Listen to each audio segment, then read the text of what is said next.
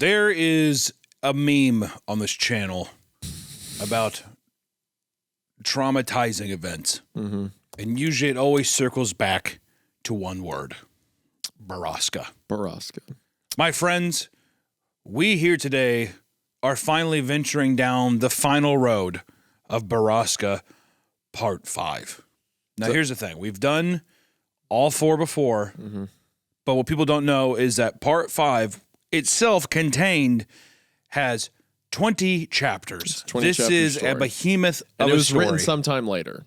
It was written well after the first 4 parts. It was written well after, of course, by C.K. Walker. As who we love dearly. She's the GOAT. Our friend, yes. Yeah. She's the GOAT of the Creepcast. She might hate us, but we love her. The GOAT, right? But since the beginning of basically the show, I mean, we read Borrasca Part 1 and 2. That was early On into this show's history. And ever since then, for over a year, we have been getting people asking, when are they going to do Borrasca 5? When are we going to do Borrasca 5? And finally, since we are here in person, it felt weird. Like, I felt like it was like, it's become an occasion to where it feels weird to just do it over call, like how we normally record. It's been too built up. Yeah. To where now you're here. It feels special in this time to just say, fuck it. Let's read it together. Now, here's what's crazy. The channel's grown quite a bit since then, which thank you all for that. There's probably a decent amount of people who've read it by this point. Who have read it, yes. But people have come to Creepcast who have not seen the first videos. True. We have much more of a back catalog. Yes. So if anything, if that's the case, then for people who don't know, spoilers from here, if you don't want to have the first part of the story, parts 1 through 4, spoiled, please go check out those episodes. Not only from us, but there's also I forgot, put up some other sources of people who have done fucking radio plays of it. Like people have done actual drama. There's a lot of great stuff. There's a whole radio play starring what's his face? One of the Sprouse brothers. One of the Sprouse brothers, Cole Sprouse, I think. I hear it's amazing, but there's so many people. There's so many fucking stupid jokes in ours. If you want an actual telling of the story, it's a great story. So many. We'll put some references here to go check out some other great stories. But spoilers. Now that the spoilers are there, as a recap for people who are just getting into this or just need a refresher because it's been so long, Isaiah, break us down from what happened from 1 through 4. The story of Borrasca, the initial setup is it's about a guy whose father becomes the sheriff of a small town. He moves there, meets his name's Will. He meets a couple of kids named Kyle and Kimber. They start a friendship, and then Will's sister goes missing one day. There's a legend in the town about something called the Skinned Man that takes kids in the night, as the story goes. If they pass something called the Triple Tree, which leads up to the old mine shafts in the mountains. The story skips between them when they were much younger, when his sister went missing, to them in high school. And I want to say that time jump, though, that first section building up, Will's new in town, Dad's the sheriff in town at this time. But the way that they build this up in the first part, it's not it's not short. I mean, it takes its time. And it hits all of the classic tropes that a creepypasta does of building up this kind of monster, the skin man. When you have the triple tree, all this kind of the world building is so concise, and then it does a nice time jump after Will's sister gets abducted. Yeah. And that's kind of the crux of the first adolescence part is Will's sister is gone. It's kind of, and it's something too where that is not a uncommon thing to happen in this town. A lot of people's sisters go missing, in that regard. Yeah, so it's there's a conspiracy afoot. Yes. And at the beginning, the kids think it to be the Skinned Man. And because we're reading a creepypasta angle. Yeah, as a parent, and we're reading a scary story, we're like, oh, maybe it is the Skinned Man in the mountains or whatever. I had fully believed it was. Then, as the story goes on, there's some suspicions. Kimber mom seems like she's mentally deranged. At least that's what the people of the town say. It turns out she's in the know on the conspiracy. Long story short, Kimber becomes kidnapped. Kyle and Will go looking for her, eventually make their way up to the abandoned mine shaft up in the mountains. Past the Triple Tree. They get to an old mine shaft up there, which the wording of the sign's been decayed to where it kind of spells out skinned men. So all the legends of the skinned men have come from this mine shaft. Turns out that years back, there was an accident in the mine that poisoned the town's water supply, made several of the women within the town infertile. So people within the town, in order to make back their money and to also preserve their families or whatnot began human trafficking operations where they were kidnapping women, this is so brutal, impregnating them. Well, I was going to say, in a very trimming the fat and just getting straight to the point. Getting straight to it. Feels psychotic, and it is. Yeah, but they referred to it as the breeding stables. The breeding stables, and it's the mayor's there. It's the buildup of the story is so crazy because there's people at like the woman in at the cafe that Will works, and she's all upset, and she's like, "Oh, I get my child today," and it turns out that basically Kimber and Kyle and other kids in town are basically like incest inbred. Any kid whose name starts with a K, I think they said, is like from the same father. Yes. So it's like just a sadistic, weird inbred town of people, and it's just it kind of hits you with a fucking freight train. And I will say, you're waiting for the monster to show up, and then they do, but they're not the monster you thought they would be. Yeah, exactly. And the emotional tie-ins between everything is so wonderful. And and it's weird to say it now because it's probably, arguably, the most. Like the biggest meme on the channel. Like, I mean, this is like kind of meme. Yes, I think it is only second view wise to the left-right game, but other than that, it's like one of our biggest videos that we've put out. Yeah, I think that the infamousy on this channel is the word Borrasca now in the Creepcast subreddit, or like even comments, outside of Creepcast. It is I see synonymous with like unexpected trauma, something happening. There was I forget the YouTube video. I was watching some video the other day where it turns out that like a character was like taken advantage of when they're younger, and one of the top comments was like, "Oh, so Borrasca," or like a Borrasca moment. Which, of course, that isn't just from us. That's not just from us. It's a long-standing thing, but it was after we covered it. I will take some credit. It was after we covered it that like new age people, younger audiences started to pick up the story. And even if it isn't from that, it's so crazy knowing the context of that now, because it's just such a people are like, I don't know what the fuck that is, and you can keep scrolling, but if you know. Yeah. But anyways. Very, at least from I remember our initial readers and listeners and all that stuff, very divisive ending. Because it goes from a horror story to just like a super graphic, like human trafficking story, which is a real world horror that's terrifying. Viewer discretion. And I wanted to say, because I do not know where this one goes, I'm just gonna throw a fucking trigger warning up this time. Yeah. So that way, I've never read. I have no idea. We go blind. I actually have no idea with everyone else on these. I have no idea what happens in part 5. Because here's what's crazy. I knew exactly where we were going the first time because I had read the whole story. Okay. Yeah, remember? Because I was like, this was my favorite creepypasta. Oh, true. When I was in high school. So that's why we read it. And the whole time I knew where it was going. And you would say something like, well, I hope the kids are okay. I'm like, hey, yeah, Hunter. I'm sure they're going to be fine. They're going to be okay, Hunter. So I knew where we were going there. I have no idea. I've never looked at this story. I've never had anything spoiled for it. No idea.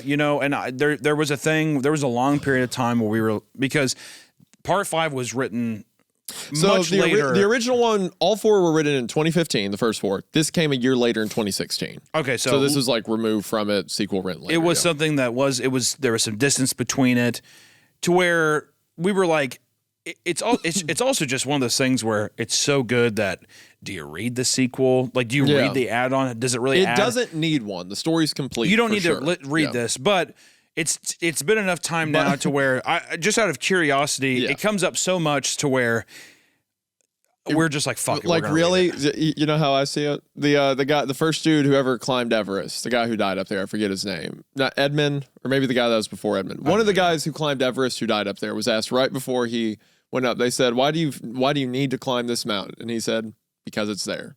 Right? And me and you, and that's what standing in front of Borrasca Part 5. Borrasca V. Yep. And a giant neon sign. Why do you need to read it? Because it's there. Because it's there. Because it's there. So, I mean, without further ado, we're 20 chapters, ladies and gentlemen. Buckle up. This is going to be a long one. Me and you till the end of the ride. And let's get into chapter 1, shall we? Shall we? Be sure to support it. Thank you guys for the support. As you've already shown, thank you for getting the podcast at this point. Be sure to support CK Walker. Her links will be in the description to her website. She always has some project in the works, some story. We've read a bunch of her stuff, and we've enjoyed it every time. Deep Woods. We've read Mayhem Mountain.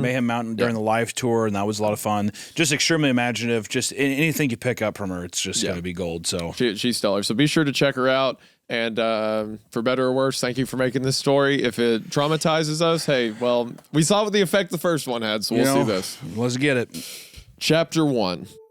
How long had I been asleep? And when had I realized that I wasn't anymore? I watched the ceiling fan circle slowly above me, doing nothing to dissipate the clouds of cigarette smoke that had drifted above my room for years. I started most mornings this way. But no, it wasn't morning, was it? I turned my head towards the bedroom window and confirmed the sky was dark outside of it. The last thing I recalled was being in the bathroom and then silence, sweet darkness. Seth.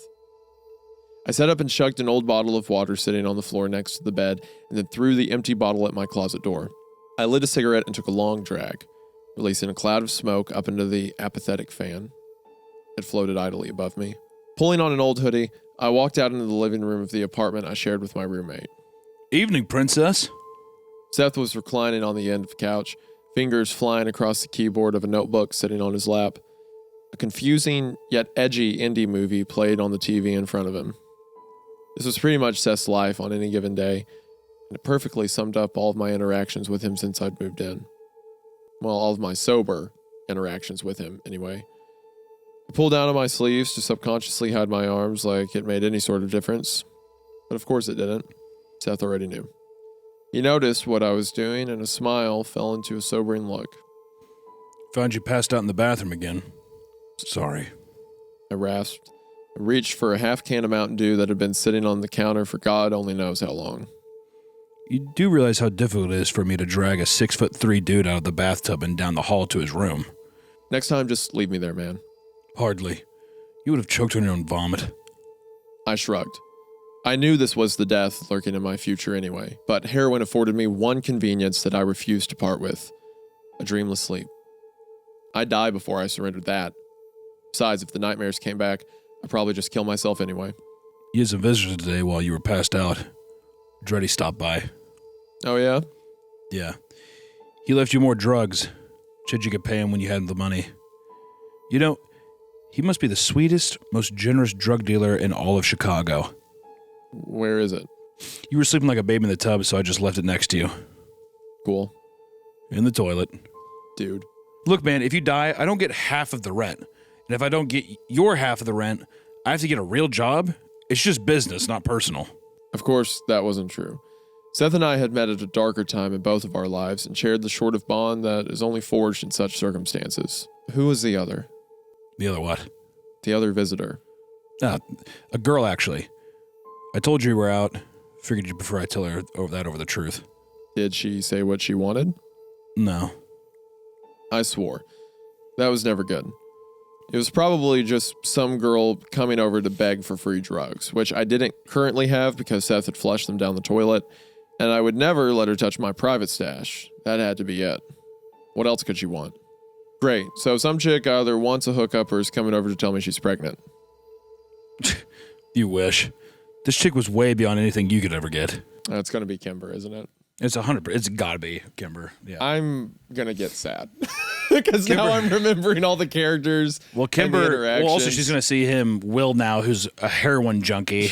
Which, to clarify, for those that forgot, at the end of the story, Kyle effectively dies. He gets physically beat to the point that he's brain dead. Yeah, and we got hints of this at the end of this where he's like, I'm not doing well. Yeah, Will and Kimber get away. Obviously, too. Yeah. That's not a shocker. Yeah, Will becomes destitute, but his one hope at the end is it seems Kimber got on. Yeah, he says he got a letter in the mail with a picture of her, and he's like, she's doing well, and that's all that matters. Yeah. Kimber made it out somehow. That's going to be Kimber, come to find him again. You know what? This may be kind of cringe to say, but it actually feels kind of weird to talk about some of these characters again because of how on this podcast in our mind, how the Kyle from Borrasca is an entire character type now. Like if we have a story where a guy's kind of douchey, they feel like actually dead relatives, kind of, don't they? Yeah, a little bit. It feels like talking about the dead in a weird way. It's like, oh, we remember Kyle, right? Yeah, reminiscing on old real people in our lives. But now they're here again. That's I don't know, it's weird. It's strange. If in this story we go to see Kyle and he's like in a wheelchair, I'm gonna be sad. I'm gonna be messed up. He's not like, well, I can't even remember what he actually says in the story, but all I can think of is like, your wife looks mad funny in that box, dude. Which someone, I mean, not to keep it real, but someone got a tattoo of that. Did you see that? No. Some really? girl got they posted in the Creepcast subreddit, they got a tattoo of a coffin that says your wife looks mad funny in that box, dude. Damn. That's how much like some of these characters and stuff in the story like meant to people. It's just C.K. Walker. C.K. Walker performs magic. She does, yeah. Really? Because she did come asking around for me, didn't she? Sure, but I'm not the one who got her number. No, you didn't. Left as I walked in the kitchen and took one of our 3 glasses out of the cupboard. Oh, I did. Seth held up a torn shard of white paper. She gave it to me and asked me to call her when you came home. You used air quotes on the last 2 words. Yeah, well, I don't. I don't want anything to do with... There's a knock at the door. Shot Seth a poisonous look. What? He threw up his hands and stood. She's really hot and you can't stand in the way of true love. Don't open it, I warned as he walked over to the door. Sorry, Sam, but you know I have a thing for redheads. Oh. Bruh. I'm good. Okay. Redheads. What? Do I know any redheads? I couldn't place one for the life of me. And Seth opened the door to reveal Kimber to start.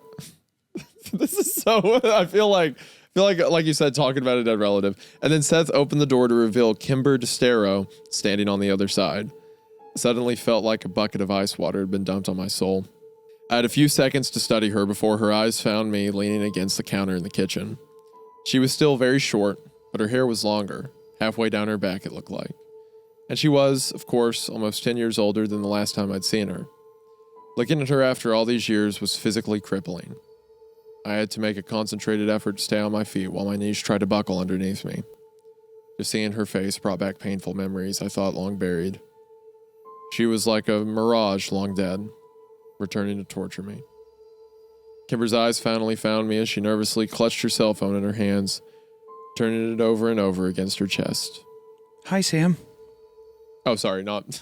Did I make up the name Will this whole time? Is his name Sam? Is his name Sam?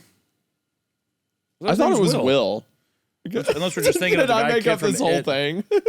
If add that during the edit, just say Sam. He moves there, meets a couple of... His name's Sam. He meets a couple of kids named Kyle and Kimber. They start a friendship, and then Sam. sister goes missing one day. Also, Seth did say Sam, too. Sorry, Sam. Yeah, sorry, Sam, but yeah.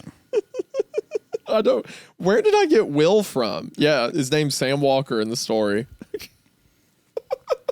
All right, whatever. I guess I'm just stupid. All right, whatever. That's me. To be completely honest, I don't remember anything after like 2 weeks. So I was just like, Will. Will, okay, yeah. Yeah. There must have been another story with Will, or I'm coping. I'm just thinking of It. Isn't his name Will in It? Yeah, it is. Yeah, it's Will. Oh, no, that's that's Stranger Things is Will. Will is the Stranger Things kid. I don't know. But there's a Will somewhere in a story. I don't fucking know. I want to take a quick moment to thank today's sponsor, Rich Wallet. It's Memorial Day weekend, and that means barbecues, backyards, and relaxation. But no one wants to relax with an old, bulky wallet in your pants that your grandmother got you at your 13th birthday, and you're still not really sure if you should throw it away or not. Well, I'm here to tell you, do it. Throw away your grandmother's wallet and switch over to Rich Wallet. Rich Wallet can hold up to 12 different cards and even still have room for cash. And with over 50 colors and styles, Rich Wallet protects what's inside your wallet and looks good while doing it. Rich Wallet sent me this deep purple Midnight Alaska one for the ad, but I've already been using this Hawaiian one for the past couple years. And to be honest, I have no idea what I was doing with a giant bulky wallet that took up way too much space in my pockets when I only really need like 3 or 4 cards a day. And if I need anything extra, well, I can put up to 8 more cards in Ridge's wallet. But not only that, Ridge has like key rings as well and pocket knives. They're the one-stop shop to keep your belongings secure, comfortable, and snazzy. And no matter what, Ridge has free shipping,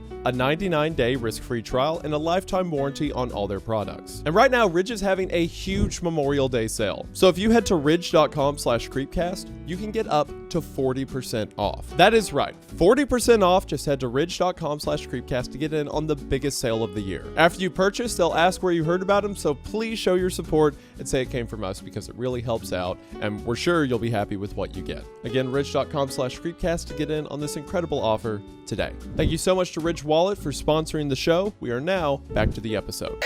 Hi, Sam. She said with more confidence than she clearly felt. Since Kimber had actually spoken to me, I could probably confirm that this wasn't a nightmare. She was really here. And if she was real, that meant that it was all real too. A shudder racked through my body, and I found my white-knuckled fingers around the edge of the countertop. Why are you here? I hadn't meant to sound so angry. My words seemed to rattle Kimber, and she took a step back. Seth watched the exchange with interest, but did not intervene. You shouldn't be here, Kimber, I said. Just wanted her to leave. This needed to end before I lost it. After she was gone, I could pretend she was just a nightmare seeping through the veil. Kimber hesitated. I saw her calculating in her mind as she watched me, her lips moving only slightly as she organized all the variables in her head. It was such a Kimber thing to do, and made me realize how much I missed her. I saw the exact moment Kimber found in her mind what she was looking for. Did you get my letter? Yes. And I threw it away. Lies. She faltered for only a moment. Did you read it? I didn't say anything, but I knew she could read the answer on my face. When neither of us spoke, an awkward tension began to bleed into the room. So, I'm Seth. my roommate said, still casually leaning against the door. Kimber held my stare for a moment longer and then broke it to finally walk into the room. Seth let the door close behind her. Kimber, she said to him. And how do you know Sam? We grew up together. Neat. Sam and I were cellmates in prison. Seth. I was in for a super sexy felony. Computer crimes. Sam was in for... I swear to God, Seth. Harder stuff. Okay, good night all. I like that Kyle's there in spirit. even if he's gone. Yeah. I was just saying, it's interjecting that new kind of comedic relief into the kind of heavier subjects, the comedic relief, and also the fact that like he was in prison for a while for heavy stuff. Well, I was gonna say also that's just a fun way to interject some more backstory of he's a junkie, but also they fucking met in prison. Yeah. It's almost like this is a halfway house. Yeah. A little. I mean, it's not because they're renting it, but still, like they're barely on their feet. Yes. I mean, he's getting heroin delivered while he's overdosing in the bathtub. Like on their feet is a very strong way to describe that. Yeah. But yeah. He said cheerfully and left the room. I kept my eyes on him as he made his way down the hall to his room, cursing his every step. Seth's door finally closed behind him. I reluctantly let my gaze drift back into the room. Kimber was watching me with an expression I couldn't read, but I didn't like it. The letter. Yes, I read it. Kimber continued to stare at me, waiting for more. She cracked me just that easily. What to say? I ran my hands through my mess of dark, unwashed hair. I'm sorry that we didn't. Sam, stop. I'm not here for apologies. I don't need one. You guys got me out. Kyle got you out. His name seemed to impale her. I wondered how long it had been since she'd heard it. Well, that's kind of why I'm here. There are others, Sam. Women who never escaped this place. Oh, God. Here we go. We're going back. I mean, how could you not, dude? Like, I mean, you got to have some kind of operation. There is a breeding factory of humans happening there. You just can't. This story, I really just hope it doesn't go into like a CSI Miami where it's like the bombs are planted. Yeah! Like, and he's like running out. Look, after the trauma, after the trauma the first one gave, I hope they kill him. I hope. No. Or do you mean the women in there? No. I mean, I hope they kill like the people. Oh, sure. I'm saying that I don't want them to. I don't want them to go back with explosives and be like, we have to destroy this place. I don't think it'll literally be explosives. I think a gun. I think they'll shoot sure. I'm just people, saying that. It doesn't matter. I'm just saying. In my mind, I pictured the CSI Miami. You know what I'm talking about? Where he does it. He's like, I know what you mean. Where it's like, she'll need another pair of slippers after that one. Yeah, and it goes into the intro. I know what you're saying. I don't think that's where it's going. Okay. I don't think that's where it's going. I do. You know what? After Borrasca, the first 4 parts, I'm okay with a little cathartic revenge story. That's fine. That's fine. If that's where it goes. That's cool with me. Yeah. How? I want Drisking to be exposed. I want what they've done to be known to the whole world. Yeah, so do I. So do a lot of people. But the majority of us aren't in a position to do anything about it. I needed a drink. Pulled a plastic bottle of cheap vodka from the freezer and poured it into the glass. You want some? I asked almost as an afterthought. God, yes. Kimber said, and I took another glass down from the cupboard, filled it, and handed it to her. She drank half of it in one sip, which seemed to steady her. So what do you want from me, Kimber? I asked as she set the glass down. I want you to come back to Drisking with me. I laughed and then tipped my glass back, allowing the hot sting of the alcohol to unfurl down my throat. I'm serious, Sam. Yeah, the answer's no. We'd never leave that place alive. We did once. We're not going back. I have a contact. You know, someone on the inside. The inside of what? Drisking? Borrasca? The sheriff's office? They know stuff, okay? And they're willing to help us. That's all we need to know. No, we need a lot more information than that. And you'll get it. Later. After we get there. Did you really come all the way from California to ask me this after 9 years? Actually, I wasn't asking. Kimber looked at me coolly, crossed her arms in front of her with ironclad conviction. This wasn't the Kimber I remembered. I didn't know this woman. So somebody told you that they were going to help you take down a very highly connected and protected crime syndicate, and you believe them. I didn't say that. So you don't trust them. I didn't say that either. Yeah, well, this isn't happening. We'd be dead the minute we cross the county line. Are you saying you won't go? No, I won't go, I said, pouring myself more vodka. All right. Kimber said and set her glass on the table beside her. Well, thank you for the drink, but I have to go. Something lurched inside of me. I couldn't let her leave. And now when I just got on her back, so why was I being such a dick? I took a step toward her before I realized what I'd done. Where are you going? I told you. She snapped as she started towards the door. I'm going to Drisking. I was on her before she'd finished her sentence and yanked her away from the door. The hell you are? I told you I was going, Sam, and I fucking meant it. I didn't know you intended to go alone. That's damn suicide. I don't care. It needs to end. Why does it have to be you? I pled desperately. My heart began to sink as I realized I did know this Kimber. Her mind was made up and there would be no stopping her. Who else, Sam? Who else but us? There's no one. The thought of my best friend back at that place seared through my brain like a hot iron.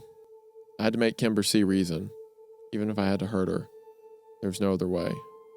So after what Killian Clary did to you there, after all that you suffered at Borrasca, you want to go back.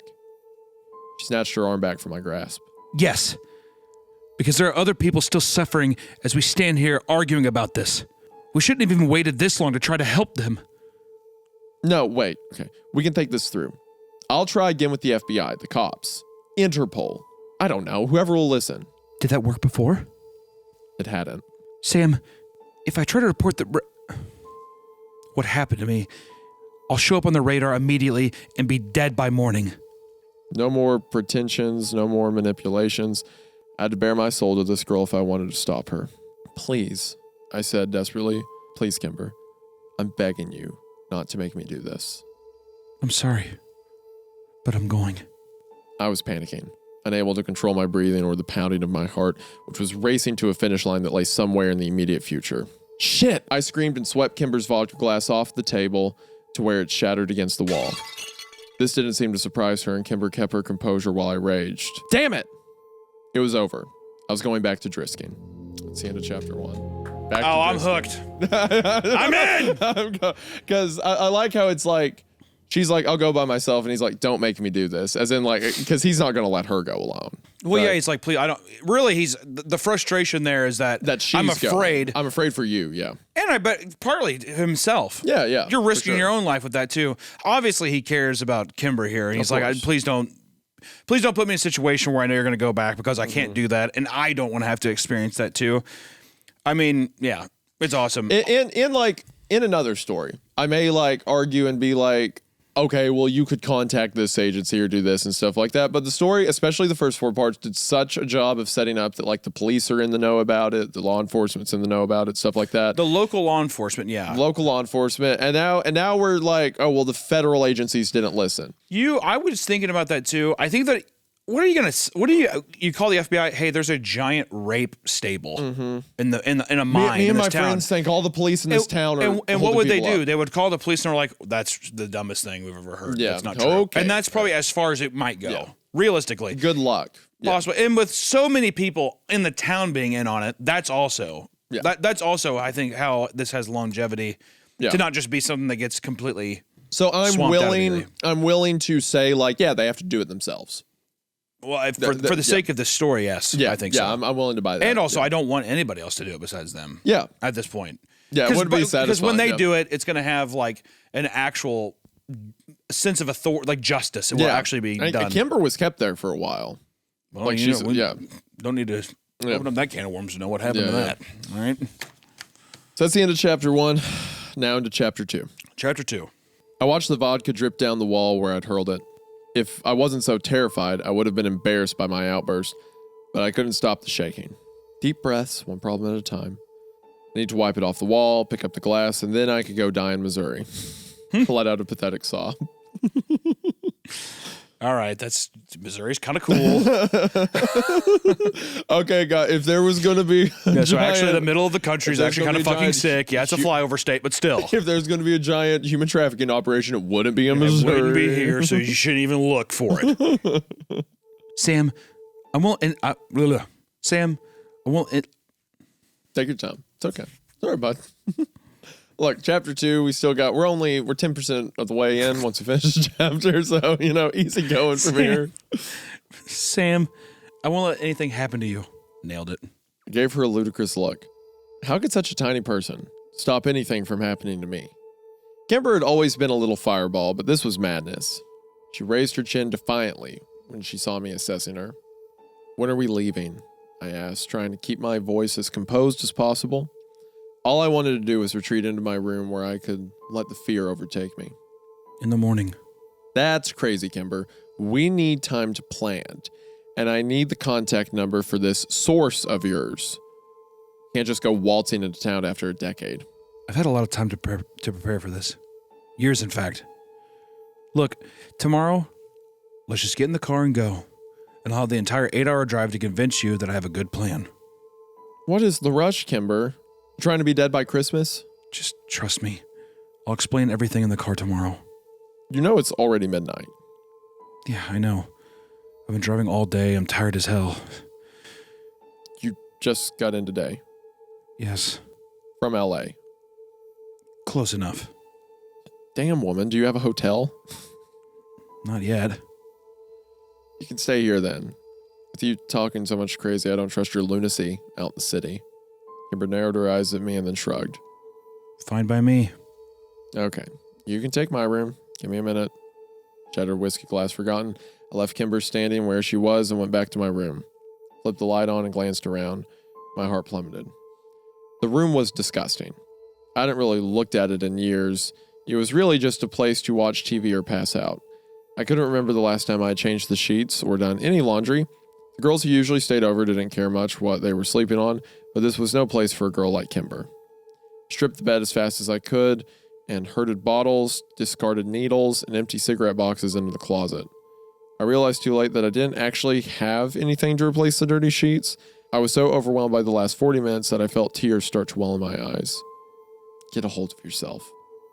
Jumped at a sudden knock at the door. Seth stuck his head in. Here. Handed me a stack of clean, folded sheets on top of a blue quilt. I wanted to hug him, but I was still attempting to get my emotions under control. Thanks. Hey, so listen. Does this mean... is that stuff about Dresking true? I never told Seth, or anyone else besides the feds, anything about Drisking. What stuff? Oh, come on, man. I hear you talk about it in your sleep all the time. You say all sorts of fucked up stuff. That's why I've heard your friend's name before. You talked about her in your sleep. What are you talking about? I don't even dream when I sleep. Yeah, you do. You may not remember it, but trust me, you do. I didn't say anything, and Seth started to leave. Oh, one more thing. If you need anything while you're back home, just call me. Home? Yeah, Drisking was home. Since I lived in a shitty neighborhood, I walked Kimber down to her car to get her bag out of the back seat. She dropped her duffel on the thankfully dark carpet of my freshly cleaned room, which was still barely passable. At the very least, I'd known she was here and safe. I'd always wondered if Clary and Prescott were having me watched. If they were, Kimber was in danger by just being in Chicago. Probably was a good idea to leave in the morning. I settled down on the couch and pulled out my personal stash, which I pocketed while kicking garbage into my closet earlier. I needed it tonight of all nights, and if it was going to be one of my last, then I would make it count. 30 minutes later, I floated down the familiar river of dark, dreamless sleep. End of chapter 2. Chapter 3. I like that mention where he's like, I hear you talk about it in your sleep. You may not remember it, but you do. You know, it's just like how heavy it weighs on him. You know? Yeah, I mean, completely tormented. Yeah. Which if it wasn't already prevalent, but I think that, you know, it's nice seeing a character like Seth being here where, yeah, he knows he's a heroin junkie, but he hears the stuff that he's having night terrors about, and he's probably like, well, yeah, I mean. Guy's going through it. Yeah, not that he condones it, but I think he's more just like, the guy's been through a lot. Yeah. You know? Yeah, what am I going to do, right? Chapter 3. I didn't remember dreaming, but I knew I had. I woke up feeling like I'd run 30 miles, drenched in sweat and fighting to draw in air with raw, ragged breaths. Sat up on the couch and rubbed my face. What time was it? Why was I in the living room? Why did I feel a malicious black cloud looming over me like some sort of comic strip character? And then it all came back, crashing like waves over my head. Holy shit, Kimber was here. She wanted something. Felt the fear shower me like ice-cold rain as I recalled pieces of the night before. We were going back. Kimber's bag was next to the door, and she was sitting at the table reading one of Seth's Look How Smart I Am philosophy books. As I sat up, I slid the evidence of my addiction under the couch with my foot, praying she hadn't already seen it. Morning, Sam. Kimber smiled without looking up from the book. Why the hell are you so chipper? Boy, You remember where... I tell you what, Sam is making it hard for you to read some of He these. is. He's just dropping F-bombs left and right. I'm going to power through. I'm going to make it. Why the hell are you so chipper? You remember where we're going, right? Yes. She put the book down, looked over at me, beaming. I've just missed you so much. It was a genuine statement, and my mouth twitched into a little smile at her words. Damn it, I was happy to see her, too. Buried underneath all the fear and numbing pain was a glowing euphoria. I'd never been happier than when I was with Kimber and Kyle. One of them had actually come back from the void of the past. I stood up. Just let me shower and pack, and then we can get on the road. That is, if you're still planning on going. Yes, I am. Are you? Yep, appears that I am. I'd run out of arguments. Seth had already left for the day, so I locked the apartment as we headed down to Kimber's car. 10-year-old Mazda sedan. She took my bag and threw it into the back seat next to hers and then climbed in. So, 8 hours, huh? I asked as she started the engine. Yep, but I could probably do it in 7. And don't rush my count. Kimber pulled her sunglasses down and pulled out of the apartment complex. I looked back and wondered if I'd ever seen it crumbling, graffiti-covered walls again. If I even wanted to. So then some time passes, I assume. Yeah. Stop staring at me. What? You're not as sly as you think you are. Sorry, it's just... I never thought I'd see you again. Neither did I. You look good. Pretty. You know, like healthy. Stumbled all over my compliment. Kimber raised an eyebrow. Thanks, I think. Don't you do that for this story. Any other story you can keep that up with if you bring your Scooby-Doo mentality in here. In here! I'm gonna be so mad. I don't want to hear a single, it's behind me. I don't want to hear a single, you're gonna want to see this. I laughed nervously. You know what I mean. You look like you're doing well from yourself, the last 10 years. Kimber frowned and remained quiet for a minute as if debating whether to tell me something. I never told anyone where I came from. My mom said she had family in Anaheim, but I couldn't find them. Everyone thought I was just a runaway. Cops picked me up almost immediately and put me in a halfway house.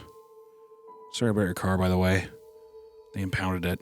I don't suppose you ever got it back. I shrugged. Nah, but who cares? It was just an old Honda. Kimber threw me a sympathetic look. I'm sorry. Anyway, the halfway house kept trying to identify me, so I had to run away from there too. And eventually I got a job. Southern California is a great place to live if you don't have an ID, by the way. I'm sure.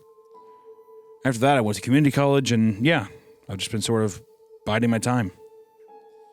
Are you sure you want to just throw all of that away to expose your rapist? Kimber winced at my words, and I immediately... That is kind of forward, isn't it? It's just, goddamn, like the last time, it's like we had... It's just, just dropping it all down there. I mean, like, cat's out of the bag. The looming haze is all around it already. But every once in a while, it just feels like he like says it and he like looks right at the camera.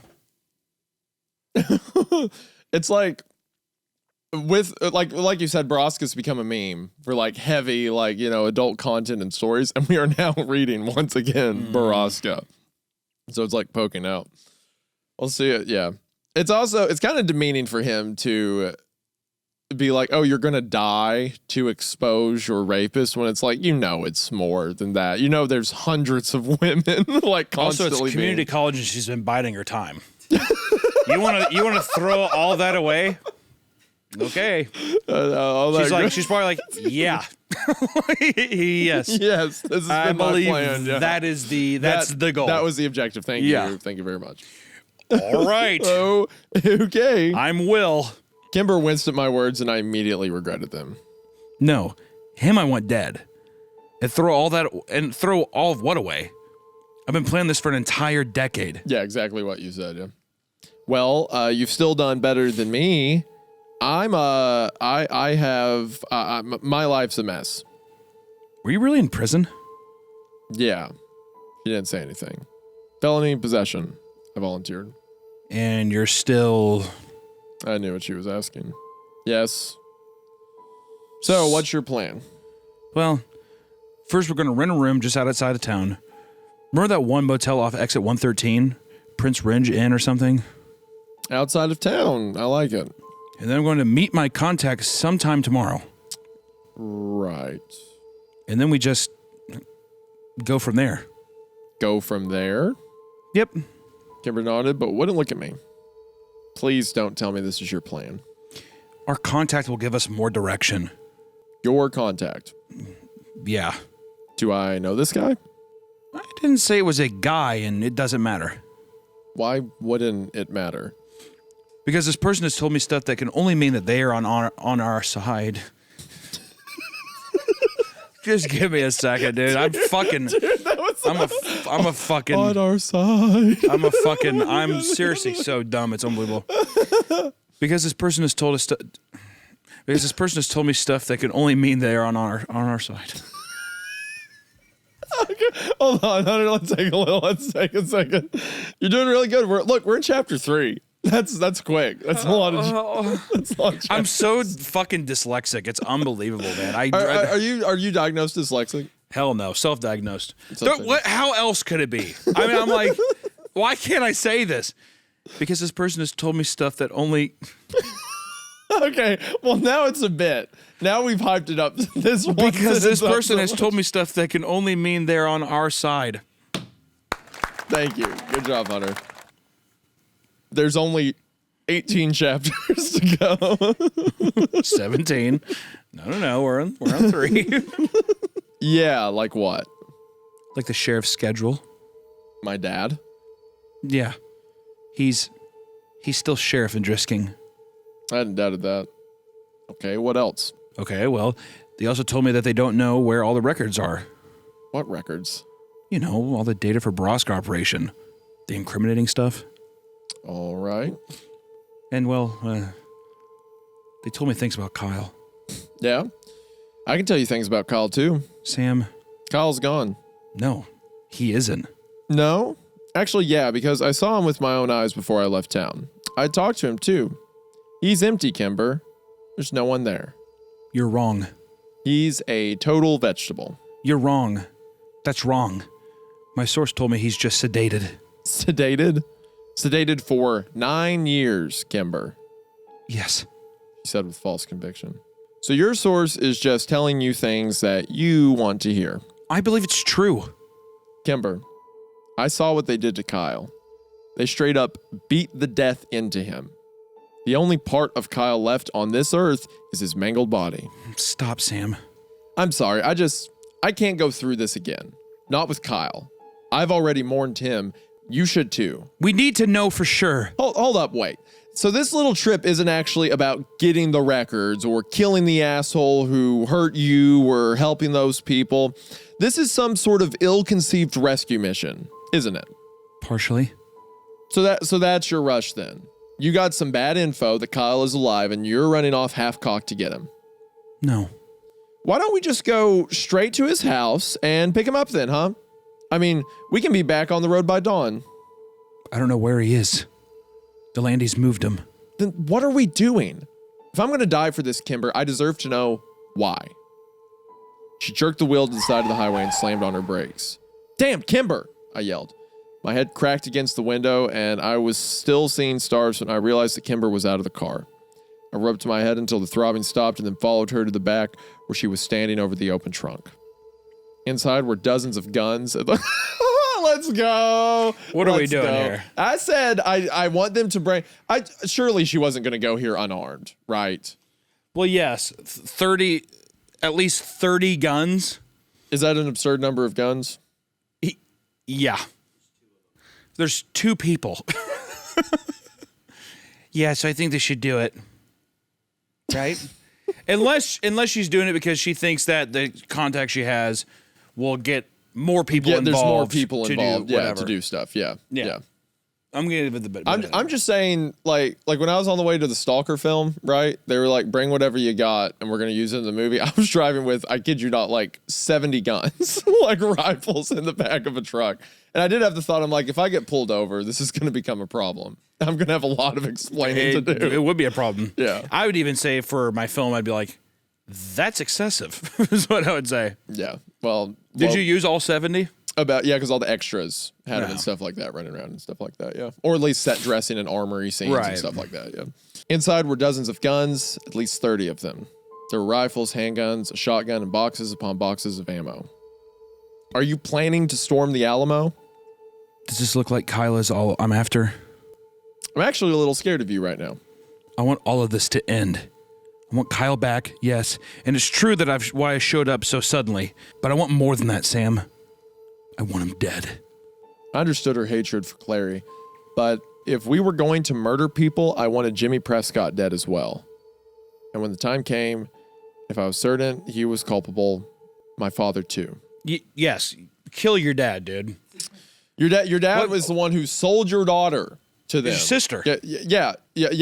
Sold his sister. His daughter, the dad's daughter, and Sam's sister. I fucking hate the excuse of like, well, if I didn't do that, they were gonna kill us. I'd be like, then just let them kill us. Then let him kill us, yeah. Oh, like, am I wrong? It goes back to the Tommy Taffy thing. Like, just die. Yes, and I know, but here's the fucking difference between that.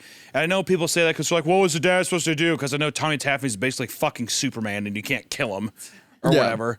If you don't have kryptonite. Hold on. They burned him and he went away, so that proves he can die. I'm still fully like, me and you, we're getting together, everyone we know, we're building a fort, and it's like, all right, 2 weeks, guns up, facing to the east. He always comes from the east. Like in this case of there's just I don't know.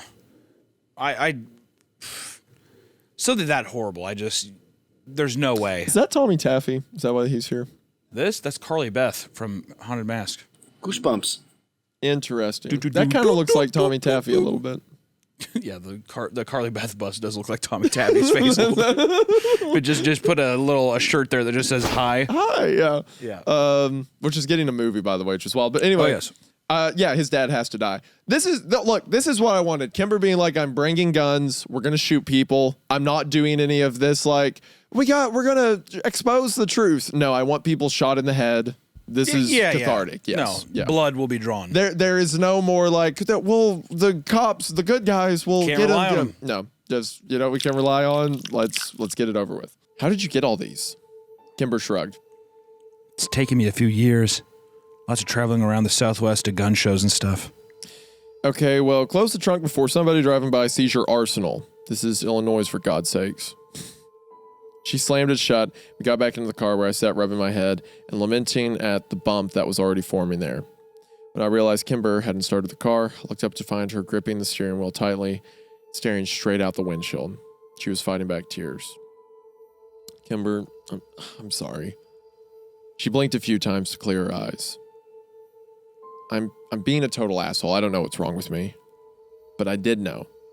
My mind was cloudy from years of drug use, I had no filter, and I had problems controlling my emotions, which swung back and forth like the pendulum on a clock, changed just as often. No. I never should have asked you to come. It was wrong. She breathed the last word. She dropped her hands from the steering wheel. Asked? You're right. I manipulated you. You don't even know me anymore. You shouldn't be here. I leaned over the center console and hugged her. Kimber recoiled at my touch like I'd delivered her an electric shock. Shit, I'm sorry. No, it's okay. I just don't like to be touched. This was new Kimber. I pulled out my pack of Marlboros and lit a cigarette without asking if it was okay. Oops. Kimber, I'm a piece of shit. I've always been a piece of shit. I probably should be here, honestly. You've given the opportunity to do something with my life, but I'm scared and it's making me a dick. Kimber leaned back and wiped her eyes. You really don't have that much to worry about, Sam. You're still the son of the sheriff and he won't hurt you. I considered this too, and it made my skin crawl. Son of the sheriff. If what I suspected was true, then that would make me heir to Borrasca. My stomach lurched in revulsion. Maybe. Let's just get to the hotel and we'll decide what to do. We probably want to make as little noise as possible while we figure out what Clary and Prescott are. We do not want anybody to know we're back in town. Kimber nodded. And the sheriff? And the sheriff. I didn't want to think about it. I'd buried the assumptions about my father's guilt years ago. There enough black tar heroin to kill a horse. I guess it was time to remember. So, End of chapter 3. So,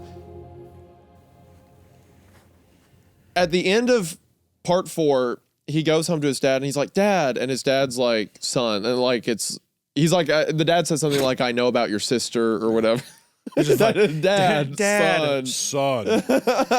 Basically, like, yeah, he's like, Dad, this is happening. He's like, yeah, I know. I told your sister. Like, yeah, sucks. He admitted it, basically, yeah. Yeah. I don't know if he ever said, I mean, like, we reasoned he sold his sister, but maybe there's some part in Sam's head that wants to be like, maybe he there had could to. be something, but if you knew, if you knew about it and it's been this long, there isn't. I don't know how there his could have dad's been 100% culpable, but there is a little piece he's trying to hold on to. The biggest thing so far that I feel like it's setting up that is making my stomach fucking turn is I have a feeling that Sam is going to have a hard time pulling through and fucking over his dad. I'm a little and I worried think about that's that. going to start a domino reaction that's going to fuck over other But people. we have a good, there's an upside here. What if Kimber's right about Kyle? That he's just drugged? I mean, I think that I believe that he could be sedated and that they're keeping him sedated because they don't want him to like tell anybody, and he's just perpetually a vegetable. But I do think that it would be a bit of a disservice to how fucked up he got at the end to just have him be okay, you know? Like not that I want him to be a vegetable, but I just mean like he got for people he like, got caved in. Yes, yeah. You got stomped. I think to by where Prescott. he has it was to have some Prescott, kind of right? Like Jimmy Prescott, like because he was the mayor or whatever. He's the one who like pounded his head into the floor. that or Clary or you know one of those two. Clary was the one that was abusing Kimber when they got there. Yeah. Okay. Which is why she wants him dead, and he wants Jimmy dead. Jimmy was the one who gave the whole speech, like, we call this the stables. That was I would Jimmy just Prescott, almost, yeah. I wouldn't even be surprised if this turned into like, just like, we're going to kill the whole fucking town. You know how happy I would be. I'd be delighted. If it's just like that would titillate me. That'd be great. I'd be titillated. Kyle's like your grandpa on the mobility scooter. They got a rifle set up. Here, they Good like job, Kyle. duct tape a gun to his hand. Yeah, he's like fumbling over the bolt to re-rack it. Like, I think that'd be great. He drives the wheelchair straight into a gas station. 1738. Hey. Does the JBL speaker attach it? Looking up to the chair. I'm like, hey, what's up? Actually, yeah, dude, like it's vibrating the back hub, so it sounds like it's like, you know, like when this car's like brr, brr, brr. Yeah, it's like we need a distraction. Like Kyle in the mobility scooter. I'm like, hey, what's up? Hello. And I don't know how unreasonable it is, which it might be unreasonable, but I really feel like everyone in the town almost deserves to die. Yeah. I mean, like, to an extent. Obviously, I'm sure there's innocent bystanders. But like when Sam... what you said at first. They all when deserve to Sam die. worked at the coffee shop, and it's like, Yeah, the woman who's like, oh, I want to have a kid, and you feel bad for her, and it turns out, oh no, you're like, about this whole thing too. She's like, I can't have a kid. I guess we have unless to I'm adopt. misremembering it, but No, you're right, because she's like, I really wanted a natural kid. I guess we have to adopt one of the human trafficked babies that were bred by someone. Yeah, even just kill everyone. And the only people who have a guilty conscience were like Kimber's mom, who threw herself off the hospital building. yeah. So kill everyone. I fully think. If that story goes here, this will be probably the most cathartic Creepcast episode we've ever had. Yeah. After the meme of what Borrasca is, just kill it with fire, that'd be great. But we'll see. We'll see. Chapter 4. Chapter 4. We spent the rest of the drive avoiding the topic of drisking. We talked about people we knew, movies we'd seen. Hell, we even made a few jokes that didn't fall totally flat. It reminded me of those days when we would sit in my car in the Drisking High parking lot, listening to music and getting stoned. Makes me miss Kyle. And weed. I'd given it up for the harder stuff years ago. Or to put it more eloquently, if pot was a gateway drug, I'd left it at the gate. Also, just to reiterate too, they're probably like mid-20s. So it had been 9 years since they had last seen each other, and all those events happened like senior year of high school-ish. So they're probably 25, 26. 25 to 30, Yeah. let's just say, Yeah. in that age range. The closer we got to Drisking, the quieter the car became, and by the time we hit the Missouri border, we were in complete silence. It had started to snow, and Kimber was completely focused on the drive. I stared out the window until the dread of familiar things passing by made me look away. We were almost there. Kimber pulled into the Prince Ridge within the hour and got out to check us in. I stayed in the car, eyeing the other vehicles in the parking lot. Nothing I recognized, but seeing as how I had almost a decade since I'd been home, I wasn't sure that mattered. The first exit for Drisking, and there were only the two, was only 4 miles down the highway. If Kimber considered this safe, there was no reason to worry, right? She'd always been the smart one. I jumped as Kimber jerked the car door open and got in. She noticed. You know I'm traveling with you, right? I rolled my eyes.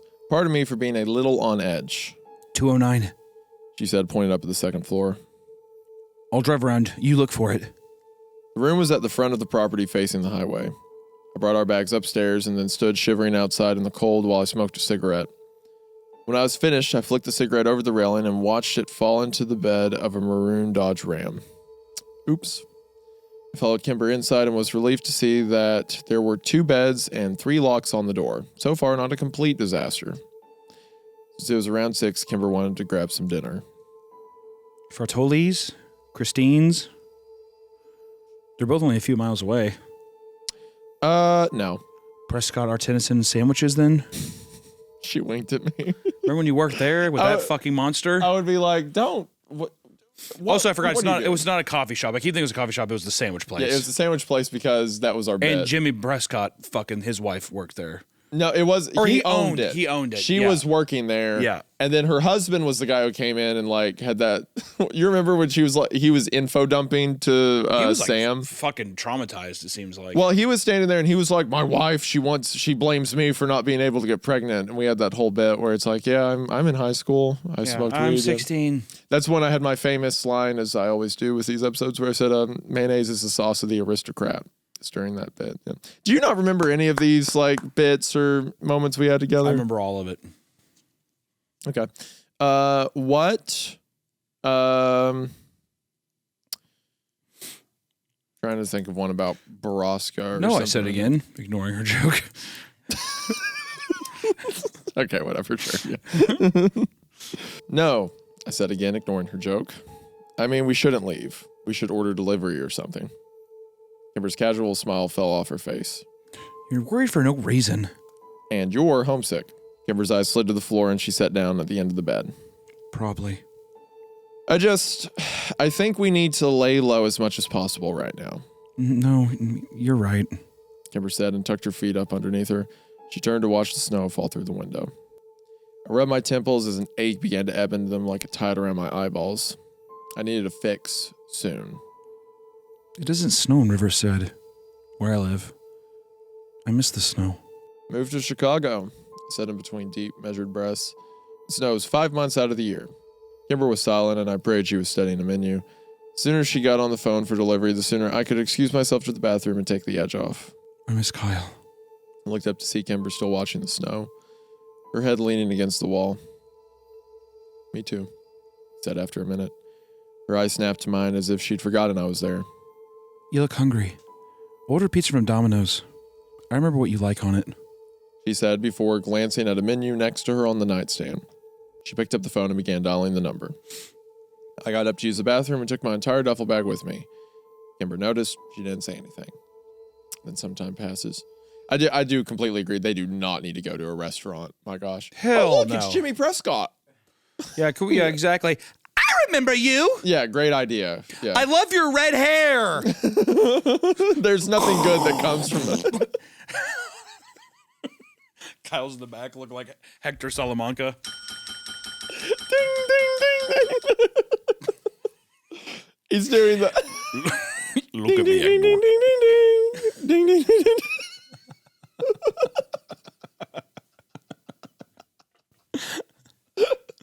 My boy's dinging.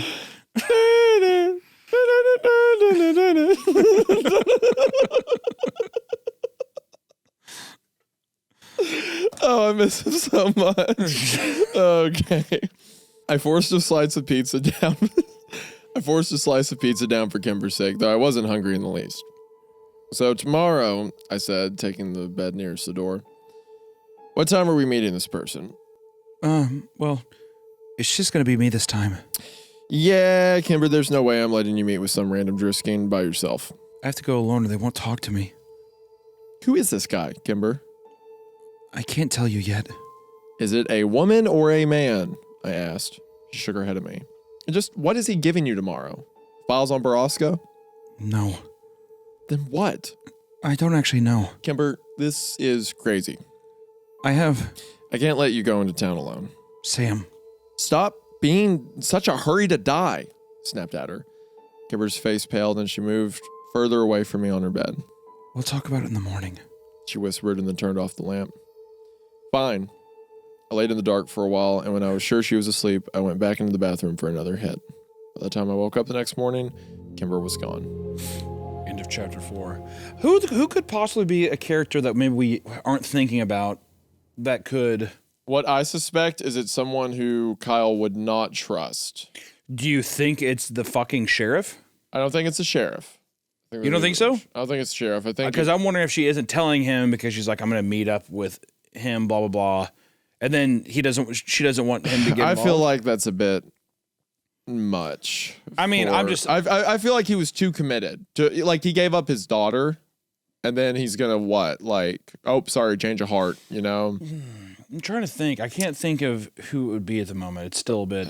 I have a feeling as soon as we hear about it, we're going to be like, oh, shit. I don't think it'd be Jimmy Prescott. He was too evil either. Yeah. Well, he just fucking owns the town. All that. Yeah. He could just be like, hey, let's not.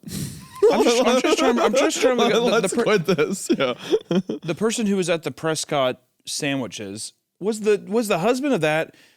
I thought, from what I remember, her husband worked in the mines, or like he did some like blue collar job. But what I'm getting at though is, I could have swore that he was like kind of fucking bummed on the adoption.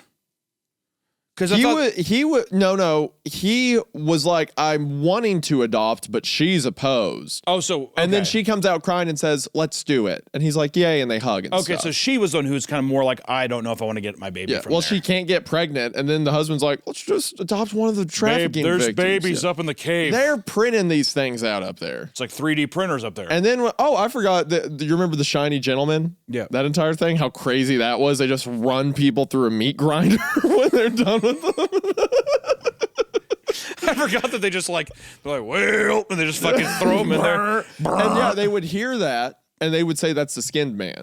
That's like, right. Yell up We in the forgot to mountains. mention that in the deal. Well, for first-time viewers, good luck with that one. I don't know. Let's just keep reading. Yeah.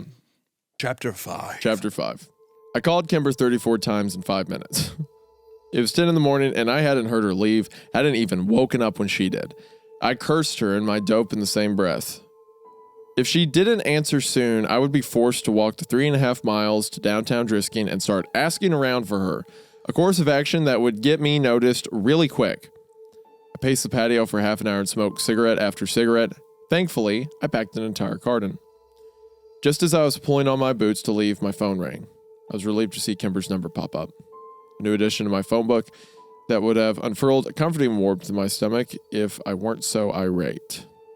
I answered, "What the hell, Kimber?" I'm sorry, Sam. I had to. He wasn't going to meet me otherwise. Where are you? I'm in the car. I'm almost back. Or they haven't plowed yet in town.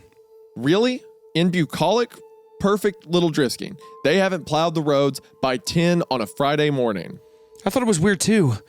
There's more. I'll tell you when I get there. Don't get off the phone with me until you pull into the parking lot. Okay.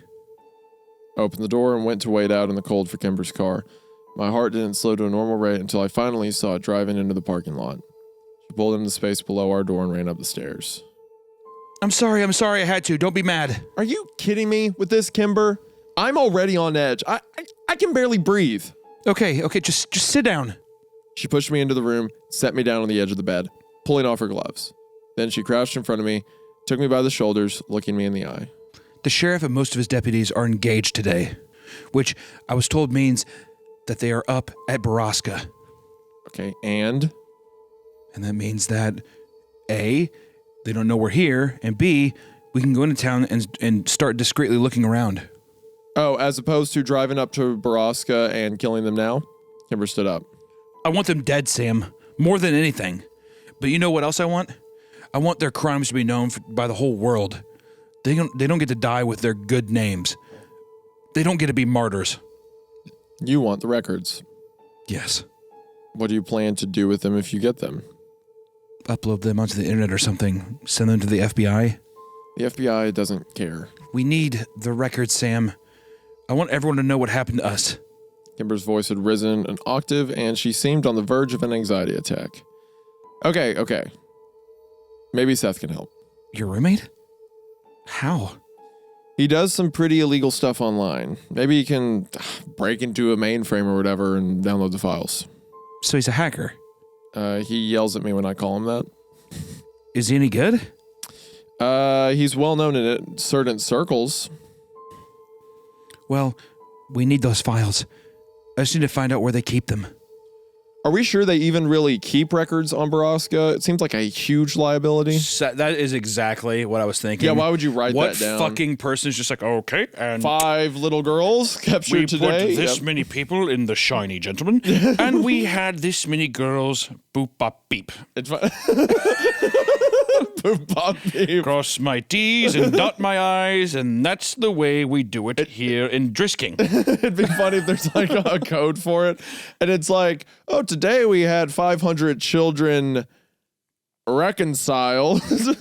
Yeah, the shiny gentleman had 300 guests for dinner. We bagged bread and we sent flowers to. We raped women today.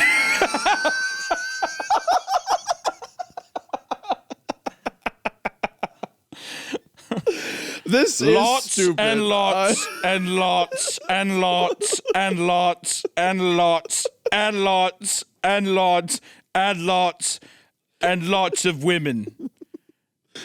This Signed the sheriff of town. Hey, could you be a sweetheart and fax this to us tomorrow? I want this fax to myself. Fax this to me tomorrow morning. Just so I there's can stamp record and of document it in our computer. It's the same paper, they just keep restamping. Just want to remind myself that I did that yesterday. Okay, good. I'm reminded. I mean, from a technical, I guess it's like bloodline of keeping track of who's what. Well, they run the whole adoption agency out of it. Yeah, so people go to the town, they go to the sheriff, and they like apply for a kid. And then and they have to keep record, at least somewhat. All the kids are named based on like the first letter of their names, who their dad is. All the P's were Prescott's. All the K's were I can't remember who the K's were, Claire or something. There was some mention at the end where his dad started doing it, or someone put that together, I think, because whatever Sam's dad's name was, Walker, where his last name's Walker, there was a kid born in town whose name started with a W, so it's implying that now Sam's well, the dad's in on that. That's what I'm saying. Like, there's no redemption for the dad. No. You got to kill that guy. Yeah. You gotta kill all these guys. An operation this size has to have records, and my source told me they exist. Oh, great. Your source. Okay, so you want to go into town and what? Ask around about them? Kimber narrowed her eyes at me. That's idiotic.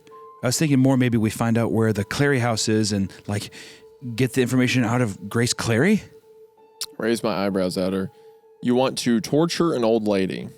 Kimber exploded. An old lady that helped to rape, torture, and murder hundreds of women over 50 years. Fuck yeah, I want to torture that old lady. All right. Look, I may know someone who might be... It'd be so satisfying to just, like, walk up to that old bitch and be like, she's like, hello? And you just, like, dust her out. What if she fucking just ate it in the chin like a champ, though? And just looked at you. Oh! You want to play? Oh, you want a ball? You're like... Or you like have a club, you're like... She's like, no. Welcome. Not here, motherfucker. Welcome to the jungle, kiddos. Yeah, you're gonna die.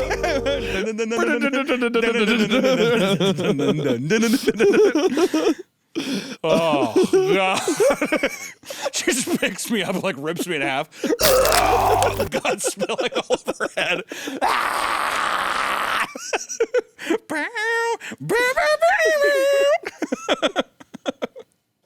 Welcome to the jungle. We have fun games. We got everything you want. Yeah, she just puts on a fucking top hat and, like, and Ray-Bans or whatever and gets on a guitar. Axl Rose, yeah. Slash, yeah. Anyways, yeah.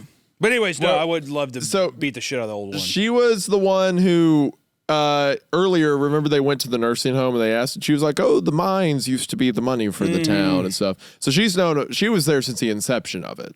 She is a demonic old woman. Yeah. It's good for business. How is it ethical to torture someone who has dementia and no longer remembers the crimes they committed? Okay. I think it's free game. Well, they won't remember it. It's true, I suppose. Why does my face hurt?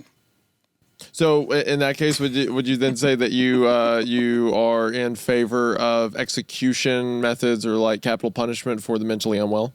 I'm saying for this old woman, I would love if Kimber just had a fucking spear like Leonidas at the end of 300 when he throws it up at Xerxes and he just fucking like impaled her to a wall. She's like, ah! So you do support the execution of mentally unwell people in society? I think we got our answer to that. I think we're okay. Oh, there we go. Look at that. Cool. All right. So someone write that down. Thank you. Appreciate it. Okay. All right. Look, I may know someone who might be sympathetic, and I'm reasonably sure that, unlike your contact, she's innocent of any knowledge of Borrasca. In fact, she's the one who helped me and Kyle find you. At the very least, she'll know where the Clarys live now. Drive into town took twice as long as it should have due to the snow. Why haven't they plowed these roads? I asked idly. It's not just the roads, it's everything. A lot of stores have closed in town. Buildings are in despair. Everything looks like shit. They don't even have Christmas lights up. It's bizarre. That's weird. Are we even sure that Borrasca is still running? Town looks pretty destitute. I am. Kimber said and pointed to a bulletin board on the corner, 2nd and Osborne, which had 6 different and seemingly recent missing persons posters. What is going on? Murmured as we turned onto Main and into the downtown marketplace. Everything in town was as Kimber had described, run down and ostensibly poor. What happened to this place? I don't know. But lucky for us, the antique shop is still in business. Kimber said, pointing across the road. As we parked, I zipped my park up to my neck and lowered my hat down to my eyes. Kimber did the same. The most important thing right now was not being recognized. Mr. Dranger was still behind the antiquities counter after all these years, but gone was his air of haughtiness and pretentious stare. He regarded us coolly but professionally until it was clear we were only traveling through this shop to get to Catherine's Scanlon office at the back.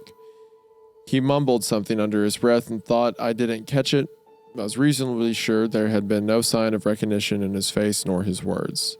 This is the lady who, remember, was the old history teacher, or like the lady that ran the library, who they went and she gave them like, well, Borrasca is a word for an abandoned mine. Like, so she did seem dumb to it in the original stories. That makes sense.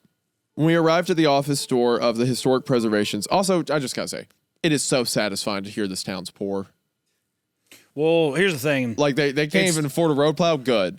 I'm guessing. I'm wondering if there just hasn't been enough. Like I'm wondering why the snows aren't plowed, and they're like, oh yeah, things are closed down. They obviously don't have enough manpower to maybe clear the roads. Like I wonder what's going on. There's just we haven't gotten a reveal yet. What's going on? It'd be really funny if it's like the Prescotts and everyone doing the human trafficking. It's like, yeah, all our job opportunities went overseas. Like, these tariff restrictions and stuff really running this country dry. American production's losing out to like foreign jobs. And he's talking about like human trafficking. We're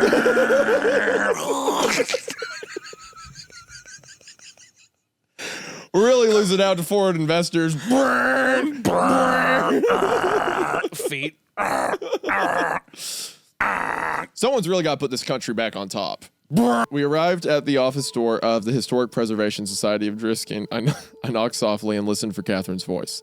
Instead, the door was yanked violently open by a man I'd never seen before. May I help you? He asked as he eyed us up and down. Yes, you can. All right, then. Come on in. I'm Dodd Wheeler, and you are? Kimber and I exchanged a careful look and entered the room cautiously. Actually, we're looking for Catherine Scanlon, I said. I didn't like the way he was staring at Kimber. Oh, Miss Scanlon. He said, not taking his eyes from her. You haven't heard, then? My stomach retched. We haven't. Kimber said, pulling her jacket around her more tightly. Sad business, truly. Disappeared. 9 years ago now, 10. Most people assume she didn't take Wyatt's death well and just walked in the woods to... Don Wheeler suddenly looked up and seemed to remember his audience.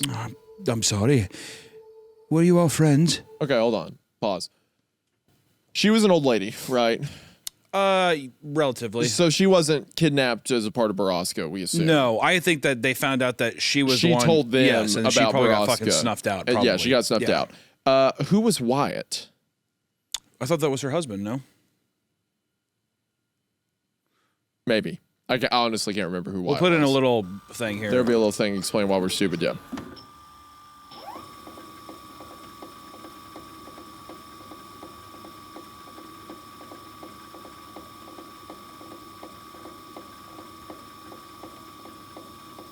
I ignored his question and asked one of my own. Did she ever surface again? Maybe in another state? No, I'm afraid she's dead. Don Wheeler shook his head. She was such a young thing, too. Oh no, maybe then she was young. Maybe she is at Borrasca. Was she? Was she young though? I thought she was like an older woman, like a sweet older woman. She was like a library head or something. Well, like if that's that, the fucking historic case, record. then I wonder what happened. Yeah, that's rough. At what point is your level of production inequivalent to your level of outsourcing? Because if they keep kidnapping people, but there's no one in the town. Well, that's what I'm wondering is that literally a reason why There's it's two run women down? adopting children in town, and there's 35 in the mines. Well, yeah, and also there's actually no healthy children or whatever. Like it's like all weird inbred stuff, and it's like 5 men or whatever in town circulating doing this thing to where now the town has no viable resources. There's no one to actually. There's no families actually left to run anything. So it's like basically just a failing. It's a human trafficking town. Yeah, that's a their failing only human export. trafficking thing. That Yes, is their literally. only import export. And all our jobs are going overseas. She was such a young thing, too. And her remains? Nothing was ever found, I'm afraid. I was starting to feel ill. Well, then we'd better. Do you happen to know where Clary lives? Kimber interrupted. Grace and Killian? And of course, old friends of mine. Damn. But you must have heard. Thank you for your time. We really have to go. Come on, Allison. I yanked Kimber out of the room and shut the door behind us. Before I could get a harsh word out, I'd fallen against the wall, trying to quell the building panic and nausea. He knew. I'm sorry, I shouldn't have asked. I thought maybe... I held up a finger as I leaned against the wall with my head between my knees, trying to compose myself. Kimber rubbed my back as I swallowed down the bile and waited for the dizziness to pass. Finally, I stood up. We have to go. I didn't even look at Dranger. as we made our way out of the shop, but I could feel him watching us. My mind briefly wandered into the past, and I wondered where his daughter was now. I never liked Phoebe, but I hoped she'd escape this town. Prayed she had. Streets were busier than they had been several minutes before when we'd entered the antiquity shop. There were several dozen people drudging through the snow down Main. I wasn't sure where they were headed since half the stores were closed and the city hadn't bothered to put up their tree this year. Kimber walked around to the driver's side door of her car. I stared over her head at the people walking by across the street. I hoped my height, beard, and skeleton-like frame disguised me well enough because people were starting to look back. I almost hoped one of them was Clary Prescott or the sheriff. We had a trunk full of guns, and I wanted this all over with. I needed to go back to the motel and bury myself in smack. This time, I didn't even want to wake up again. And then suddenly, just as Kimber sat down in the driver's seat, I did recognize someone. It was Mira Grady. She was holding a little boy's hand. And as I stared, I realized who that little boy was. And then I saw nothing but red. Mira Grady was the woman who ran the sandwich shop. Yep. So that is one of the boys. That's the boy. She was like probably a 9-year-old boy. Yes. Or eight Yeah. A young boy. A young boy. Well, chapter 6. Chapter 6. My body was moving, but I wasn't in control of it. I was suddenly walking across the street with the most intense rage I had ever felt. Okay, he does not need to do this. I had ever felt. How dare she? How dare she? I was in front of Mira before I could get back in control. What the hell do you think you're doing? She jumped and her eyes snapped up to my face in fear. Excuse me? She pushed the kid behind her. Let go of my nephew. What? Who are you? This is my son. She yelled. People were stopping to watch. That is Whitney Walker's son, and you know it, you cold-blooded, callous bitch. Mira's face, you know what? Kind of satisfying. Mira's face had gone white. Sam? Give me my nephew, Mira. Boys started quietly crying and whispering in distress. What are you doing? Stop it. Kimber was pulling at my arm, trying to turn me back towards the car, but I wasn't moving. I was seething with a fury I had suppressed for 9 years. Owen! Mira started screaming. Owen, please! Grady came sprinting out of the doorway of the stop next door. He took one look at the situation, pushed his wife and the boy behind him, and raised his fist to hit me, but there was fear in his eyes. Let's go, Sam. I heard Kimber yell, "Give me my nephew!" I screamed at Owen in spitting red rage, and suddenly I felt a slap across my face. The strike served its purpose.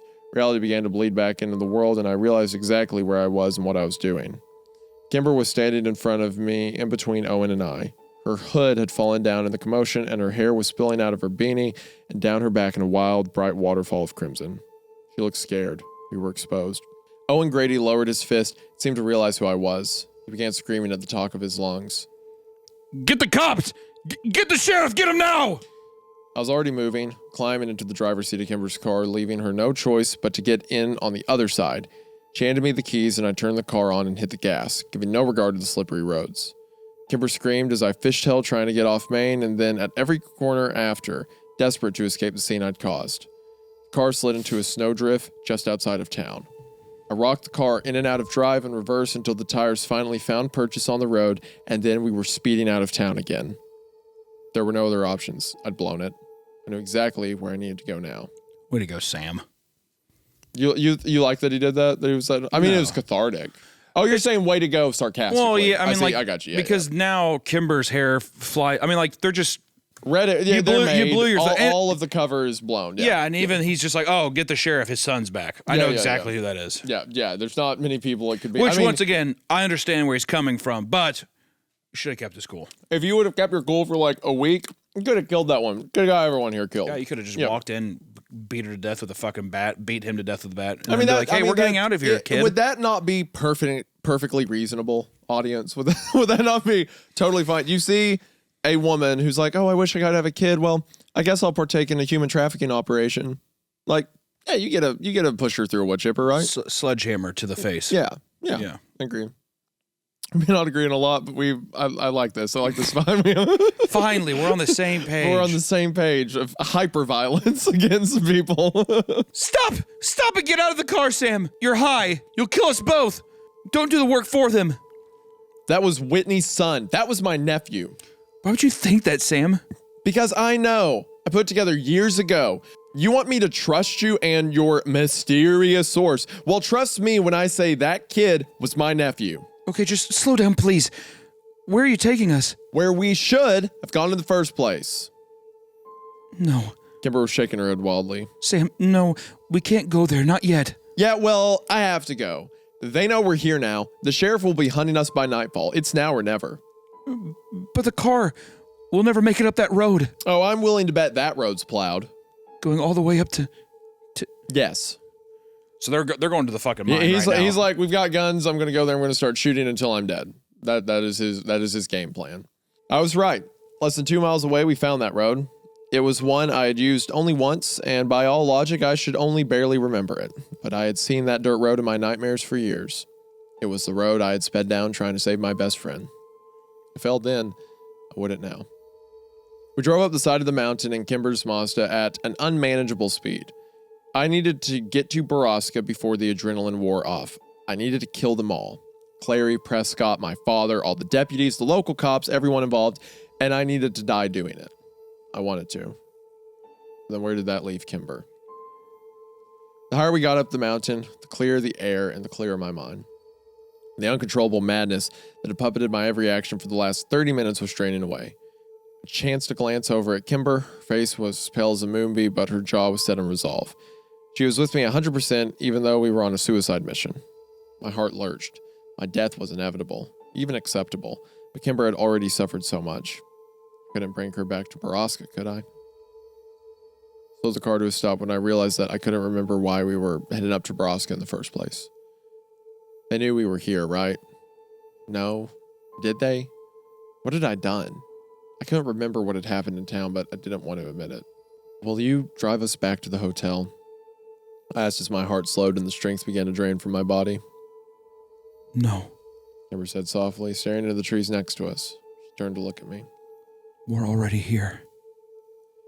The road kept winding up the mountain, but subconsciously or not, I had stopped right at the proverbial gates of the North Central Mine, known as Hell on Earth to many, and Borrasca to the rest. Felt paralyzed, unable to move or speak or even think. I listened intently for the sounds that had scored my nightmares, but all was as silent as death. They would know we were here. They would have heard us coming. Now or never. Stay in the car, Kimber.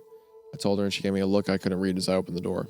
I walked to the back of the car, popped the trunk, and pulled out a 9mm Beretta I had seen when she showed me the guns on the highway.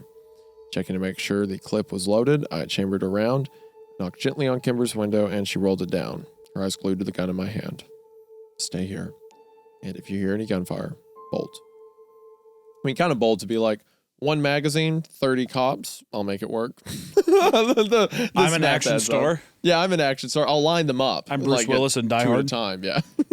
She gave me an appraising look. I don't think you're in any space to do this right now. I knelt down in the snow so that I was eye level with her. I agree with you, but this is the only chance we have, right? It wasn't a rhetorical question, but she didn't know that. Because of your fucking antics in town. Kimber said icily. She opened the car door. I'll go with you. No, I hissed into the cold mountain air. But she was already walking to the back of the car and opening the trunk. I knew any confrontation with her at this point would be loud, so I had to weigh my options carefully. Kimber pulled out the pump-action shotgun. Do you even know how to use that? I asked. Kimber racked the shotgun with one hand as she walked past me towards mine. Don't mock me, Sam. You'd be very surprised what I know about guns. Her point taken, I ran to catch up. You know, if we do this now, we'll never get the records. They'll be dead, we'll be dead. But Borrasca will just continue. Maybe we should just wait. It was your idea to come here now. I'm having second thoughts. But isn't it your life, Sam? A series of second thoughts and regrets? Jesus. Damn. Shh. Damn, Kimber. This is just recon, okay? Don't get spotted and don't make a sound. You fucking junky piece of shit. Fatty. I mean, at this point, he has blown their chance. They can't go back to the motel. Immediately, it's like, well, we have precisely 2 hours before we're dead. What do we do with those? Yeah. Good luck. The snow this far up the mountain was almost a foot deep. There would be no hiding that we had been here if we somehow got out alive. We made our way into the camps using the trees as cover. And as we moved, I noticed that the driveway in Borrasca showed no signs of tire tracks in the new snowfall. Were they sleeping up here? Were there sentries on duty? Even now watching us, I turned around to find Kimber, but she was now more than 10 yards to my left and further away than I could hope to whisper. The closer we got to camp, the more I began to feel it. Something was wrong, very wrong. I could see the dorms through the trees, still standing exactly as I'd remembered them. However, the skinned men's sign had lost its support and was buckling precariously in the middle. A large building that housed the shiny gentleman was also still standing, and the door had been left slightly ajar so that I could see the conveyor belt feeding into the machine. My blood, like everything else around me, froze to ice. It's so weird. Again, with just like how much we talked about these elements before and built them up to now like be back. Yeah. It's weird. Is this how normal people feel like watching a Marvel movie? Is this like what that sensation's supposed to be like? Like, I remember that character. Oh, that thing? Yeah, I remember that thing from the The other shiny gentleman. Yeah. Human trafficking. Kimber was suddenly beside me, her hand clenched around the shotgun which hung at her side. It's gone. She said louder than I would have liked. She was right. It's too quiet. It looks that way, I croaked and bent over at the waist to quiet sudden dizziness. She turned to look at me, wide-eyed and panicked. Tears began to well at the corners of her eyes. I stood up to give her a hug, but she pushed me away. It's gone. It's all gone. Took a few deep breaths. Let me look around. We should check the dorms. Kimber tried to swallow a sob, and I glanced over at her. Had I really just suggested she walk back into the dorms after what had happened to her there? Was I that cruel? I was a mess. Gently pushed the shotgun up and closer to her chest. Stay here. Stepped out into the clearing in no particular hurry. If I was going to get shot, I'm sure as hell wasn't going to die cramped and tired. But the air in camp was still. No bullets came out to meet me. I wanted to get in and out of the dorm as fast as possible. This was a terrible place. So much suffering, so much pain and death. There's no enemy to kill, then I wanted to step off the hollowed grounds as quickly as I could and get out of there. I opened the same door that Kyle and I first gone in almost 10 years before. The stench still lingered, drifting in still air and mingling with the fear and tension that had yet to dissipate after a decade. But the beds were gone. I went quickly from room to room and verified that the building was completely empty. Kimber saw me emerge from the other door and gave her a shake of my head. I was only a few steps away from the building when I began to feel dizzy again. My vision narrowed and I started to lose control. The last thing I heard was Kimber's voice as she screamed my name, and then came the familiar, welcoming darkness. Into chapter 6. You cannot have a junkie for something this an operation. No, I'm this wondering. I'm intense. wondering how much more it's going to fuck them over with him having those habits. I mean, he already And he also- blew their cover immediately. I think the beds and stuff being gone is. I bet you as soon as they left, they're like, we're going to They relocate. can't keep it in the same place. We're gonna Because what if relocate. they tell someone we Yeah. got to move it? Yeah, they're still doing it, just somewhere else. 100%. So, chapter 7. Chapter 7. I could feel I was moving before I even opened my eyes. It was the gentle swaying cadence of a car on the highway. Instead of coming awake slowly like I preferred, I bolted upright in a panic. Kimber was driving and she didn't look away from the road. Are you okay? No. I was starting to remember what had happened on the mountain. I'm sorry. Kimber didn't respond. Did I walk to the car? I was sure I knew the answer, but hoped I was wrong. No. You were dragged to the car. It was actually impressive that she could drag a full-grown man through 200 yards of snow. I was constantly underestimating Kimber. Look, I rubbed my face and realized my hands were like ice. I laid them over the heaters on the dashboard. I mean, the good news is that Borrasca's gone and no one's suffering anymore. No one? She yelled. Me. Me, Sam. I'm suffering. Her voice was scratchy. It was obvious she had been crying, judging by the current time, probably for hours. I'm sorry, that's not what I meant. You don't fucking get it. If Borrasca is gone, then that means my source lied. He lied. Not just about Borrasca, but about everything. Yeah, Kay, but we knew that was always a possibility. A possibility, yes. But I still had hope. Hope that he was right about everything. Hope that there was a chance that Kyle would come back. Look, we need to accept the facts, okay? Borrasca's gone. Dismantled. It clearly hasn't been there for years, so either your source doesn't know anything or he's trying to trick you for some reason. But either way, Kimber, he's lying to you. She slammed her hands on the steering wheel and openly sobbed. I'm sorry, Kay. I should have realized Borrasca was gone. I mean, with the town gone to shit and everything, why did he even want us here? This guy, who is he? It doesn't matter anymore. Yes, it does. It sure matters to me. Who was your source, Kimber? She shook her head but said nothing. Damn it, Kimber. Why don't you trust me? I was fully prepared to die at your side today, but you still don't trust me. I trust you, Sam, I do. I knew you would never intentionally hurt me. But you have completely given up on everything. Your life, yourself, and on me. You're irrational and unpredictable. If it was just my life at risk, I would tell you everything he told me. But this is about Kyle, too. Oh, and what else did he tell you, Kimber? What other promises did he make? She shrugged and wiped the tears away from her face. He said he had seen some medical records and that he could get them for me. Medical information for some of the Borrasca-born babies in town and my mom and Kyle. Kyle. Always back to Kyle. He was our friend, Sam. Yeah, he was my best friend. And I watched him get beaten to death, and I saw the aftermath. You're being fooled, Kimber. Stop torturing yourself. He's gone. I didn't want to pick at my motivations for believing it so adamantly, but I saw in the aether of my mind the raw truth of it. I knew that the real reason I was so sure Kyle was brain dead was because I couldn't bear the thought that I'd been wrong, that I left my best friend alone in this den of monsters. I couldn't handle any more guilt in this life. I know that now. Kimber said, the sobs racking her body. I know he's gone. But I didn't stop. I couldn't stop. I was a monster now, too, driven by the unseen.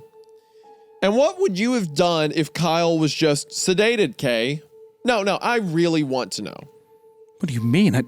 I'd get him out of here. And then, when you told him the truth about who he is, about who you are, you read the same letter I did. Things can never be the same between you. I would never tell him any of that. Kimber spat. Her eyes were red from crying, and her fair skin was already so pale. She seemed so delicate, but I knew she wasn't. I knew she could take more. I wanted to push her buttons. I wanted her to hit me, scream at me, push me out of the car on the interstate. I needed the pain. I deserved all of it and more. Then I'd tell him, because it would be cruel to lie to him. No! It would be cruel to tell him the truth. He could never know, Sam. Never. You have to tell him, Kimber. He's your brother.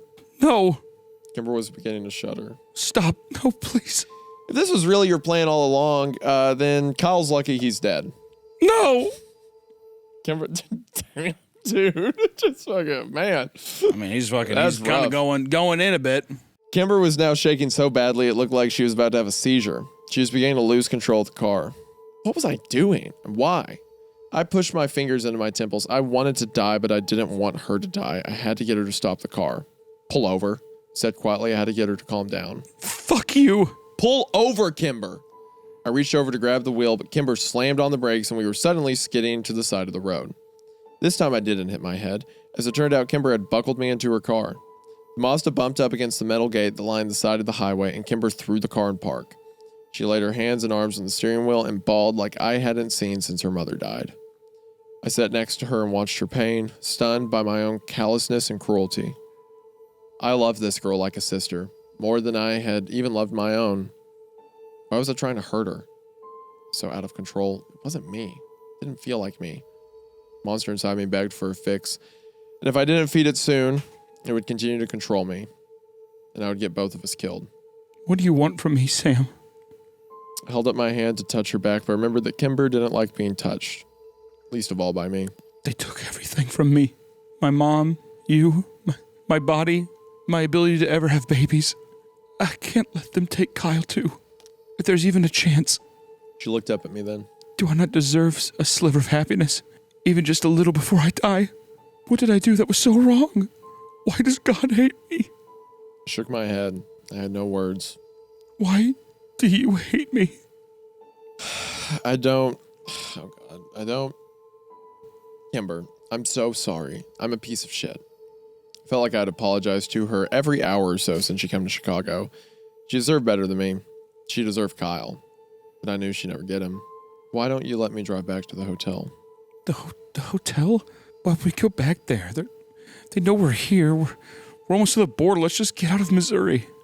But what about our stuff? My heroin. Kimber wiped her eyes. Buy new stuff. It's not worth your life. We were 7 hours from Chicago, and I knew I was less than half an hour away from a meltdown if I didn't get back to the hotel. Look, we'll just go back real quick, and I'll run up and get our stuff. Poor Kimber, I need my stuff. I could tell by the thinly veiled look of pain she gave me that she knew the real reason I wanted to backtrack to the Prince Ridge. Then her eyes sort of dulled over like her soul was melting away. Sure. I don't fucking care anymore. The person I came here for is gone. I'm gonna sleep. Kimber crawled into the back seat and curled up into a ball. I'll make it quick, I said. Moved over into the driver's seat. I could hear Kimber crying all the way back to Drisking. Man, what a junkie, dude. To have this guy here who's like, look, I know they're going to kill us. I'm like, heroin. I got to get my heroin. Just the idea, too, of a heroin addict like scoping out a police operation. Well, now, too, he thinks he's sneaky and he's like knocking stuff over. When I was saying earlier, too, I was wondering how the drug, like him being a junkie like this is going to fuck it up more. Them going back for this is their chance to get out and just leave. Yeah. Unscathed. Him going back for this is going to royally fuck them. Yes, yeah. Chapter 8. The hotel was quiet. No police presence, no note on our door, no blinking light on the phone, nothing to confirm that we had indeed been outed. Kimber tiredly climbed the stairs to the room, lay down on the bed as I loaded everything into the car. Let her lie there for a while I locked myself in the bathroom to get high. When I came out, she seemed to be asleep. Kimber, come on, we gotta go. Nothing. Kimber walked over and shook her. No. I'm not going anywhere. You can go. Take my car, just leave me here. I wanted to argue with her, but my eyes were already heavy as the H breathed sweet euphoria into my body. I lay down on the other bed and enjoyed the high for a while. If we were going to be killed in our sleep that night, I wanted it to be like this. I dreamt of nothing but blackness, which is what the dope bought me. But slowly, I became awake in the darkness to the sound of piercing metal screams floating down from the mountains. Echoes of a beast already slain, but still haunting me. The nightmares were back. I turned my head towards the window and watched the snowflakes that were falling through the fluorescent light over our door. No one had come into the night to kill us yet. I closed my eyes and enjoyed the feeling of heaven still coursing through me. It was a feeling I loved, waking up high, enjoying it for a few moments and trusting that it'll cradle me back to sleep and make me whole in the night. It was a monster I never wanted to kill. It encompassed me. The metal whirling started up again. I opened my eyes to the window, as if I expected to see the shiny gentleman sitting outside of it, covered in snow. Is it real? So hard to tell. I began nodding off again. Then I heard it a third time. The shiny gentleman was quieter than it had been 9 years before, but it was still there, still alive, floating down through the black mountains to my door. I concentrated. My head tried to wander, but I focused on the noise again and again until I was sure it was real. When I opened my eyes, sunlight was peeking through the curtains. I turned over to look at Kimber's bed. She had her back to me and was still curled up into a ball above the covers. Didn't look like she had moved since the night before. Kimber. She didn't respond. Kimber! What do you want, Sam? I heard it last night. The shiny gentleman. Borrasca's still there. She was silent a moment and slowly rolled over to look at me. I didn't hear anything. I did, I swear. It's quieter. Like it's farther away, but it was there. Kimber sighed and then sat up. She looked at the clock, 7:53 a.m. I don't think you heard anything at all. I furrowed my eyebrows. I know what I heard, Kay. She shrugged and got out of bed. I'm not sure you believe it. She said as she shrugged off her parka. Kimber, I said, leaning up on one elbow. You saw it yourself, Sam. They're gone. It's over. I haven't heard that sound once in 3 days we've been here. But I did. I think you probably dreamt it, Sam. What? I snapped my head up. You fucking drifted off again. I'm sick of this shit from you. Your fucking addiction has turned you into a different person. She pointed at my bag, and I knew that she knew exactly how often I've been getting high. Of course I'm a different person, I said defensively. You haven't seen me in a decade. You know that's not what I meant. I'm talking about the heroin. You're killing yourself, Sam. You look like a ghost already. Kimber threw the parka on a chair and wound a scarf around her neck. She sat cross-legged on the tattered chair in the corner of the room. Is this an intervention? Because better friends have tried. Liar. Fuck off, Sam. This isn't even about drugs anymore. I can't rely on you. You make yourself a fucking liability. Nodding off, passing out, not all in control of yourself. Always needing a fucking fix. And you're mean. Vicious even. You forget things happened hours or even minutes before. I needed you here, Sam. And you fucking let me down. I didn't ask to come on this little mission of yours. I told you no back in Chicago. No one put a gun to your head. Well, you may as well have. I wasn't going to let you go alone and get yourself killed. So you come with me and put my life in danger every chance you get? Just forget it. This is all for nothing anyway. They know we're here. They haven't even attempted to stop us because they know how powerless we are. We can't do anything because there's nothing left to expose. We got outsmarted. I heard the mill last night. They just moved it, is all. You didn't hear anything. You're unconscious. I know what I heard. You don't know shit. You're too high to even realize where we are half the time. That's bullshit. You haven't been sober in days. Maybe weeks, maybe even years. She was right. I haven't been sober since prison. And even when I wasn't, I was usually high on something. It had been so long. What do you want from me, Kimber? For most of the conversation, Kimber had been staring out the window, but now she turned her head back and looked straight into my soul as if this was the question she had been waiting for. I want you to give me Sam back. My Sam. Her words cut deep, so I laughed at them. I want to be able to trust what you say and be able to tell you things too. I know you never lie to me, Sam, but when you're high, I can never tell what you're saying and hearing is real. I'm not even totally sure that was Mira you were screaming at yesterday. It was, wasn't it? I want to tell you who my contact was in Drisking. I want you to talk to him. He wants to talk to you. And there are things I wanted to tell you. Things I might as well tell you since it's over anyway. Like what? Killian Cleary's dead, Sam. Oh. What? When? 8 years ago. How? I don't know. My heart broke for Kimber. Clary was dead and she had known it. Kimber should have been able to confront her abuser. Cut his dick off, kill him if she felt the need to. And now she would never have that chance. She'd known it all along. Kimber. Just fucking stop, Sam. There's more. You know Ambercott Fort and the Triple Tree? They're gone. Someone burned that shit to the fucking ground years ago. There's unrest in Drisking. We could have used that. Damn it. That's not even remotely the worst thing. The worst truth of all of this? I didn't come out here to expose that fucking baby farm. I should have, but I didn't. I didn't even come here to kill my...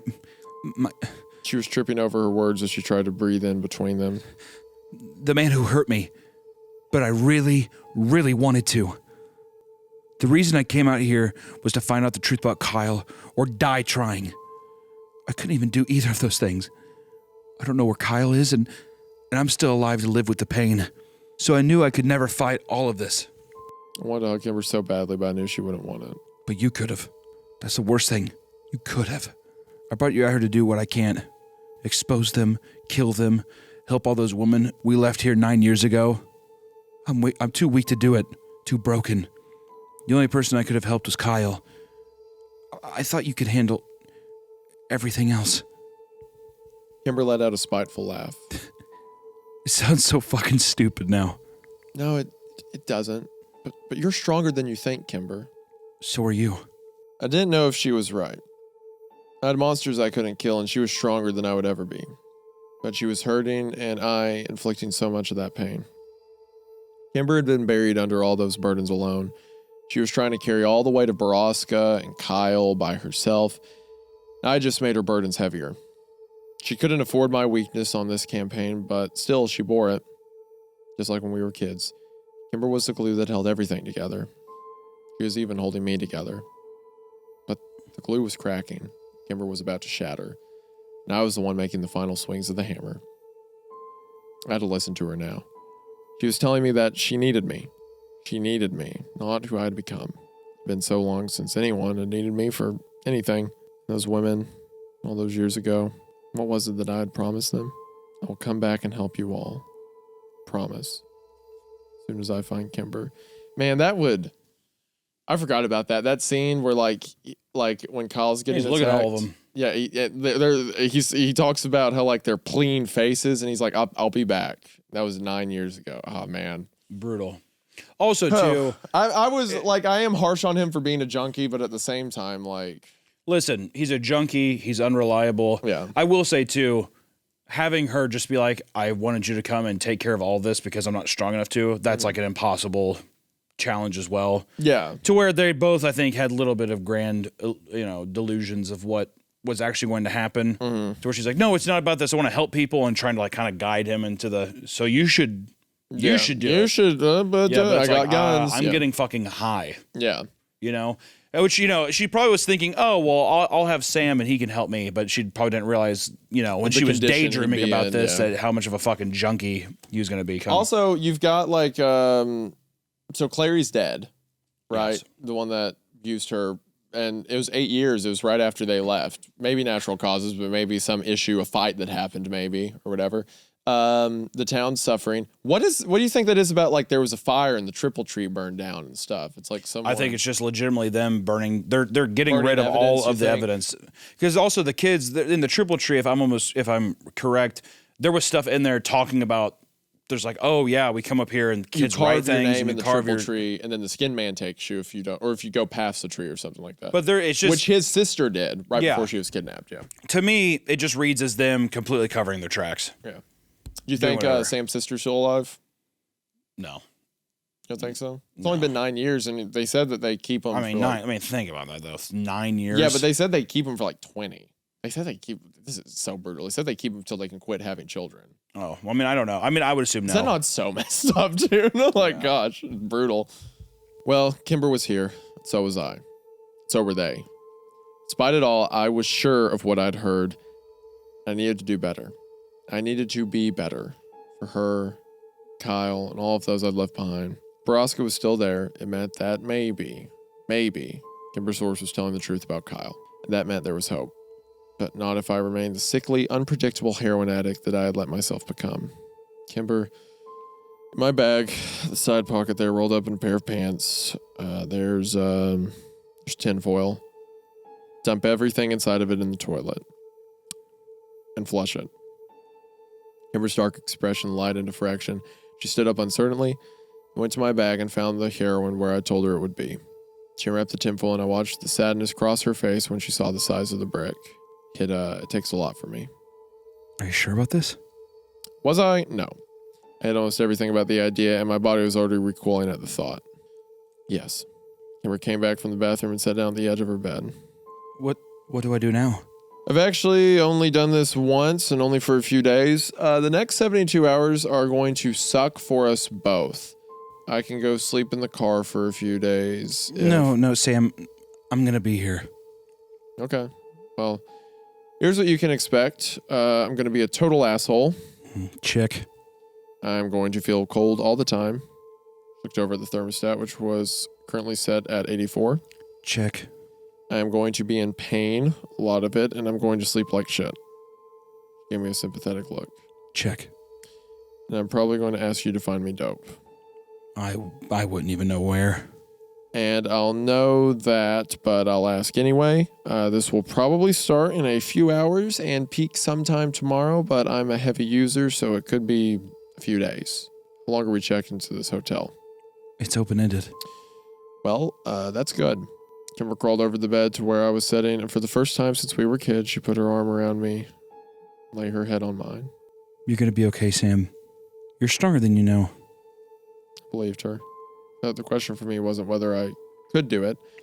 Kimber by my side, I knew I could. The real controversy was who would appear on the other side. I'd have been sober since I was a teenager, and I had no idea who I was going to be in 3 days. I glanced over at the thermostat and pulled the quilt up higher on my body.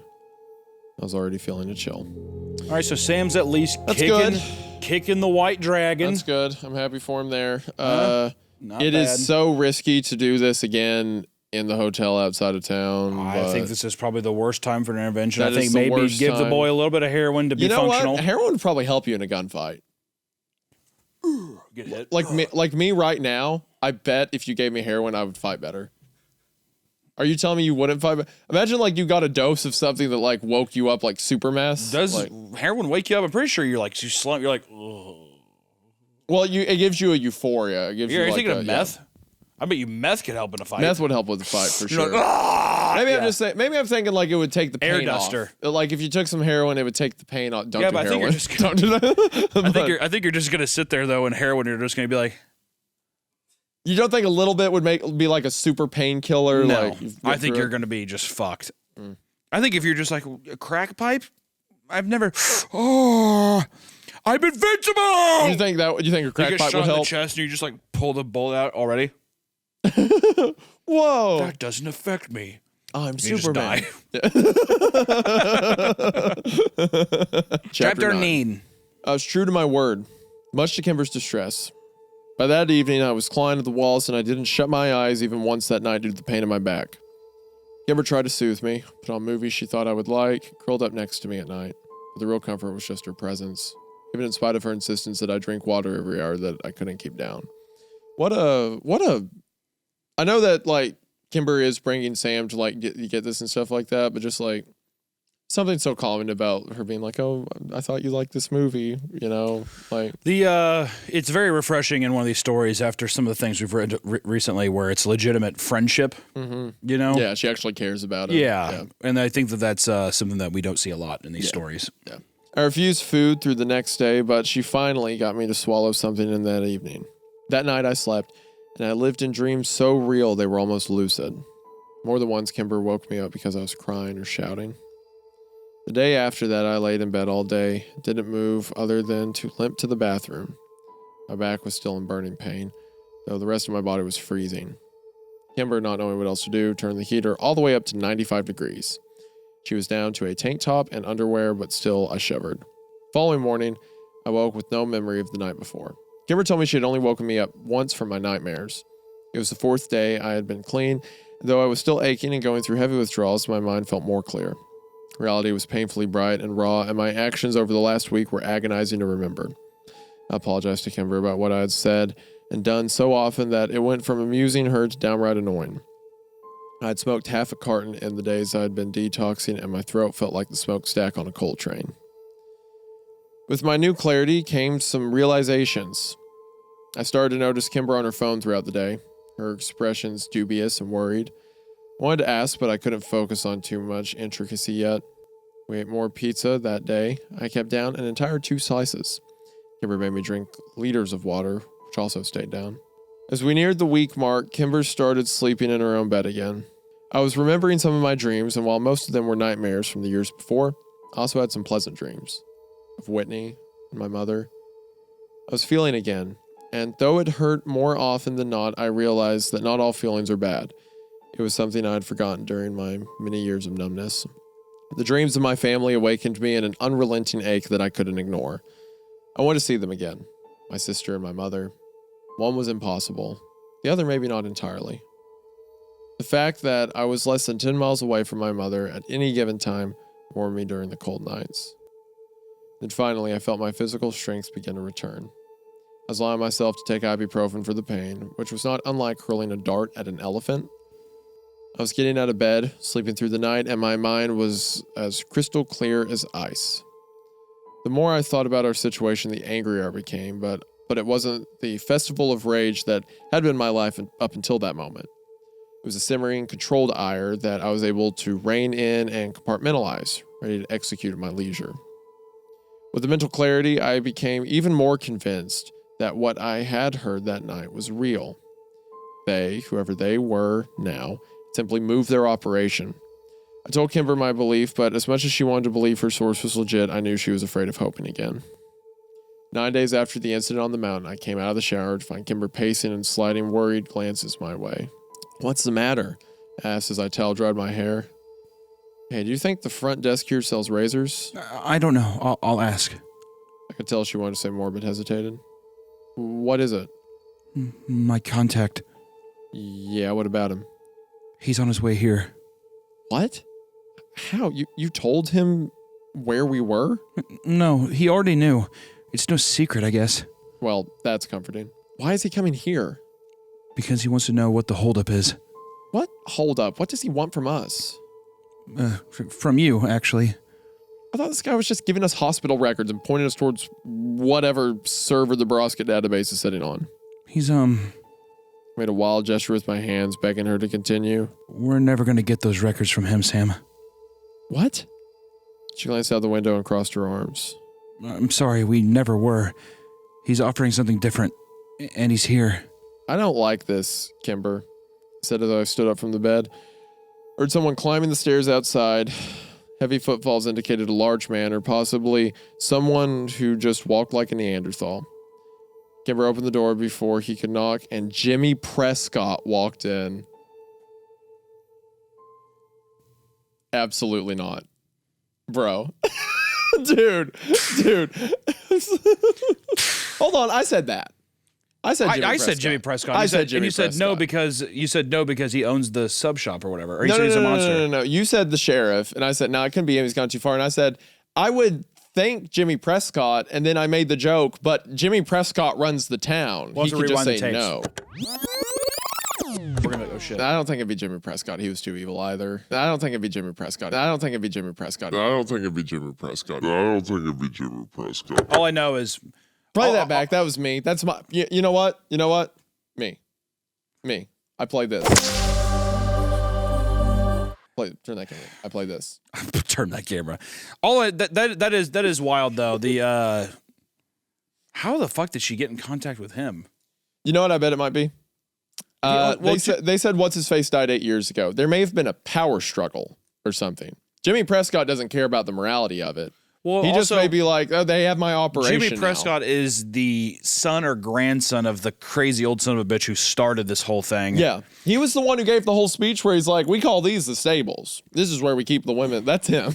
That is. I thought that was Clary. Was it? I thought it was Prescott. What do you mean you were awful at this about remembering the details of this stuff? Hold on, I could find out real quick. Sure. Okay, all right. Hold on. Yeah, I mean, he's the monster who's was doing that. You're right. Because here's a quote. You wouldn't believe how much money is in the industry. I mean, my dad was a smart man, and he knew we didn't have anything of value to sell him back then. So, yeah, he's the one who pretty much enterprised it. Yeah, so this is the scene where they get into, where they open up the stables, and all the girls are tied up. It says, oh, boys. Jimmy's voice rang out from somewhere in the buildings. Yeah, that is this guy. So classic. Yeah. Oh, boys, it's me. Isn't it also the guy then that beat the shit out of... Yeah, it's the guy that brained Kyle. Yeah. Pretty sure. Damn. I'd been keeping the 9mm next to the bed, but had moved it during my withdrawals in case I wanted to shoot myself in the head. It was currently in the bathroom, completely out of reach. Holy shit, look at you. Fucking Sam Walker. Did you know you look exactly like your dad? Bro. Dude, you gotta kill this guy. Oh my God. This guy's like the devil. Y'all hungry? You want to get a bite to eat? It's like that casual. Yeah, that casual. It's gross. What is he doing here, Kimber? I seized. She was standing in the corner next to the door, arms crossed and a grim expression on her face. Oh, don't be mad at her, Walker. She was just conducting business. You want something, I want something. It doesn't need to be personal, right, sweetheart? I'm getting upset. Is he? I'm actually kind of What are we doing? What are we doing here? What is this? Is she fucking gonna sell herself to get this deal? No. I want something. What does he mean that I want something you? Okay, what happened is they said what's his face was dead. Clary died 8 years ago. Sure. I bet Sam's dad was like, I'm gonna run this operation. Kicks Prescott out. Prescott. We don't know. We're speculating. I'm speculating, but I think that you know what? That I'm playing it right now. That's my bear trap. That I think Sam's dad, Walker, Sheriff Walker, is running everything. So I'm playing this right now. That you're gonna have to kill your daddy. That kind of thing. I think that Jimmy Prescott's like, they took my business, and I don't like that. So I need them dead, and you guys are going to be the ones to do it. I'll give you the grub, Kyle. Yeah. If you all kill your daddy. Yeah, I need Jimmy to die. Let's see. Let's just see. Hold on. How do you do this again with you play some sideways when you play them, right? Is that a magic card? Magic card, yeah. That's when you attack. That was an attack. I'll call that an attack. So I'm taking my bear trap and I'm turning it sideways. Okay. Right? Okay. He turned and gave her an oily smile that made my still delicate stomach churn in revulsion. Just talk. All right, Will, you want to give the men some privacy then, princess? Jimmy asked, sitting down on the sofa by the door. I'm not leaving you alone with him. She told Jimmy. He shrugged, and before I even realized what he was holding, he had shot Kimber with some sort of taser. What? She fell on the floor immediately and convulsed a few times before going limp. Women, right? Gosh.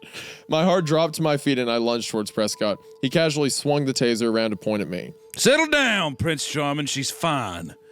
We've been trying out some non-lethal stuff at the stables. I can't. He rolled it around in his hand and smiled. I think I like this thing. Thanks, Sam. What do we do next? Get him to talk? Buy yourself some time? Why would Kimber want to talk to you? What'd you tell her? Nothing really. Threw her a bone on that Landy kid we stomped to death way back when. Well, you remember, you were there. Shit, I almost forgot about that. Anyway, what was I saying? Oh, yeah. I told her I could give her information on that kid's condition. You know, gave her some hope. Gave us information about the sheriff, too. All the information you gave her is useless. Or total bullshit. She played her part. I'm done with her now. But I'm willing to fulfill my end of the bargain with you. What bargain? We'll get to that. Jimmy said as he pulled out a cigarette and lit it with a red Zippo. Fine, you told Kimber that Killian Clary is dead. Is that true? As a doornail. Why'd you kill him? You think I killed him? He was a useful and loyal business partner. Why would I kill him? Because you're a hothead, that's why. Jimmy reclined back in his chair and took a long draw on his cigarette. You really don't know anything, do you? The mine is under new management. Yeah, okay, what does that mean? It means there's a new sheriff in town, kid. I swallowed the bile that rose in my throat. Sheriff Walker? What reason would he have to murder Clary? Because Killian gave the orders to send Walker's daughter to meet the shiny gentleman. I shook my head. I can't believe she was working with you. Believe it, kid. You're not going to give us the files you keep on Borrasca, are you? Fuck no, son. That'd incriminate me and my entire family. And the medical records for Kyle and Ann DeStero? Trust me, there's nothing in there that would help you. So what are you offering us? Jimmy put his cigarette out directly on the glass coffee table next to him and leaned forward. The chance to take down your father. Okay, so damage on the text. Have her. Oh, head back at you. I called it. Mine. My bear trap. That's not how that works. How do you? There's a way to throw car. I have like 5 of these. Like, hold on.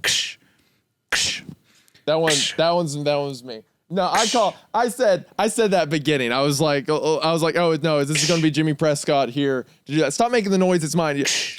I did that. Is that a shotgun? Yeah, mine's more of a bear trap. I thought you were doing a crab claw. That's a trap cousin. Oh, there's like I don't know where those went. Anyway, I was so right about that. By the way, okay, I scoffed. Why would you want that? Look around, kid. This town's a piece of shit. White trash, poor, filthy shadow of what it once was. When Walker took over, he changed the whole business model. We used to provide a service. It was fucked up the way we did it. I'll admit that. But in the end, people got to live in a rich town, raise families like they did before the water got all fucked. Driskin was a nice little place people could be proud of. Even you had to admit it. Driskin was a facade. None of that was real. It was real to them, to your teachers, your friends, even Mira and Owen Grady. I heard you scared the shit out of them a couple weeks ago. Man, when I heard that story, I was laughing so hard. Didn't think you'd give up your anonymity so quick, seeing that's the only thing that you had going for you. Other than me, of course. Jimmy Prescott was off his rocker. I felt like my skull was going to crack from the audacity of it all. Working with Jimmy Prescott was the definition of suicidal insanity. Anyway, kid, so yeah. Your dad comes in, big dick on campus, and he flips the whole system on his head. Suddenly we're running a sex trade operation. The higher-ups are happy because now they get girls and more money than before. Walker really don't care about money as long as they keep supporting him, so every dollar we make from the stables goes right into the pockets of the upper echelons, right? Echelons. Dollar we make from the stables go right into the pockets of the upper echelons. No more money for the town. No more babies for the families. The Prescott legacy is ruined. is in ruins. It's all straight sex trafficking now. It's just unseemly if you ask me. You got this guy. I hate this guy. I hate this. Look, we would only rape and impregnate the women of our town. We would not outsource to people who weren't local. It was like a some family sadistic operation. workaround that he's doing where he's like, well, yeah, what you did was kind of weird and It was a little messed up, but but people had families. our town was rich and it supported the town. Yeah. You know? But now, like, oh, we're getting money. now we're paying other people's Now pockets. we're letting other people. It's insane to even. Gosh, I need him dead right now. He does not look. He doesn't have any information. You've got what you want. Also, out I of don't him. trust a single thing he's saying. And most importantly, I was right about his dad being the sheriff, and that's why Prescott wants him dead. So he gave me my bear trap. So let's kill him now. I think he should die. I just don't trust anything he's saying either. Absolutely not. I mean, I'm sure he's telling some truth, but I feel like he's leading right. something. I think he is right. I think he's being honest about Sam's dad because there's no other reason to keep these two alive, right? For some reason, Jimmy Prescott has let these two run around town do this stuff because he wants two people to kill Walker so that he can be boss again. Yeah. I believe that because it's selfish. Otherwise, I don't believe anything he says. Yeah. And you're sure the sheriff's involved in all this? Involved? He's fucking running it, kid. Did you listen to anything I said? And you want me to kill him? Jimmy tipped his hat in my direction. You'd be much obliged. Why can't you do it? Said, watching Kimber out of the corner of my eye. She still hadn't moved. Because you're the only person on earth who has a prayer of killing your daddy. I laughed. If you really believe that, you're dumber than I thought. You got the wrong kid, Prescott. My dad would kill me without thinking twice. It's Whitney he loved. Shudder ran down my spine. Loved was not the right word. Nah, I don't believe that. He could have had you killed already, spouting off in town like you did about stolen babies. He's left you alone out here, hasn't he? He knows you're here. The whole sheriff's office does. But they prohibited from moving on you, on his orders. That doesn't make any sense. I mean, why? No idea. I think it's probably just a game. You don't play until you cross the city limits. Walk out a thing about playing sick games with his kids. It's disgusting if you ask me. Ew. Because they had all those kids from the... Ew. Gosh, you gotta burn these people, dude. There is nothing they can do to them that will make me happy. There has to be. I need them to suffer in unimaginable ways. We have very different ideas about what's disgusting. Well, I think you'll change your mind on that before you leave town. You actually think the sheriff would let me get close to him knowing I had a gun and intended to kill him? I don't think there's a chance. He likes his games. And anyway, I'm certain he'd hesitate to kill you. You're his only son and all that. I think we both know that's bullshit. Jimmy raised an eyebrow at me. Holy shit, Walker. I'm impressed you knew about that kid. I don't even think he knows about his bastard. Let's say I do manage to kill him. Wouldn't his deputies just shoot me? Nah, I've got a promising coup in the works. Been planning this for years. A fair number of his people are loyal to me. Even if that's true, you just kill me once it's over? I wouldn't do that. Why not? You be in charge, so why keep me alive? I want Borrasca exposed. I want all you sick pricks in jail. Kid, I don't want to be in charge. I don't want to do the paperwork or give shit about the money is handled or whatever it goes. You could do that, though. I say we take down the sheriff and install you as the big dick on campus. Pussy for miles, son. And you... Oh, God. Oh, my God. And you can't be getting a lot of these days gosh. after walk around like you do. Oh, my God. Oh, my... That felt gross. I mean, the whole story does, but that one, like, put a tinge dude, he's through a me. fucking, like, yeah. I mean, the whole story Mr. does. Jimmy Prescott, could you stop it? No, I just mean, like, I mean, like, that sentence specifically, like, it becomes so mechanical that now he's trying to be like, hey, Well, he's so you like desensitized. the ladies? He's so inhuman. It's he's like so fucking, he's a monster. It's like he still recognizes, like, oh, these are ladies, you know, if Yeah. you want to get laid and stuff. Oh my it's gosh. Borrasca things doing Borrasca things. It's Borrasca. It's very Borrasca, yes. Screw you. I'd never be interested in this deal, and I don't understand why Kimber thought I would be. Yeah, I never actually told her the part about putting you in charge. Well, what part did you tell her? I promised I'd tell her where her boyfriend was, and I told her she'd have a shot at killing a rapist. Her rapist is already dead. Nah, Jimmy leaned back and put his arm behind his head. he isn't. My brain ran into a brick wall. I couldn't understand what he was trying to tell me. Don't look at me, kid. She wasn't assigned to me. And then it clicked. I threw it before I could stop myself, and the vomit ran down my pants to the floor. Sick kid. You tell the sheriff I'm coming for him. Oh, wow. So it was his dad who did It was it. his dad. I like your fury, son. Harness that shit. But you're gonna need a lot more than blinding rage. Here. Jimmy dropped a folded piece of white paper onto the coffee table next to his pile of cigarette ash. These are the coordinates of the new operations. Use your phone or something. Jimmy stood up and moved Kimber's leg out of his way with the toe of his boot. I can't wait to see what you cook up. Just remember, I need them dead, not incapacitated. He opened the door and walked out, then stomped abruptly on the other side of the threshold. Oh, and the sheriff always wears a bulletproof vest. Always. Probably when he's fucking his wife. He laughed at his own joke and then shut the door behind him. As soon as it clicked, I stumbled over to the door and locked it with both deadbolts. Then I collapsed against it and crawled over to Kimber. I was worried he'd had it on too high of a setting for a small frame. Rolled Kimber onto her side, a life-saving maneuver that an addict like me would need to know. And when I was satisfied that she was still breathing, I dragged a pillow down from the bed and shoved it under Kimber's head. I wanted to punch something, or break something, or beat someone to death. Not just anyone, my father. The man Kimber had known since she was 9 years old. Oh my gosh. The man who had watched her grow up with his own son. Why was I surprised after what she had done to Whitney? I'd killed my monsters. I'd kill him too. Perhaps worst of all, Kimber hadn't told me.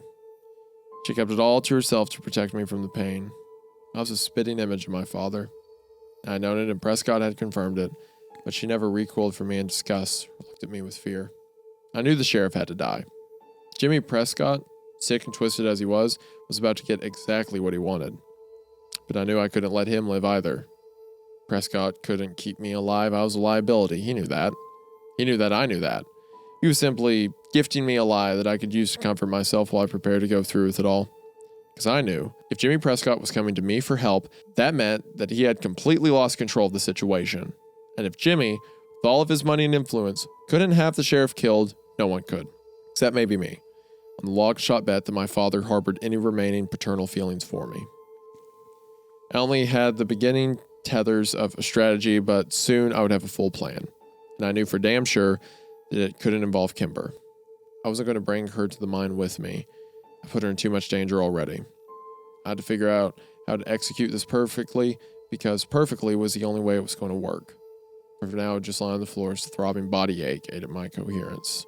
A sharp pain began to push into my back between my shoulder blades. Damn, I only had days left to live and I didn't want to die sober. I didn't want to feel everything that you feel when you die. I wanted to be high as the stars when my time came. I'd earned that at least, hadn't I? The sheriff knew I was here. Prescott was getting impatient. Time was running out. Pulled my phone out of my vomit-soaked jeans and dialed a familiar number. Yo, man, I need a favor.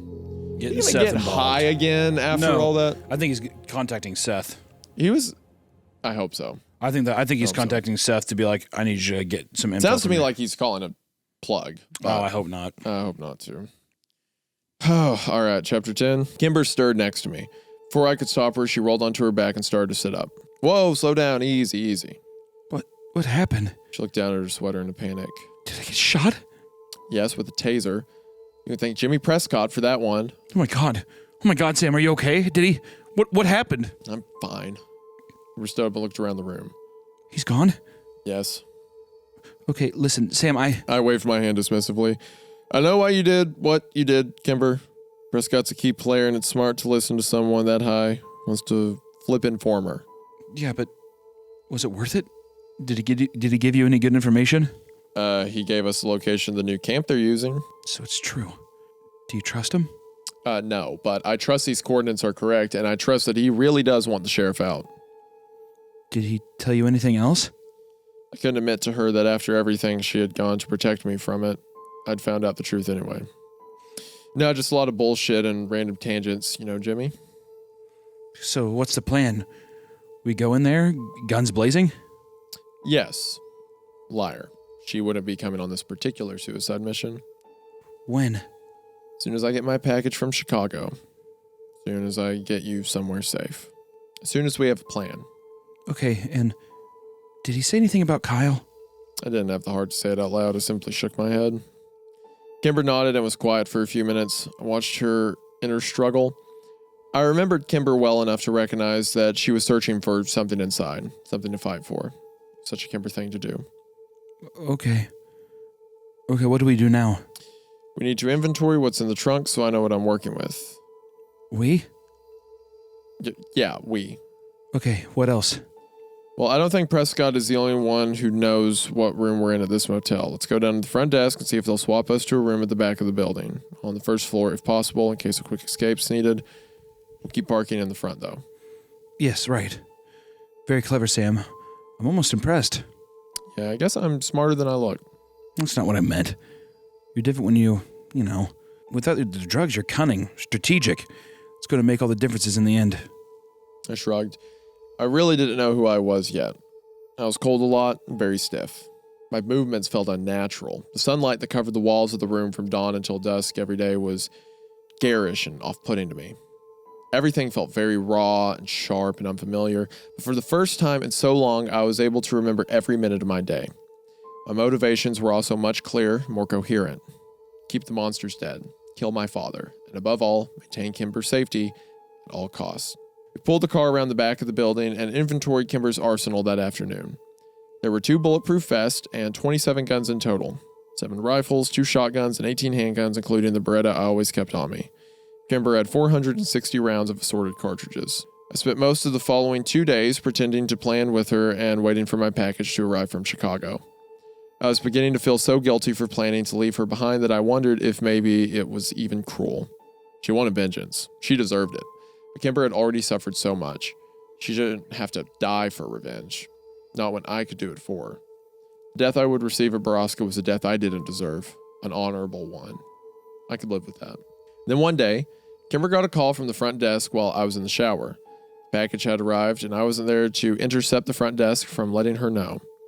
I hated hiding anything from Kimber, especially now, but I knew that if she found out about the mysterious package, she may realize that I was planning something without her. When I came out of the bathroom, the package was sitting on my bed, unopened. Kimber was draped casually over the armchair, watching something on TV as if nothing were wrong. I could only be so lucky. I didn't comment and gently moved the box to the area between the bed and wall where I kept my duffel bag. I took a deep breath. I had almost been dreading this day because now that the package was here, things were going to start moving very quickly.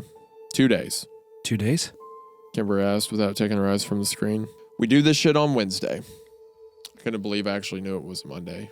It's the little things that continue to impress me. Kimber kicked her feet off the bed and sat up in her armchair. Are we really ready? We'll have to be. Our plan is solid and we're running out of money. We need to make a move. We can't just wait for them to forget we're here. Do you think we should drive to a few towns over and pick up more ammo? No, if we can't do it with 500 rounds, we can't do it at all. I need Prescott's number so I can ask him when the sheriff will be on the mountain. I've mapped the coordinates that he gave us, and it'll take just under 40 minutes to get there. I'll find out. She said and pulled out her phone.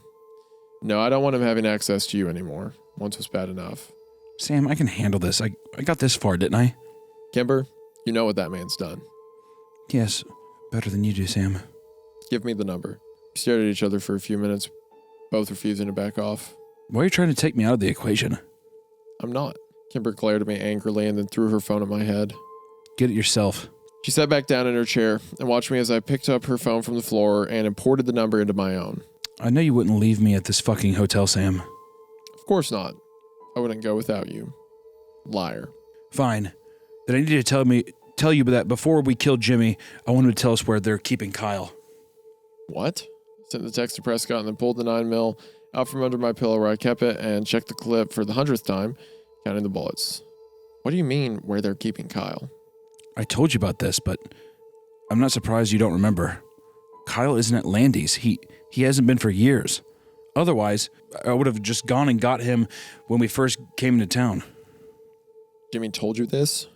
Yeah, he said he's either in a home or care center or a hospital or something. Maybe not even in Drisking at all. Prescott wouldn't tell me, but I know he knows, and he promised to tell me if we could kill the sheriff. I assume you plan to kill Jimmy too, and I want to know where Kyle is before you do. I nodded. I had to give her this. I would give her this. I'd make sure to beat it out of Prescott before I killed him. How to get that information to Kimber before I was gunned down, I didn't know. And I had precious little time to figure it out. My phone chimed. It was Jimmy. Who the fuck is this? Sam Walker. Where's the Destaro girl? You talk to me now. Hey, it really is you. When will the sheriff be at Borrasca? Nobody calls it that, prick. When will he be there, Jimmy? Your daddy's heading up to the stables tomorrow morning. I assume he'll stay a while. He has a couple of girls he really likes up there right now. You know how it is when you get a new piece. I got man, every time they say something, I'm like, wow, that is insane. Just a literal bruh Yeah. every time. Yeah, certified bruh moment. Human trafficking, bruh moment. The sheriff is going up to the mine tomorrow morning, and he'll probably be there a few days, Perfect. she said, but her tone betrayed her. I could hear uncertainness in her voice and fear. Wish I could tell her that she was safe and that nothing was going to happen to her, but she couldn't know that yet. We'll make our move Wednesday morning just before dawn. It should be dark enough to see, yet still maintain decent cover. Kimber nodded, then stood up and began to pace around. We need to do a lot of prep tomorrow. Figure out how many guns we can carry and how much ammunition we can fit in our pockets. Reloading takes time when you aren't trained. Maybe tomorrow we can go over the firearms you're carrying and I can familiarize you with how quickly to reload clips. We want to prep those early. Maybe tomorrow night? Good idea, I said as impassively as I could. I knew that by tomorrow night I would be gone. But I needed to do something first. Something I had been thinking about ever since the dreams I had in the throes of withdrawal. I needed to see my mom. I wanted to let her know that I was still alive, and I needed to know if she knew what her husband was doing to people. I just couldn't accept that she did. And even if that were true, I believed that my mom would never hand me over to the sheriff if she thought he could hurt me. She loved her kids too much. I looked over at Kimber and realized that today was the last day I was ever going to have with her. I need to get her out of town, but not now. Not yet. It was our last day together, and I didn't want to spend it arguing. There'd be enough of that tomorrow. The phone chimed again. I looked down to see another text from Jimmy. You finally making a move, kid? That's the end of chapter 10. End of chapter 10. What do you think the package is he got? Well, I mean, He said he's going to get Kimber out of town. He may have called his dealer to get something to knock her out so he can like put her in a car, like physically get her out of town. Maybe actually it might be fucking pills. And he's gonna be like, here, let's toast to like one drink before we go or something. Yeah, and like knocks her out so he can just get I was her thinking out that, there. and you could. I mean, I wouldn't rule Seth out. I just feel like the whole computer thing is too set up to where it's like I feel like. Well, that was when something, like, oh, we'll get the records and stuff. Well, yeah, but still, is there something? Maybe there might be some something technological thing that he like. Here, yeah, I'll hit you up. I do like that this story, like it's fun enough and I care about the characters enough. I'm willing to overlook a lot of the nitpicky stuff, you know, like there was like them saying, thinking the two of them could single-handedly go in and like gun everyone down. I'm like, sure, they can think that, whatever. It's unrealistic right now, but I'm curious. I don't think that's how it's going to play out. I don't think that's how it's going to play out either. No. They're very ill prepared for. Yeah. Also, it's just it's too. I don't know. Like schlocky is not the right way. It's like too campy for it. I feel like it would him going in and like actually shooting people. It just feels so. I mean, he may get one or two, but he's not gonna. I don't even think that he's gonna fire a gun. You don't think? I don't think so. But I think they're hyping it up for this big thing. But if you make the sheriff has to die, has to. I mean, or when I say that, I do not think he is going to get into a firefight. I see. I got you. I imagine he will probably shoot and kill somebody, but I don't think it's going to be a thing where it's like. Eat it! Yeah, reload, doing mag change or clip changes as they keep calling them in the story. Yeah, I don't think that'll happen. I did. We looked over this because there was other stuff going on, didn't? But that argument they were having where she was like, I would never tell him. So she was going to live with Kyle forever and never tell him that they were half siblings. Like just live out their life together. Kyle would probably figure that out. So I posed this question to you, Hunter. Right now, you found out you and Allison are half brother and sister. Let the good times roll. Did you tell her? Hell no. Hell no. And you just would not. I feel like also, I mean, don't get me wrong, it's disgusting, but I feel like people would be like, I cannot live with myself for what I've done. Like that's so. It's literally an Oedipus moment. Yeah. Not as intense as a mother, I don't like think. She's going to gouge out her eyes and throw herself off a mountain or something like that. Yeah, like oh no, like the bummer, we're siblings. Yeah. That'd be rough. I don't. Is it messed up to say I don't think I'd tell Kayla? It'd be a difficult subject. It's weird. It's weird. Yeah, I would rather have sex with my sister forever than have the uncomfortable conversation. We're taking our break now. Half. Yeah, it's half. Come on. Chapter 11. Chapter 11. I'm ready to go. I've also reassembled my bear traps for future reference. All right, Chapter 11. Are we ready, Hunter? Oh, yes. I slept very little that night, wakening well after 11 a.m., groggy and aching. Kimber didn't say a word to me as I brewed pot after pot of stale motel coffee. We spent most of the morning and early afternoon in a stretched, uncomfortable silence. I thought maybe she was nervous or scared, and today was just the silence before the storm. But as the afternoon wore on, I caught her sliding calculated, angry glances across the room. She pretended to read book after book. That's when I realized she knew. What? I said, finally ending the charade. I didn't want to say it. I hoped to spend a few more hours with her before the end because I knew that from this point onward, Kimber's last memories of me would be betrayal and deceit. I braced myself for the coming fight. You left the room last night. You were gone for hours. I didn't reply. There's no point in denying it. And that package you got yesterday from Chicago? More fucking heroin? My heart cracked at the pain in her voice. Kimber was starting to understand what I was doing to her. Are you going to deny it? And though her voice was angry, I heard the plea underneath. Please deny it, please. It was drugs, wasn't it? What the fuck is wrong with you? Why are you doing this, Sam? Kimber screamed, flinging her book across the room where it hit the wall behind my head. You couldn't fucking handle it, could you? You couldn't be there for me when it mattered more than anything in the world. You're weak, Sam. You're fucking weak. I'm sorry. Where'd you go? Where'd you go last night, huh? Did you park down the street where I couldn't see, so I couldn't stop you? Kimber. You're a piece of shit. And I wish it had been you instead of Kyle. It should have been you. I'd often thought that very same thing, but hearing it from her hurt so much worse. Me too. My quiet admissions. Come on, give him a bit more than just. Me too. He's defeated, right? So he says, "Me too." Oh, did I say that? Okay, my bad. My bad. It should have been you instead of Kyle. Me too. I thought. All right. I didn't realize I was that fast with it. Me too. Is that good? Okay. That will suffice. My quiet admission seemed to sober her. Kimber squeezed her hands together to still the anger and fear that were spawning wild electrical currents throughout her body that manifested as violent shudders. She knew this was the end, and for the first time since we'd crossed into Missouri, both Kimber and I were well and truly alone. We didn't even have each other anymore. We didn't have anything. Prescott won't talk to me anymore. She said, more calmly this time as she tried to compose herself. Does that mean what I think it does? Yes. So you're planning to leave me behind, Sam? I took a deep breath and then answered her honestly, yes. Well, that's not going to happen. I need to be there when he dies. I deserve to be there. Her voice was still dripping in acid, but she seemed to be steady. I knew Kimber was right. She did deserve to be there. In a better world, she would see him slain and watch the light leave his eyes. But I refused to risk her safety. I couldn't watch Kimber die. She had suffered so much already.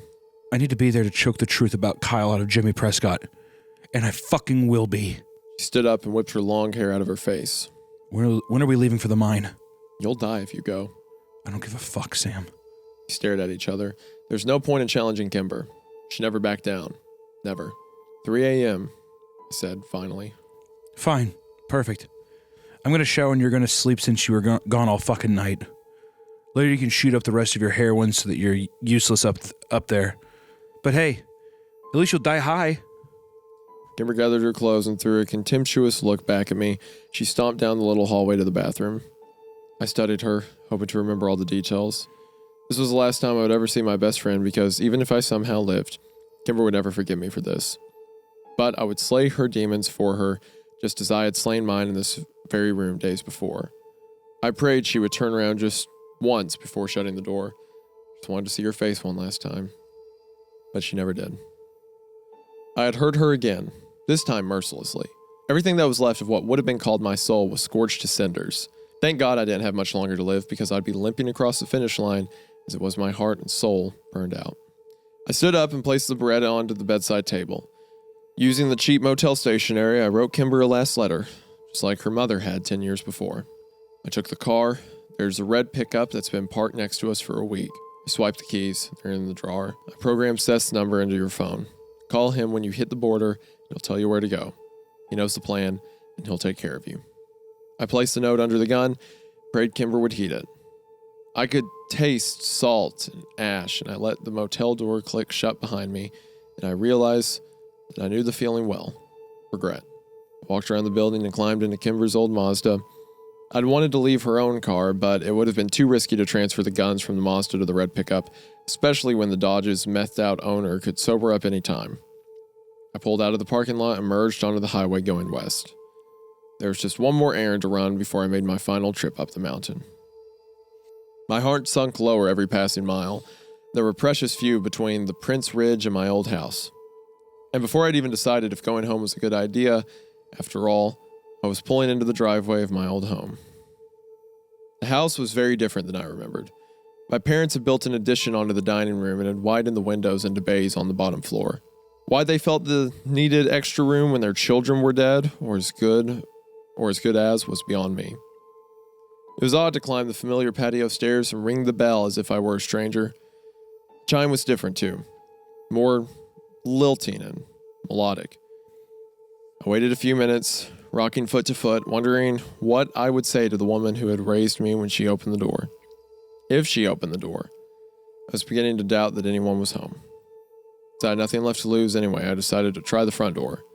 It was locked. I knocked hard on the window next to it. "Mom," I said through the door. "It's Sam." Nothing. Was she home? Asleep?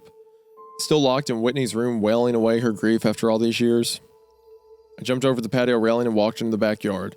My parents had built a giant wooden deck where the back porch had been, complete with a hot tub and wet bar.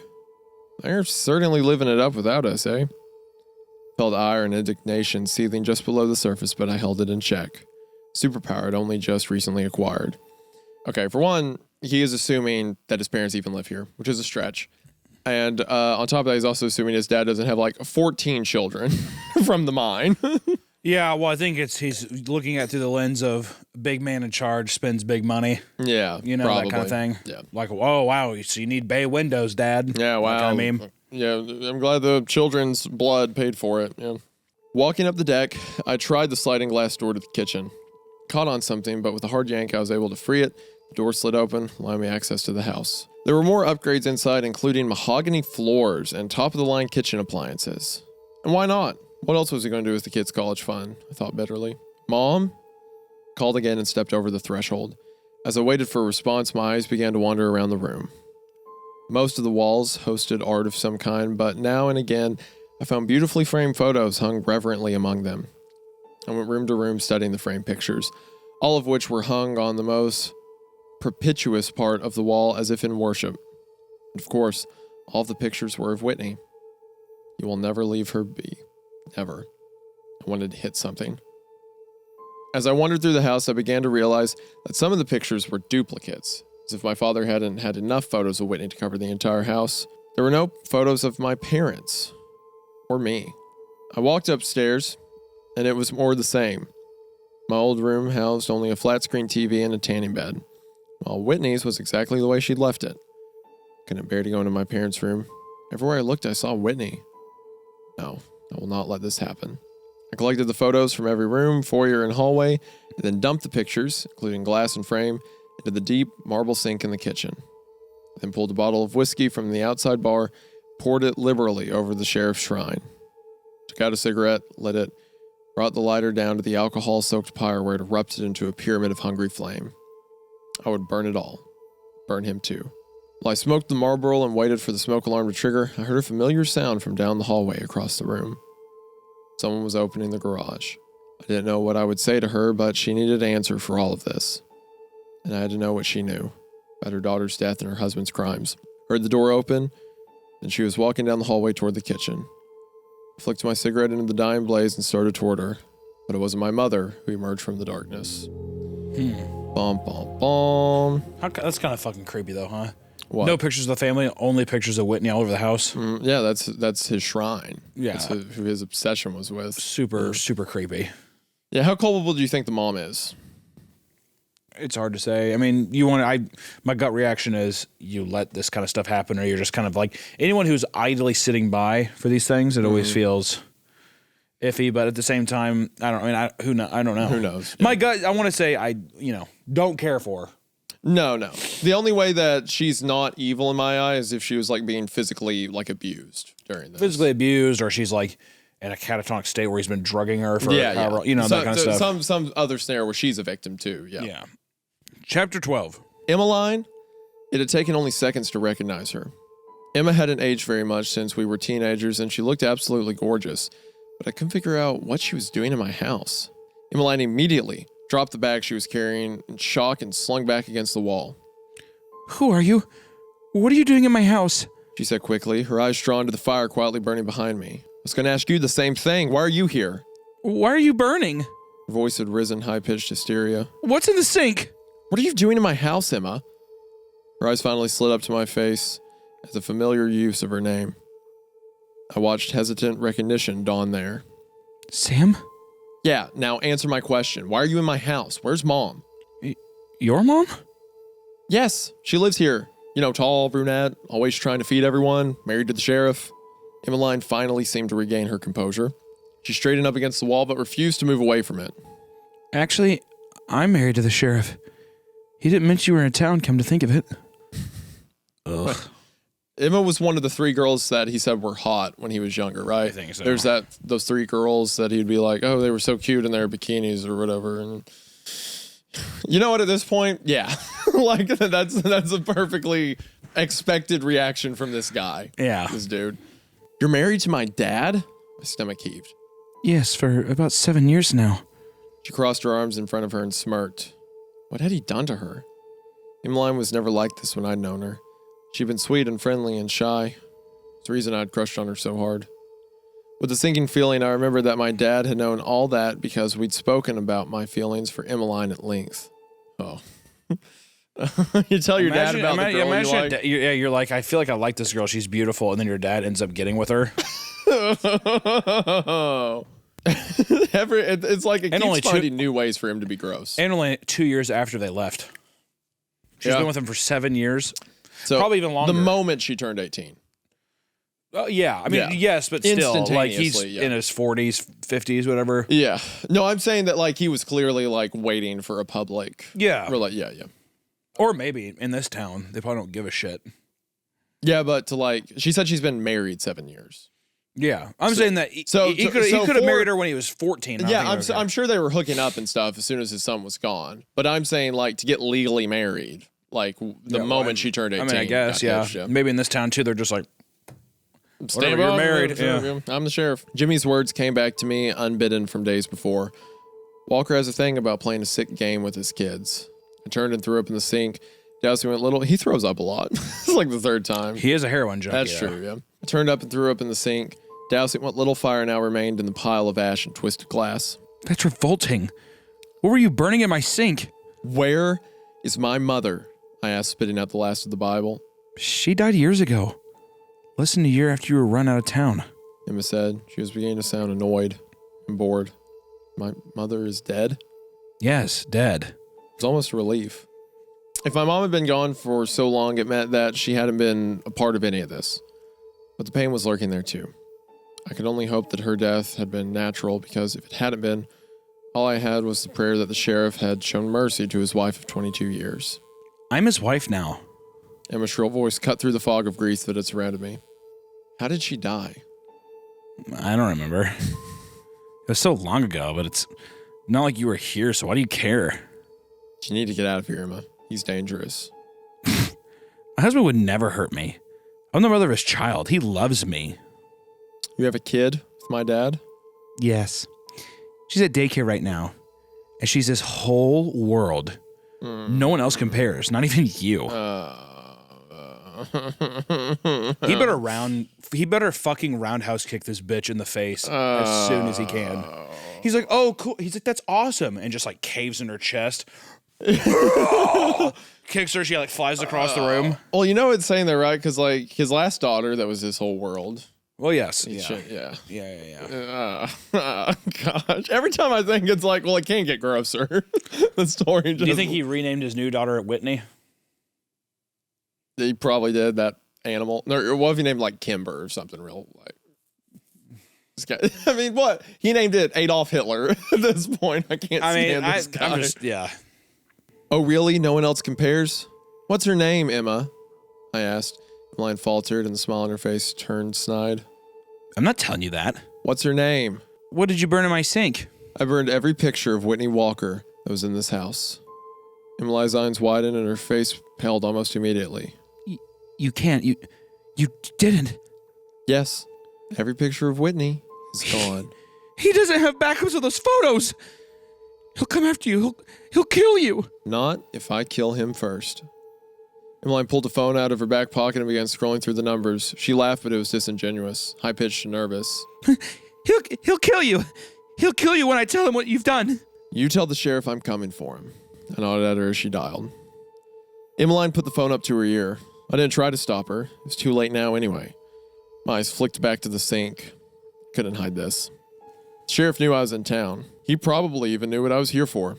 But if Jimmy Prescott could be believed, he didn't know that I knew where to find him. And that was the only thing I had going for me. That and the prayer that the sheriff wouldn't come tearing down out of the mountain when he found out what I did. I needed him there, where it had all begun. Emma was moving slowly toward the back door, no doubt ready to bolt as soon as she reached it. The line suddenly connected and Emmeline began to speak very quickly. Send everyone to the houses. Before she could get another word out, Emma was suddenly on her back on the ground, her phone spinning across the floor toward my foot. Kimber had come through the sliding door so fast, I didn't even realize what had happened until I saw the mess of red hair on top of a screaming Emma. The line was still connected, so I smashed the phone under the heel of my boot. By the time I looked back toward Emmeline, Kimber already had the Beretta jammed under Emma's jaw. Say another word, Adler, and I'll put a bolt through your fucking skull. I added the fucking. That's okay. Emmeline whimpered. Where is Sam's mom? My throat tightened. She's... I wasn't talking to you. Adler! She's dead. How? I don't know. It was a car accident, I think, or some of the car. I'm sorry. I don't remember. I'm a victim like you. Oh, fuck you. Yeah, kill her. Fuck kill her. you. That's what, kill her. Kimber let go of Emma and she scrambled back against the wall. Her disposition changed as soon as she was freed. Gone was the scared, wilting flower from moments before and was once again mistress of the house. She smiled coolly. But of course, I'm a survivor. And it's Walker now. You both are so dead when my husband finds you. I feel bad because she's definitely mentally insane. She is mentally brainwashed, in my opinion. Does that not read like a fucking... You know what? You're right, and we should put her out of her misery. I agree. Well, you know. I have no sympathy for anyone in this town. Listen, I'm just saying... Everyone is aware... I am just saying, you think whatever you want. I'm just saying that it's all clicking here. Listen, I'm trying to catch the shit as it flies by now because of all, you know, what's been going on the last couple episodes. A lot, yeah. So I just want to say, she's sitting there, even her just being like, oh, so it's Walker now and giving us like a Jim Halpert, like... That to me, I'm like, oh, yeah. you're just insane. Yeah, she's a victim of it as well, but she's different now. Yeah. Understood. That being said, this town needs to burn. Yes. Kimber turned and cracked him over the head with the butt of the gun. She fell face first onto the rug she was kneeling on. We gotta go, I said, taking Kimber's arm. Get off me! She screamed and jerked away from my grasp. Kimber gave me a fiery look and then held out her hands. Keys! No, you need to get out of town immediately, Kimber. She pointed the Beretta at my chest. Now. I hesitantly handed them over to her, and she whirled out the door. I followed her to the Mazda where she tore open the driver's side door and got in. The red pickup was parked haphazardly on the front yard, grass torn up under its tires, a driver door hanging open. I walked up to the Mazda as Kimber scowled at me, but didn't get in. Kimber, I'd rather be dead than take you with me up to that mine, I told her through the open window. Her hands flexed white-knuckled on the steering wheel. Can I just say, I think he's being too much of a little fucking pussy white knight right now. He is a little bit. Like, I gotta save you. Like, goddamn, just let her fucking go. Just let her go. Like, you two's better than one. Seriously, you're going to get hurt. She's as committed to die for this as you are. Well, like, it's just what the fuck? Like, you came up there, you both are in, you both are up Shit's Creek right now. Yeah. Stop being such a fucking pussy and just let her go. Hey, seriously, babe. No more. I cannot rest with blood on my hands. The suicide run made more sense to me when I get leaving the note, like I'm gonna go and stuff, that's fine, but now where they're standing outside, he's like, no, you've got to go. It's like, I mean, I've been at I've been fucking holding that back for a while to where it's just like, he's like, you know what? She doesn't know, but I'm going to go up because I deserve to die. It is very white It's knighty like, of just him shut to the say that, fuck yeah. up. And like, if you guys go up there and get your brains blown out, I then guess just I was do giving it. him more credit for that because, like, he's a heroin addict. He feels like he has nothing to lose. And him and Kyle died, and now he feels determined to die for Kimber. I hate So I he's like, guess I want Kyle's sacrifice to mean something. I need her to get out of here. listen, I understand that's coming from a place of Kimber surviving is the actual goal. That's like how do you know if you won? She has to be safe. If she's the one who lives, that's all that matters in his eyes right now. Yeah. But at the same time, stop being such a fucking pussy. And then also just be like, I mean, dude, I don't know. This whole white knight thing, just shut the fuck up and let her go with you. just get her with it. Because it's been like forever now. It's Yeah. like, I seriously don't even know what I do. I don't know what I do. You'd probably do heroin, dude. Probably. If I was a fucking gambling man. You'd probably do It's heroin like, it's again, yeah. insulting, is Yeah. honestly what it is. Yeah, she's certainly capable. Yeah, I agree. Yeah. Yeah. Two's better than one, but I guess if he wants to die. Also, a character dying's like, also an easier route for a character like this. I hate when characters, male or female, like have verbiage or they say shit where it's just like, trust me, you'll be better off. This like I'm deciding I'm how you making your feel. decision. Yeah, Yeah. I think that's fucked. Yeah. Where she, yeah, and that it would be different too. There's a couple different things. It'd be different if she was like, if she's like, well, yeah, I'll go with you if you need that closure, and it wasn't her perpetuating the whole thing too, right? This was Kimber's idea. Yeah. He was going to get high until he was dead back in That Chicago. or Yeah. let's say he's like, well, let's say it's just a distraction. He's like, well, I was gonna go buy heroin before they fucking blew my brains out. Yeah. Or something like that. Yeah. And then maybe he's like a junkie and going off. But this whole like weird like white knuckle thing, I'm gonna break into my old family's home and burn these photos. I'm like, God, dude, extra. It's a bit extra at the moment. Yeah. Is it not? It is a Because little if bit anything, extra. she should have come home. He's like, fire should stay lit, and he should have just fucking scissor kicked that bitch right in the face. Oh, so when I say it, it's a problem, but when you say it, it's fine.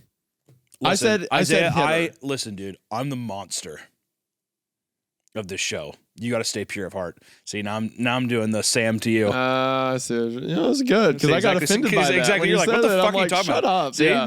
You know what? that fucked? You actually got me pretty good with that Is one. that fucked up? With that one maneuver, I'm 100% on your side now. He needs to shut up. And that was good gaslighting. I like that. All right. Well, that's gonna write that one exactly down. what he's doing. That's exactly what he's doing right now. Yeah, I'm the moment- tortured gargoyle that hangs out these chapel halls. The moment you said that, I'm like, don't infantilize me. Yeah. Like, yeah. I should have just had like 6 syringes in my arm. I'm the animal. I'm the dark side. I'm the devil. You're the angel.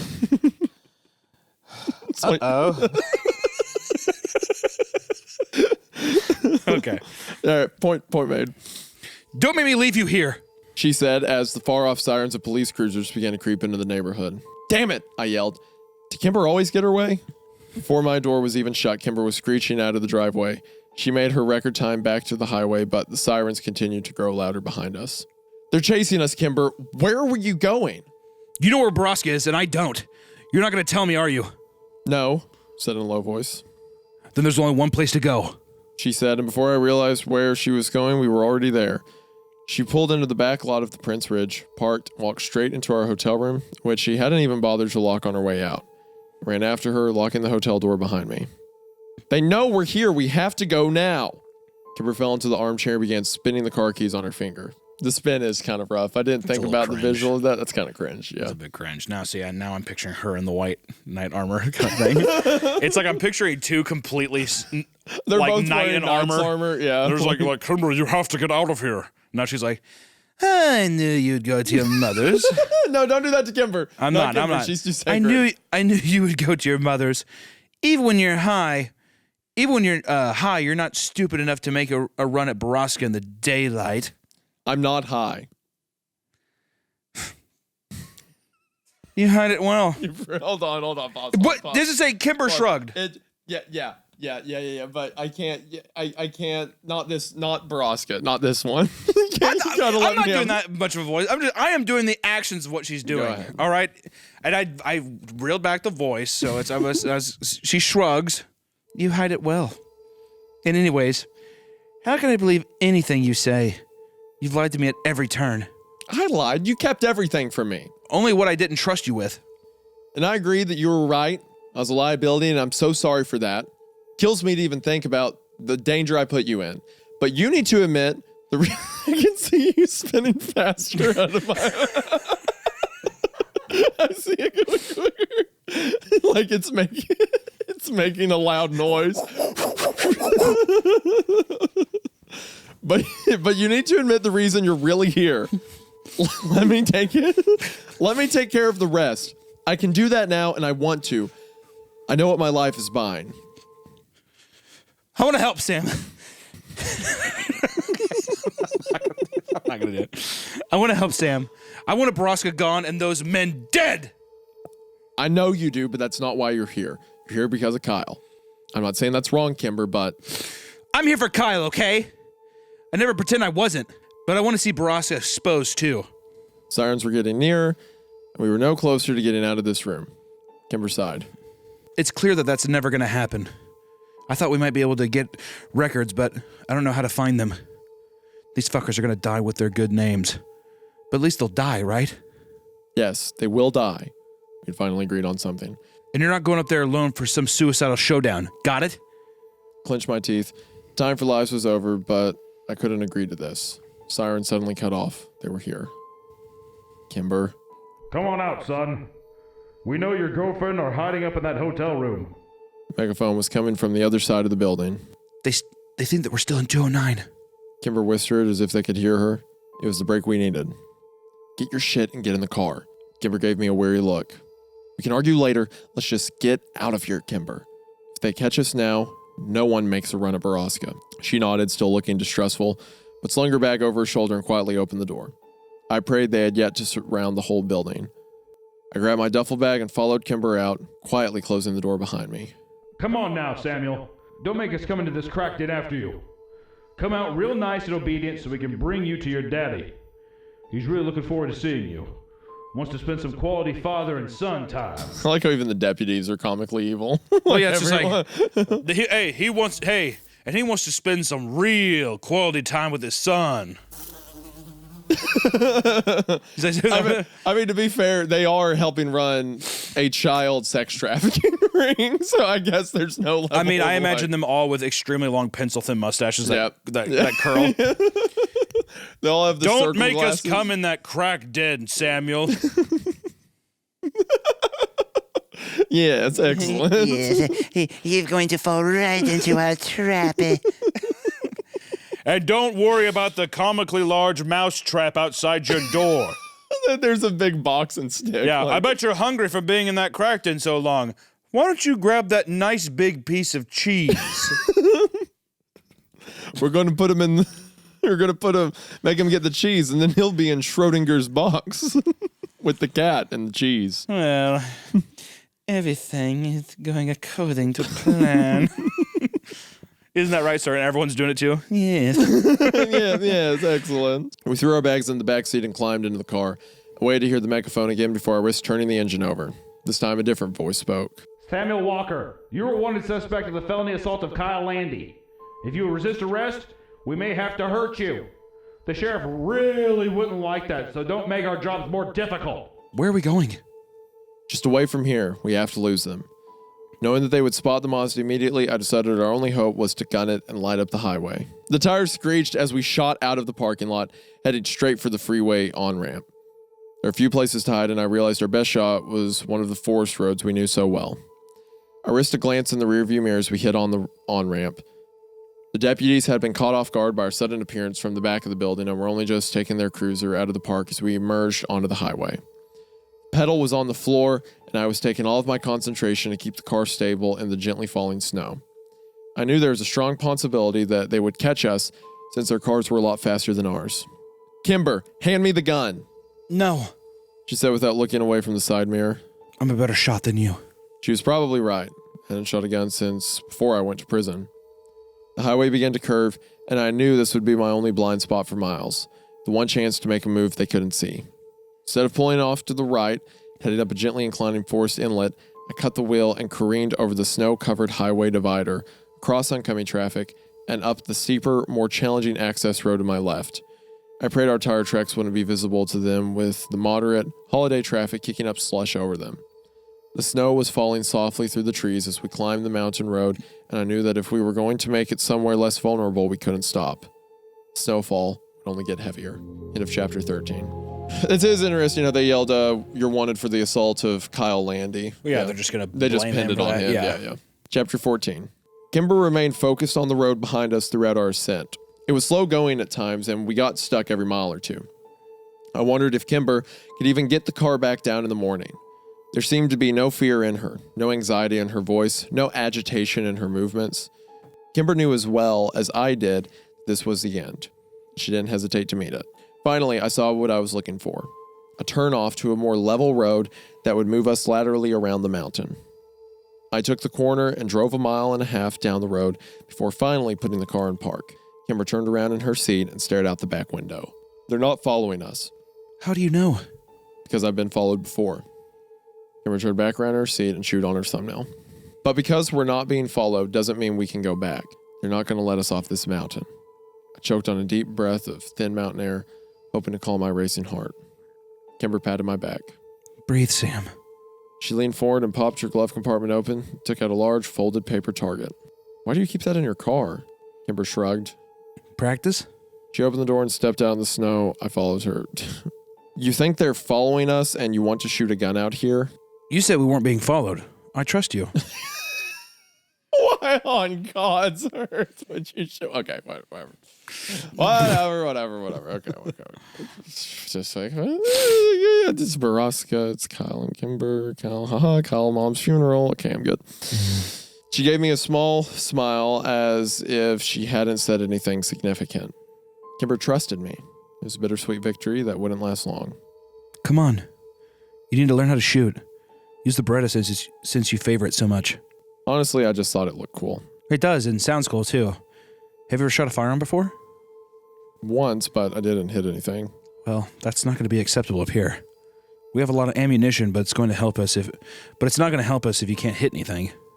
Couldn't argue with that. Now the sheriff is probably going to be wearing a vest, so you can't aim for the body mass. You'll need to hit him in the head. Same with Jimmy and anyone else that shoots at you. Okay, I said as if we weren't discussing murdering cops. Kimber walked 20 yards away and pinned the target to a tree branch. Now, the Beretta is a semi-automatic gun, so you won't need to chamber every cartridge.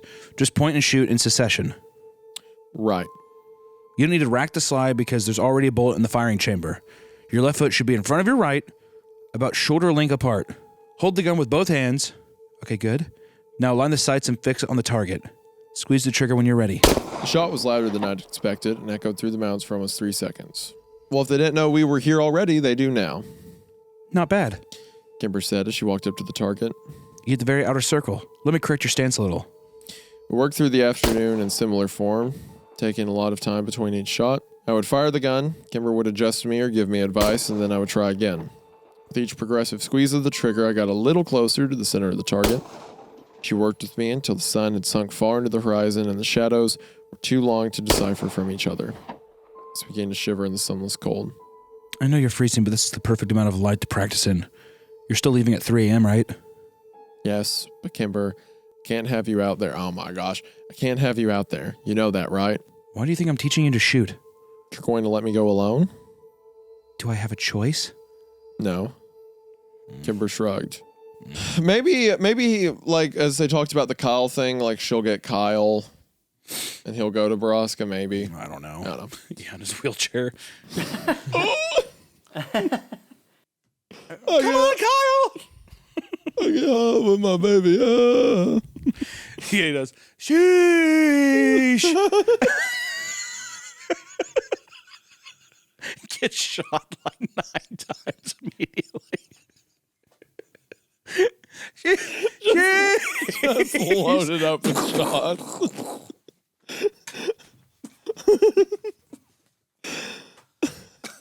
I'll be cooking pots with my baby. I was running through the 6 with my wolves. Yeah, so Kyle, he likes Drake now. Sheesh.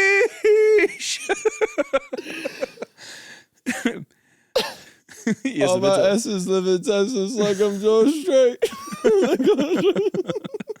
Like, I'm George Strait. Okay. Kimber shrugged. Then I guess I have to. It's too easy. Deceptively easy. We both knew she didn't mean it, but I didn't want to argue. Okay, get low like I taught you, and try to hit the birch tree again. I'm gonna get the SIG so I can show you how to use a rifle. I eyed the white bark of the far-off birch through the sights. I was determined to hit the trunk this time. Even though I knew I wouldn't have the luxury of taking time to line up my shots at the mine, I needed to learn how to use them properly if I was going to have any kind of chance at success. I exhaled slowly and brought my finger down to wrap around the trigger. Sam, stop! Turned around to see Kimber standing at the trunk of the car. Her face, which had been flushed from the cold for the last hour, had gone white as snow she was standing in. What's wrong? It's gone. What's gone? All of it. What? Walked over next to Kimber and stared into the trunk. All that remained was one bulletproof vest and a scribbled piece of yellow legal paper. What? Someone came up. To be fair, they've been off the highway shooting guns for hours.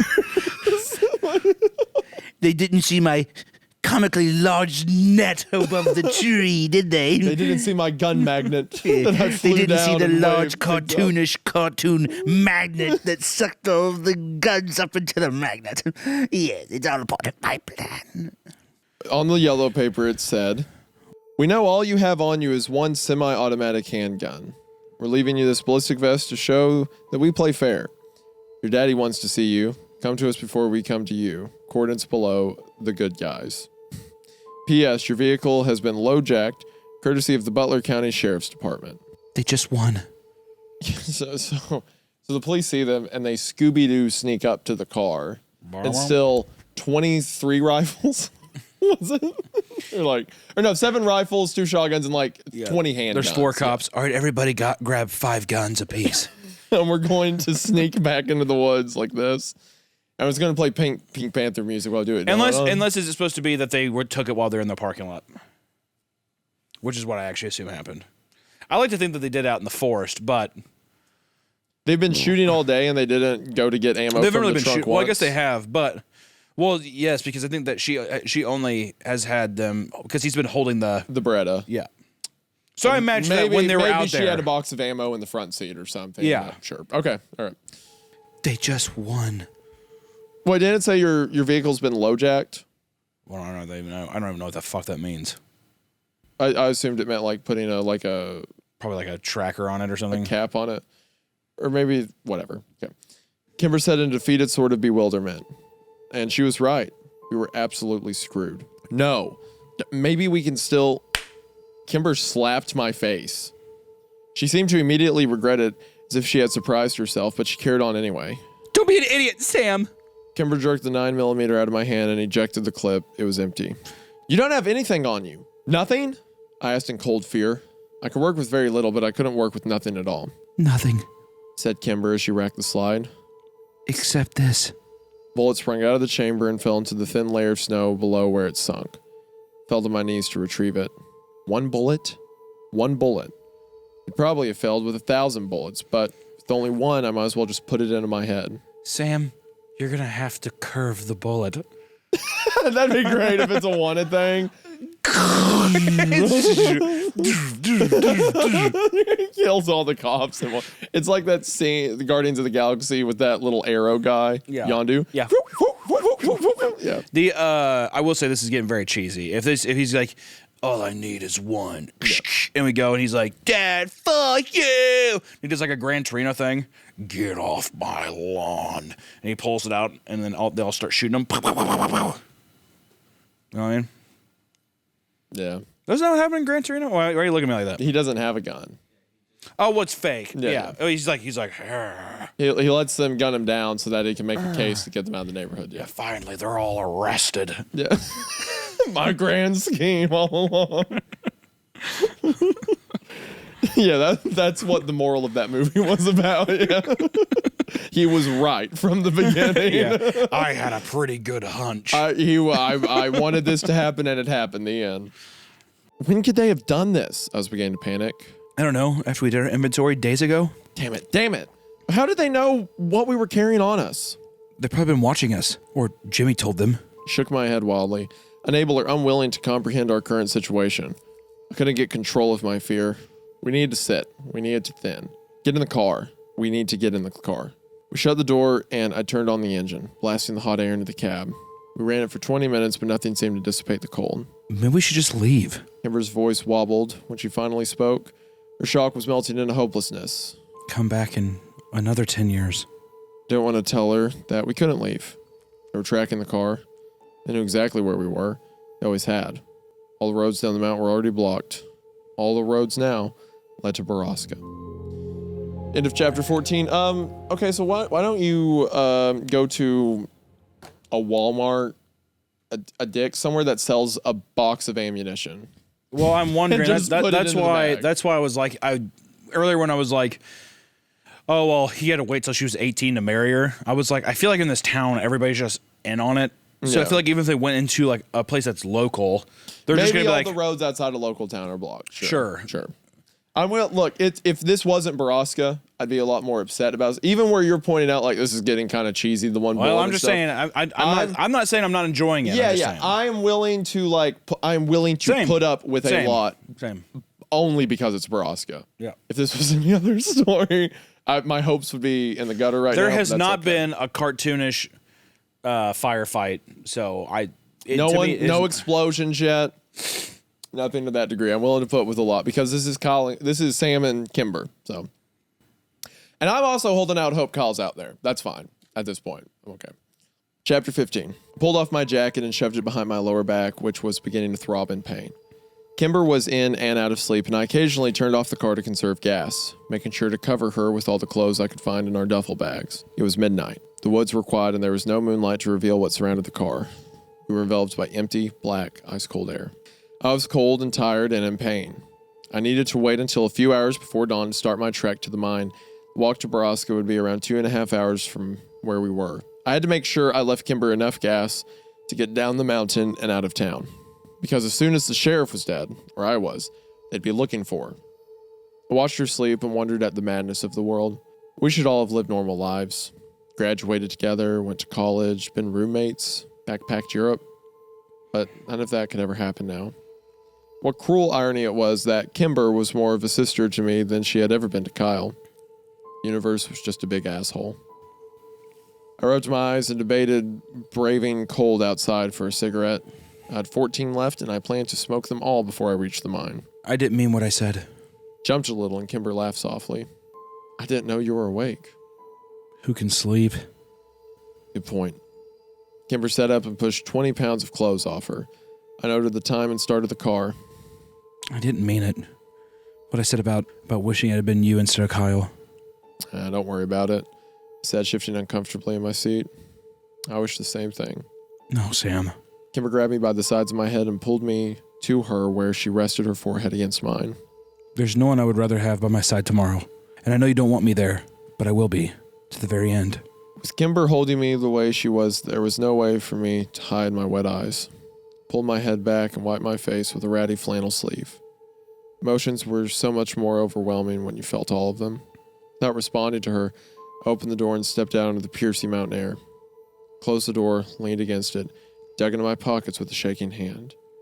Left my parka in the car, my haste to get out of it, but I wasn't going back now.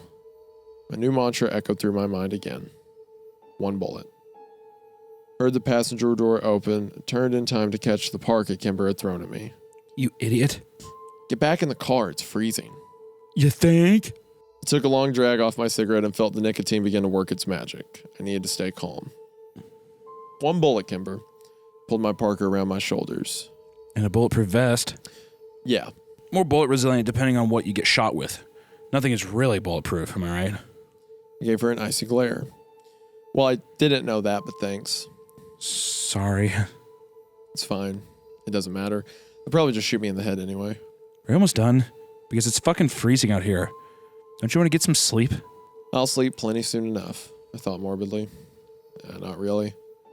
Flicked the cigarette away and followed its ember glow to where it settled in the fresh, still falling snow. Climbed back in the car and I checked the time. 4 more minutes and I would have to shut the engine off again. I know you think I should stay, so tell me, what do I do after you leave? Kimber asked as she laid both of her hands over the air vents. Wait until you hear gunfire. As soon as you do, get the hell off this mountain. If you haven't heard anything by 6 a.m., leave anyway. Hitch the car about 3 miles down and walk out. Do not follow the road. Just keep going downhill. Call Seth as soon as you get to signal. Kimber nodded. Interesting. And how will I know what happened to you? I'll contact you or I won't.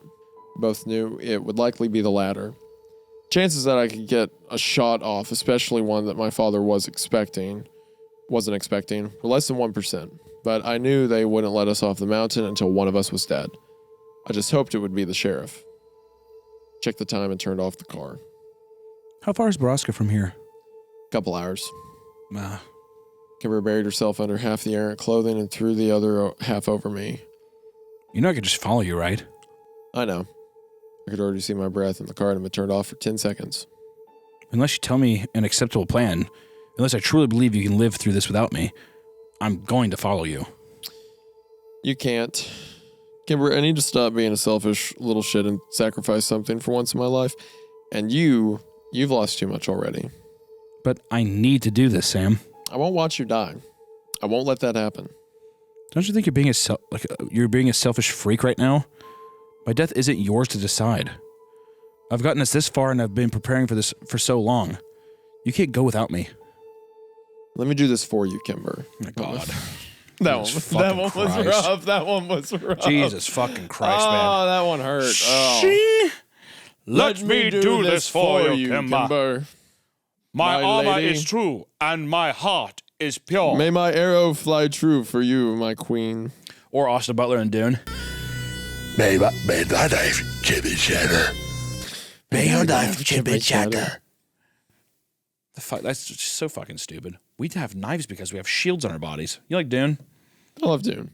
Dune 2 is pretty sick. I was just like, oh, dude, I can't take out a fucking gun and just shoot the guy in the chest. Well, it's because they have the vibrational armor. Oh, I know. And you have to like stab him a certain way. It's just, to me, I'm like, in the future, there's not a single bullet that can get through that motherfucker. May thy knife chip and shatter. I thought that was cool because it's like a battle for the throne. So they go back to like old ways of honor, like ways of but they've been fighting. fighting like that the whole time. It'd be different if it was one time.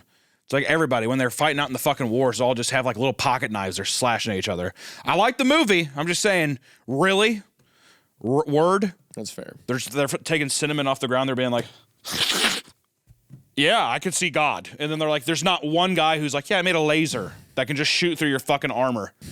May thy knife chip and shatter. Austin Butler's still doing the Elvis. Well, I liked Austin Butler's still doing the Elvis impression. May my knife chip and shatter, baby. I remember there. That was one of my. Sorry to interrupt you again. One of my favorite things ever is an interview being like, "Yeah, Austin Butler stuck in character years after the Elvis role." I was like, was he really sunk in that deep? Hey, mama, what are you doing?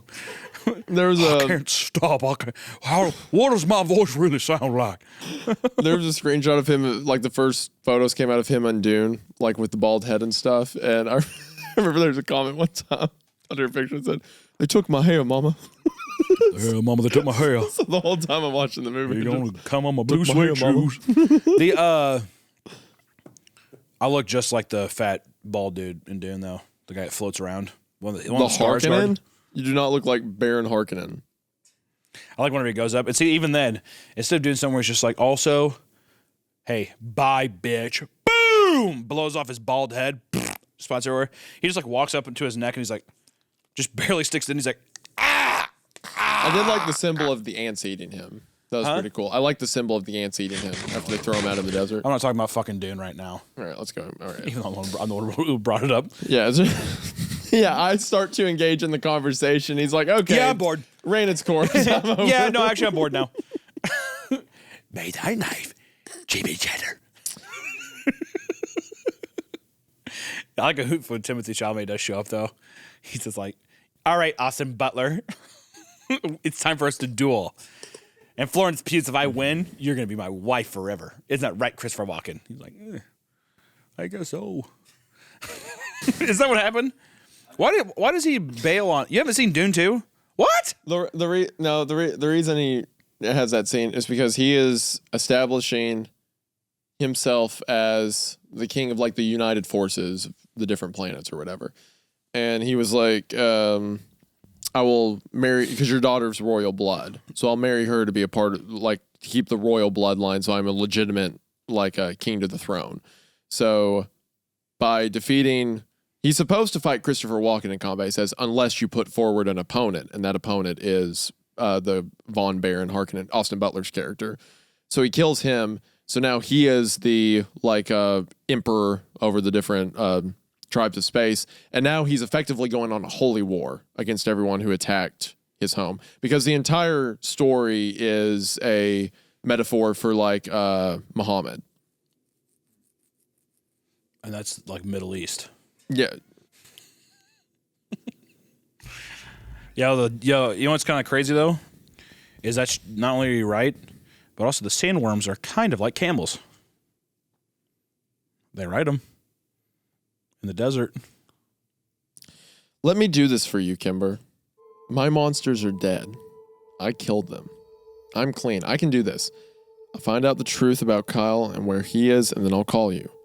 I know Borrasca has signal because Emma called the sheriff there. Maybe he'll go easy on you. Maybe his guard will be down since you're his son. You're the only son he has. And all. I didn't correct her. I doubt it.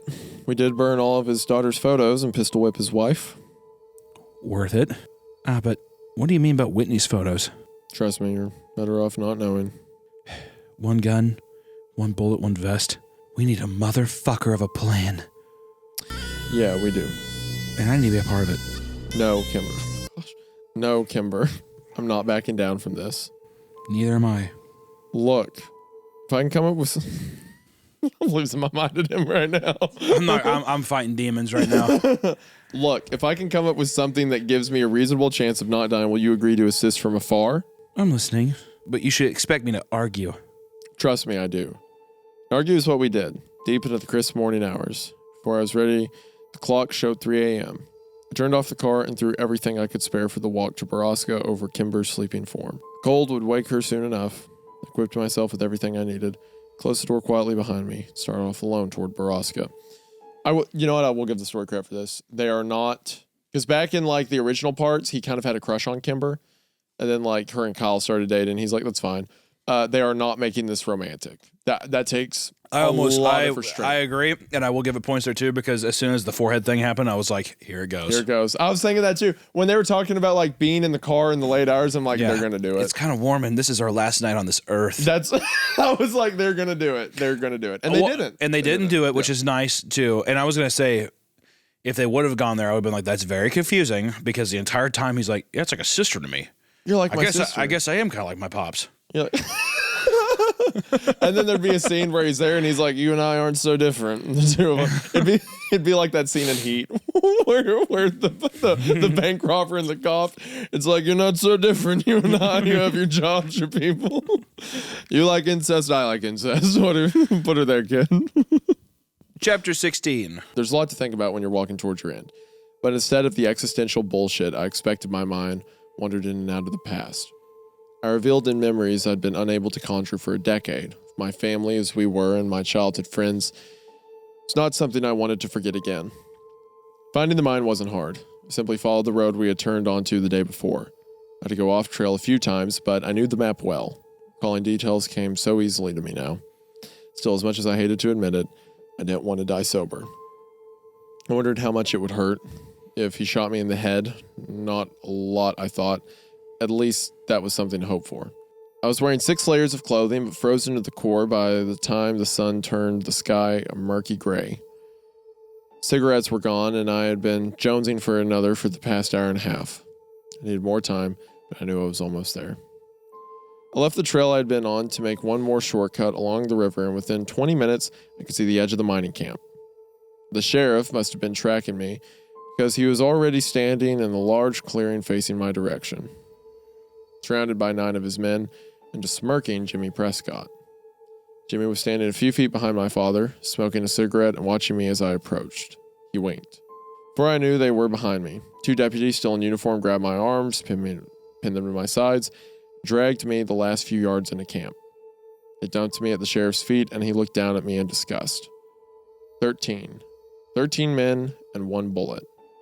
I couldn't believe it all came down to the lies and whims of Jimmy Prescott.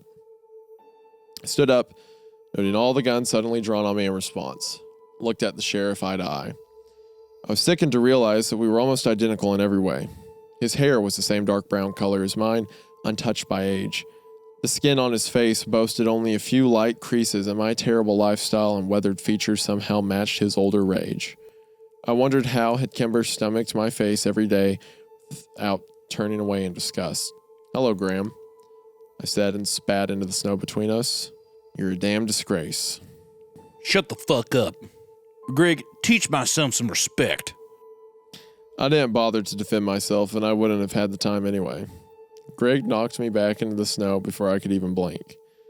His fist split my cheek open under my left eye, and I didn't rush to get up from the cold, numbing snow that was now pressed against my face. It was in that moment that I felt Borrasca all around me again. It was as deafening as the last time.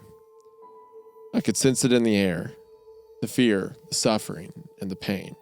I could almost hear them whispering through the walls like they had 10 years before. "Help me, please. Help me or kill me, but don't leave me here." The building to the sheriff's back was most surely the dorm. It was larger than the other one, but radiated the same aura of agony and death. Now listen the fuck up, Samuel. This little charade of yours ends today. It appears you actually believe a woman and a drug addict could single-handedly dismantle a business this size, so you must be fucking stupid. And that makes me feel sorry for you. So why don't you just hand over the gun and go back to the ghetto you crawled out of? I pushed myself to my knees. No.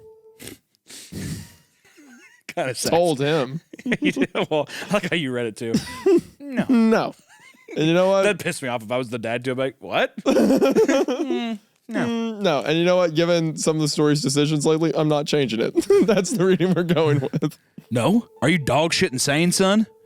You broke into my house, destroyed pictures of my daughter, and beat up my wife. You're lucky you're still alive. I've killed children for less.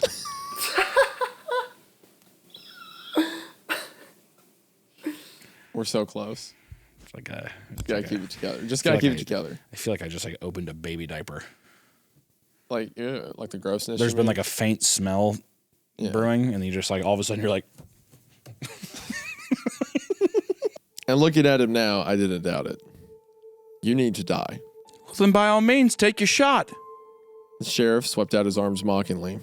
We know you only have 1 round or 2 left because yesterday we heard you have 15 shots into some fucking trees. His deputies laughed, but the sheriff remained sober.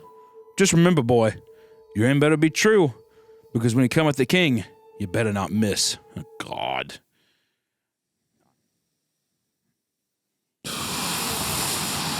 Okay. We're gonna get through this. We're gonna make it through this, me and you. I'm holding back. We're close. Okay? We're very close. We're very close. I fell onto my arms as my lungs erupted into a sudden coughing fit. Even if I could escape after the sheriff was dead, my lungs wouldn't hold up. I was screwed. I knew it. The sheriff knew it, and his men knew it. While the sheriff's gun hadn't left his holster, all but Jimmy Prescott had weapons trained on my chest and head. If I even reached into my jacket, I'd be shot. Or you could use the scent you were born with and go home. Hell, I even have Dreddy drop off more heroin before you go there. You've run up quite a tab with the boy over the years. My dad's my supplier? How stupid was I? I couldn't even remember the last time I'd paid for my drugs. He'd been keeping me harmless and docile for years, and I let him do it. Who was this person that I'd once loved most of my life? It's just... A heroin addict who's just actually, now to think about it, I don't think I've ever actually had to pay for the heroin. Everyone in my life has given me heroin for free. I thought it was really cool. I thought they all liked me a lot. No, I have questions you have to answer, I told him through the burning in my throat. No, that's where you're wrong, Sammy. I don't have to do nothing, ever. Why did you hurt Whitney? Sheriff yanked his gun out of his holster and then crossed his arms in front of him, pointing it at the ground. The only thing I did to Whitney was avenge her death. No, you raped her. The sheriff stepped forward and cracked me across the face so hard with his pistol that I felt bones snap in my nose. I fell back into the snow, and before my vision had even cleared, he snapped one of my ribs with the toe of his boot. I lay curled on my side for a few seconds while the pain radiated from my chest to my spine, scattered to every nerve in my body. I really wished I had some H. Fire high enough, death would feel like a glorious footnote. When the pain was verging on manageable, I rolled over and got up on my hands and knees, spitting blood into the snow. I raised my head to look up at my father. He was still standing above me, fists clenching the butt of his gun, and a red rage spread across his face.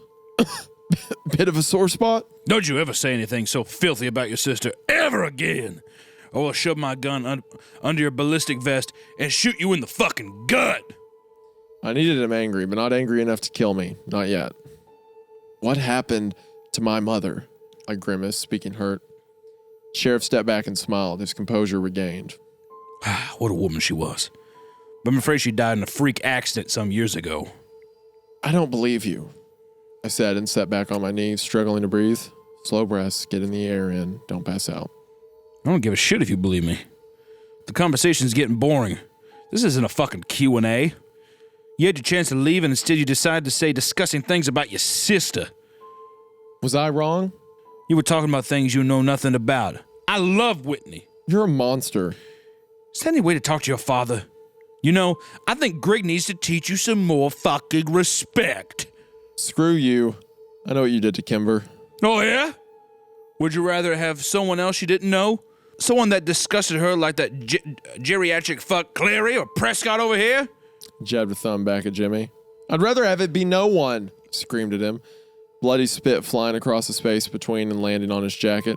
He backhanded me, but this time I didn't fall. You watch your tone with me, boy. It's been bad enough that my men are here to see what a fucking joke my own son has become. It's fucking embarrassing. And send them inside. Let's just talk, just you and me. You think I'm scared of you, Sammy? I don't think you have 2 bullets. I think you've got 1. And I think you want to use it on me. Well, go ahead, son. Put that gun on me so I can kill you nice and legal. Not until I know why you did this. You were my dad. I loved you. You don't look like any son of mine. But more importantly, you were a cop. You're supposed to protect people. No, Sammy, I'm a businessman. Always have been. Even back then. Why the fuck do you think we came to Drisking in the first place? I remembered. I'd understood it at a young age, but I knew now what the whispers had meant. Because of those girls, the things they said you did. Exactly. I was making money. They were getting laid. They were 14. 14's older than you think, Sam.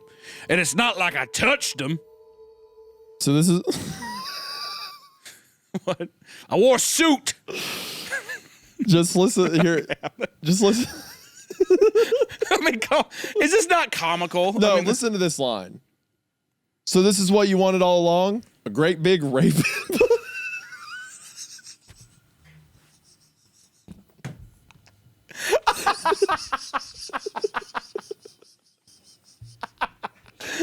What have I become? So this is what you wanted all along, a great big rape empire.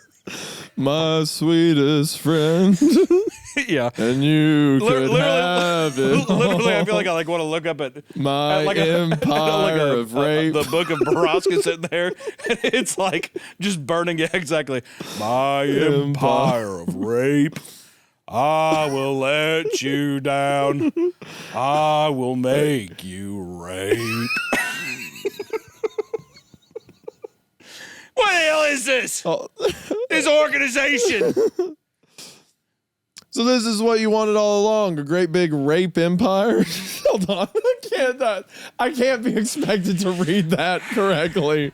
There's no way. All right. The sheriff shrugged. If that's what it takes, I'm only here for the power and the women. I'm an alpha, Sam. Whoa. I'm done. I'm done.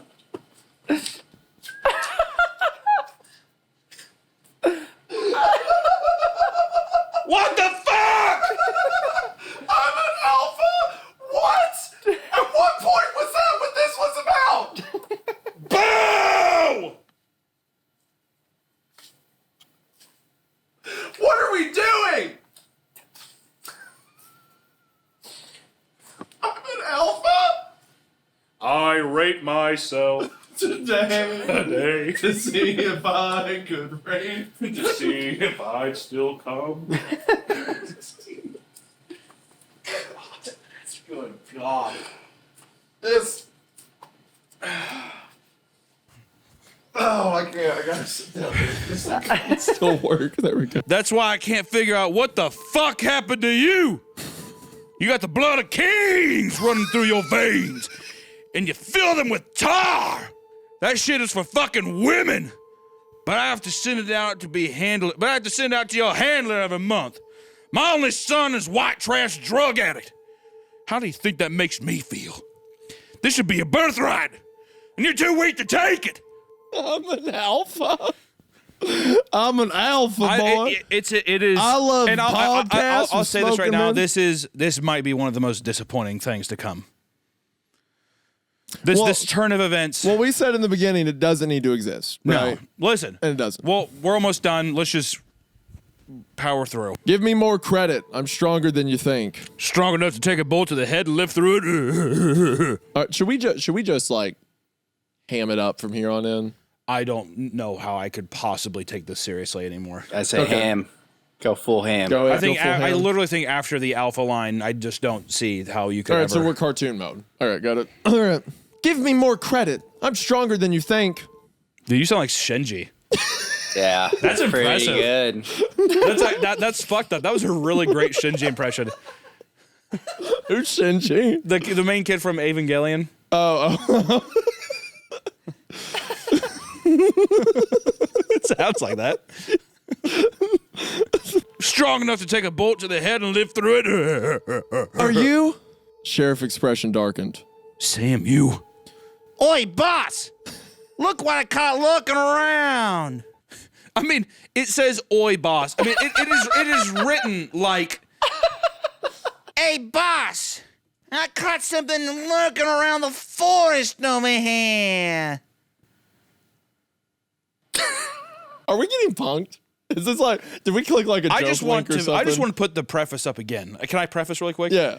Behind them in the snow is hundreds Of women. and children being raped And in a factory manner. And a meat grinder. And when a they're meat done with them. grinder Yeah. killing people. Yeah. And then they are outside smoking stogies, acting like they're vaudeville, like cartoon villains. Okay. All right. 15 men.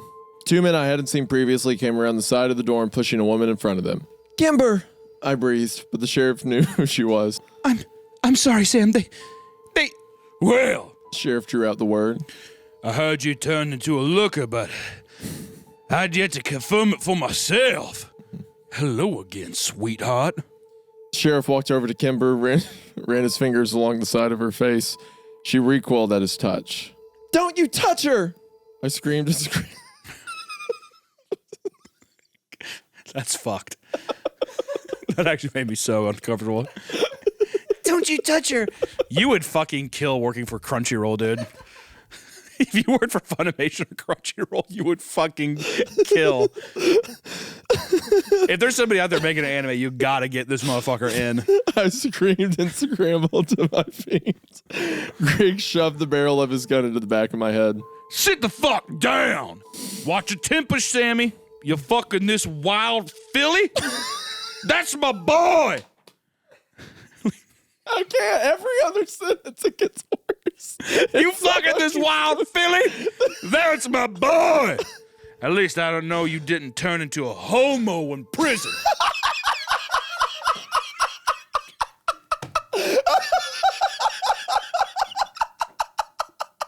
There's no way.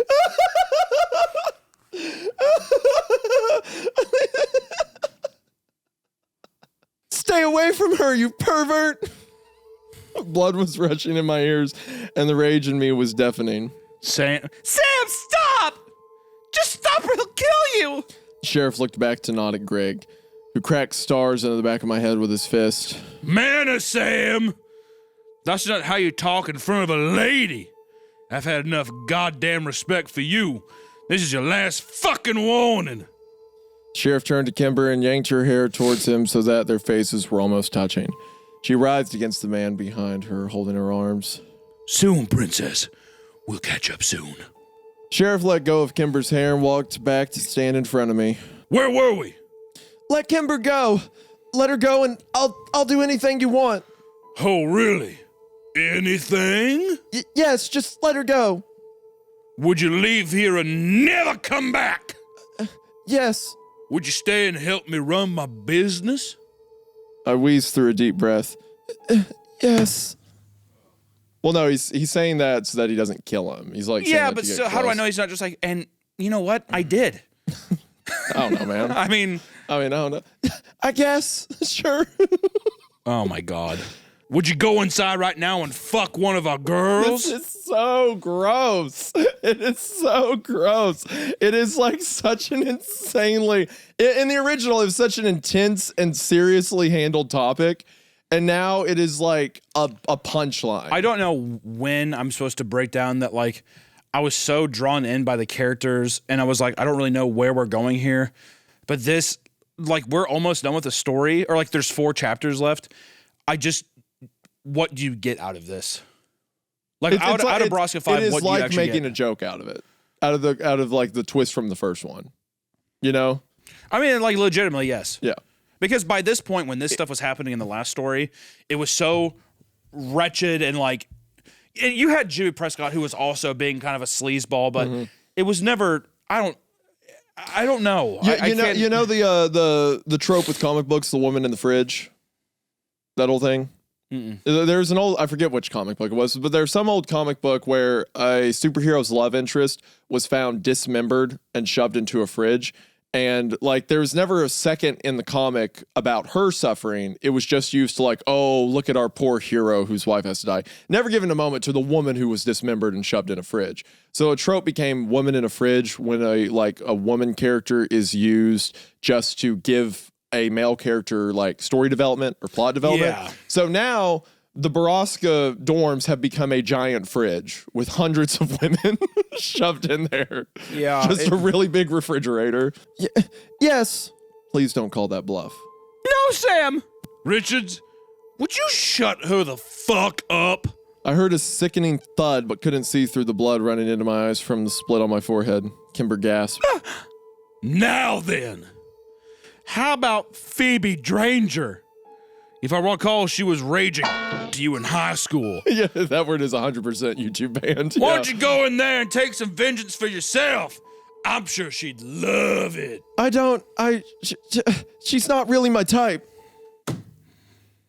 That's the follow-up. Well, I think I he's like understand, but it's just, Dad, come on. Pick a good one for me. Is that not how it reads, you know? Like, I guess Kimber the Star is more your type then, isn't she?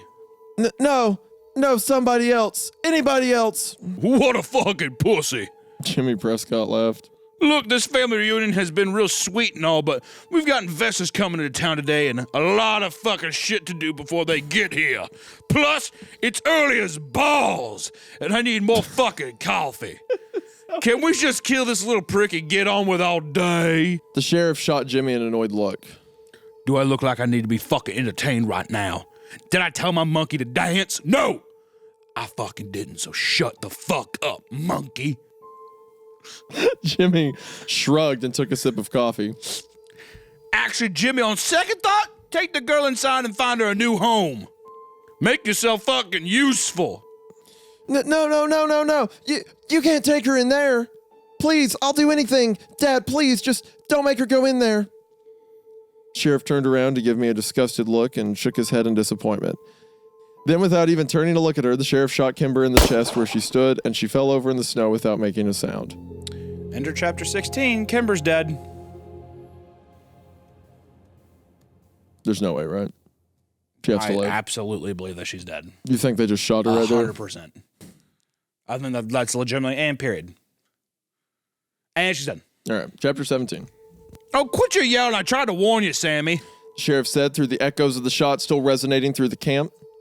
Dropped to my knees and screamed into the snow until I had burst every capillary in my face. Jesus Christ, son. Enough theatrics. I didn't even act like this when your mother died. You killed her. You murdered her. I've killed a lot of people. Although I must say, I do regret that I'm not going to get a turn with her again. Usually I don't like redheads, but there's something about her. Like father, like son, I guess. I told her not to come. I told her not to come. I mumbled, barely coherent. Shut up, shut up, I screamed at him. Greg took a step toward me, but my father stopped him with a hand. Let him throw his tantrum. He did the same thing when I took away his toys as a kid. This ain't no different. Richard stepped over Kimber's lifeless body and exchanged a few quiet words with the sheriff. I couldn't hear them over the dry heaving of my stomach, which didn't stop until my abdominal muscles ached from the force of them. Richard just had an interesting idea. You're for a real treat, Sam. Get him up.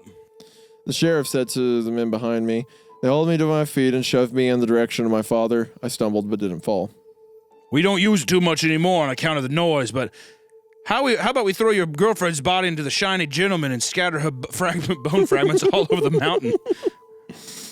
He slapped me on the back. That way she can be here at all times for all eternity. I bet she'd like that. I was shaking so violently I could barely wipe the blood out of my eyes. No, I said, and fell back down on my knees in the snow. No, are you sure? No. I'm not giving any effort to this character. No, are you sure? He asked. I could hear the smile in his voice. No, please. My voice broke over my words. The sheriff's smile fell into a look of distaste. Don't beg. Makes you look weak. Get off your fucking knees. Please, don't touch her. You know what your problem is, Sam? You're not man enough to take what you want. You're not strong enough to say, fuck what's polite, fuck the consequences, fuck the law. You're a cop.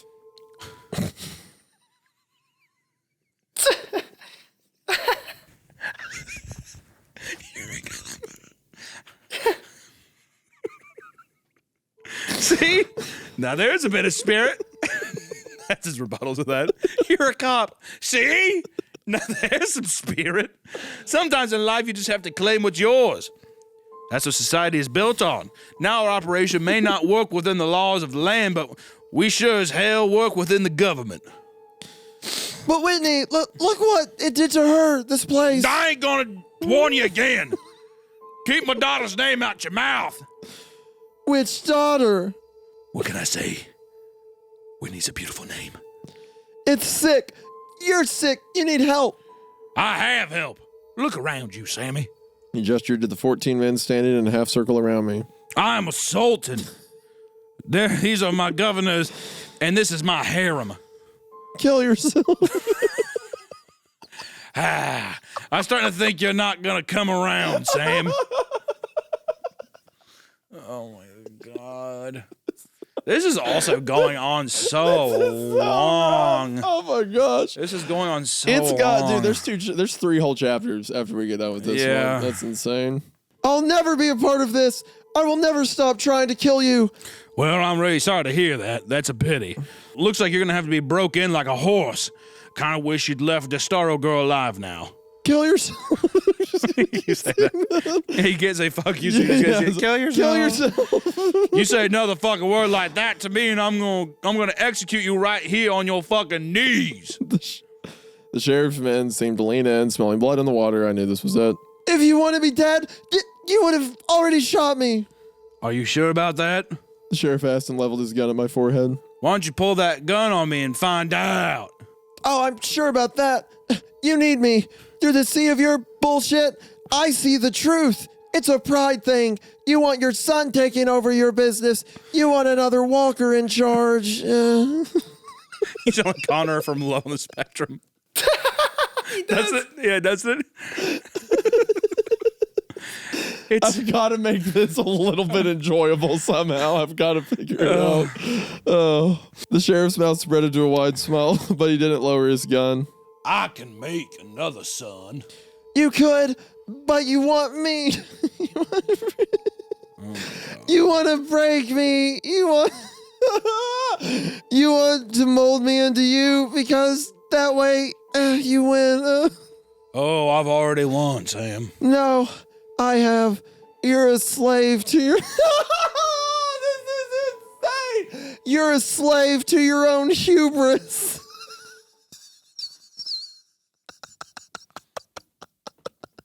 You're a slave to your own hubris. God, I just wish you would have just kept reading the Sun fan. I can say and do whatever I want, and your pride won't allow you to kill me. Maybe not. The sheriff shrugged and dropped the barrel of his gun to my chest. But I could break your ribs with fucking bullet. I heard the shot but didn't feel it enter my body. I instinctively put my hands over the entry wound on my chest. I didn't have to feel it to know it was there. Sound was pulsated in and out of my ears in time to my deceptively calm heartbeat, but through the waves of sound and silence, I could hear them all laughing. Hurts like a fucking bitch, doesn't it? A shot to a ballistics vest hurts a hell lot more than a kick with a steel-toed boot. But of course, your ribs were already broken, so that must really sting. I knew I was going into shock. I pulled my hands away from my jacket and saw that they were covered in thick, warm blood. The laughing died immediately, and the sheriff took a step in my direction. What in the hell? Kill yourself. It works. It works. It does. And just to think you're on the floor, I really hope they edit you with like a white button up and jeans or whatever. I'm just bleeding out, yeah. There's blood pouring down. Kill yourself. Kill yourself. That's just Shinji on the ground. Kill yourself. I hate you, Dad. I hate you, Dad. Kill yourself for real. By the time he put it all together and looked over at her, Kimber was already standing where they'd left her discarded in the snow. She was staring at the sheriff down the sights of the Beretta, and before anyone could react, Kimber squeezed the trigger and killed her monster. So Kimber shot his dad in the head, and I don't even care. Whoa. That's so cool. Whoa, yeah, that's awesome. Imagine if that would have happened 3 chapters ago.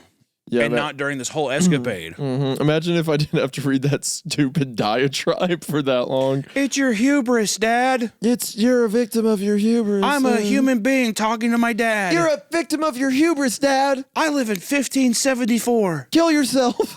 Kill yourself. That's Shakespeare. You're a victim of your own hubris. Kill yourself. That's the plot. William Shakespeare. That's the plot of Hamlet, right? I'm pretty sure. The bullet went through the sheriff's eye and out the back of his head, where it buried itself in the wood of the building behind him. Before his body even hit the ground, guns were pulled from every side, and the men loyal to money taking control of the men loyal to fear. Jimmy Prescott had somehow come through. Holy fucking shit, kid, you did it. Prescott said, taking a sip of coffee and stepping over my father's body. I mean, I think that wound was probably fatal, but, don't let that take away from your accomplishment. Hell, I'll even name a wing after you. Gestured to the door behind him. Take the gun off of Kimber, I demanded. I knew I didn't have much time to play my trump card. Ortiz, what the fuck? Quit pointing that shit at the hero of the day. The man closest to Kimber lowered his gun. She doubled over, then, clearly in enough pain of her own, broken bones, Jimmy nodded, reading the thoughts on my face. Your daddy shot her with a .357, which, well, he shot you too. It's pretty fucking big bullet. She might actually fucking be bleeding, but she'll probably fucking be fine. You, on the other hand... I strained against the darkness. I needed to tell Jimmy something. What was it? Oh, yes, my insurance policy to make sure Kimber left his place alive. So you talked all that shit and you weren't even armed? You had nothing on you? You sure you don't want to come work for me? I did. I did have something on me. Oh, yeah? What's that? This. I pulled out a small remote control and dropped it in the snow in front of me. Jimmy laughed. What the fuck is that? It's a remote for video cameras. What the fuck are you talking about, kid? What video cameras? For the first time since I met him, Jimmy looked rattled. Those video cameras. I pointed up into the trees, where a dozen small cameras blended into the dark branches, their blinking red lights all but invisible. I need to stop the bleeding. Are you fucking kidding me, you shit-eating donkey? What is this laugh? Are you fucking joking? You better be joking, because I'll put the bullet in your head and that your daddy couldn't. He raised a gun to my face but seemed conflicted. If he believed me about the cameras, I knew he couldn't shoot me. It all came down to my ability to bullshit. I'll just take those cameras down and break them like they weren't even there. He said and cocked the gun he was holding to my face. You're on a live feed, asshole! Jimmy's face twitched a few times before he lost it and hurled his coffee cup at the building behind him. Fuck! Fuck! Fuck you! The video is streaming back to a laptop in Chicago. It's over. Jimmy's men looked uneasily at one another. Fuck this. Greg said finally and dropped the gun he was using to hold one of Dad's men's hostage. Now, I don't imagine they're cops. I imagine they're wearing bandit masks and they have like the white and black striped sweaters. The pinstripe thing. Yeah. They scattered like roaches to all sides of the camp, starting their trucks and speeding down off the mountain. Jimmy, literally just the concept of a video camera is all it takes for them to stop a 60-year human trafficking operation. Video cameras? What you mean, video cameras? Jimmy was already on the phone with someone as he dug into his pocket for his keys. Delete it all. All of it. Get it off the DHS internet. And make sure it's gone for fucking ever. I don't give a shit where you are. We need a database gone now. Like it never fucking existed. No, fuck the fucking backups. Delete it all. Jimmy threw his phone on the ground and shot it 4 times. Jimmy threw his phone on the ground and shot it 4 times with his gun. He ran to a nearby truck and ripped the door open. Prescott! I shouted hoarsely. Jimmy paused before he slammed the door and glared at me. Kyle Landy. Was all of that bullshit? Jimmy's glare contorted into a bitter smile. Where is he? Where's Kyle? You fuckers will believe anything. He sneered before he slammed his car door and sped off down the mountain. Last of my energy expended, I fell forward in the snow with my back to the sheriff's body. I could see a mess of Kimber's red curls over the top of my arm, but she was so far away. Kimber! I gasped through the blood in my mouth, but she didn't stir. With my strength running out like sand in an hourglass, I pulled my phone from my jacket and dialed Seth's number. He answered on the first ring. Tell me. It worked! She's alive! I'm alive! The high school. Those sick pricks host all the records on the school server. Drisking High. Drisking High. Got it. Can you get in? I'm working on it. The database is going to be locked down secure as fuck, but I don't think that... But like I said the other day, I'm pretty good at what I do. I don't know what the file will be called, I muttered and dropped the phone down next to me where it sunk into the snow. I faded in and out for a few minutes trying to hold on. I got it. I just looked for the most buried shit on the server. They're scrubbing it fast, man, but I got it. They definitely know I'm here. Felt myself pulling away from my body. Fuck me. There's some serious heavy hitters in here. I can't believe they kept this on a school server. What fucking assholes. I could barely hear Seth anymore. Hey, you okay, bro? Sam. And then I was alone. Passes out. Chapter 17. Chapter 18. The clock read 1:32 a.m. I turned the car on again. Kimber muttered her approval and laid her face next to the heater. She gently banged her forehead against the dashboard. We're getting fucking nowhere, she said, and she was right. We had been arguing for hours and still agreed on nothing. The mission was suicide no matter how we went about it, so are we getting a flashback? I think so. So we really just arguing how many of us should die and in what order. They're going to kill you if they see you, period. Those guys have no reason to let you live. Yeah, I'm not arguing that. But how are you going to shoot anybody when you have one bullet and they know you're coming anyway? And they know about the bulletproof vest. And they know about the bulletproof vest, making it absolutely worthless. Yeah. I leaned my head back against the headrest and closed my eyes. I just wanted to sleep. Yep. We need more time, at least another day. If we don't come to them in the morning, they'll come to us. And kill us either way. Right. We're dead in every scenario. Unless... I turned my head to look at her through one eye. Unless what? Unless we do something stupid. Oh, Kimber, that ship has sailed. No, listen, I'm serious. You wear the vest, and you give me the gun. Split up the vest and the gun? Yeah, they won't expect that. Yeah, because it's stupid. So one of us pulls out the gun, they're gonna get shot. So if that's... So if that's the plan, I'd rather you wear the vest. But I need the gun. Then wear both. No, that's... She was silent a moment. Well, actually, that's pretty brilliant. I gave her a dubious look. What are you thinking? Hear me out. I'm going to get shot either way, and that actually puts us in an advantage. Let him shoot me, and then, once they've forgotten about me, and they're not paying attention to me anymore, I'll shoot him.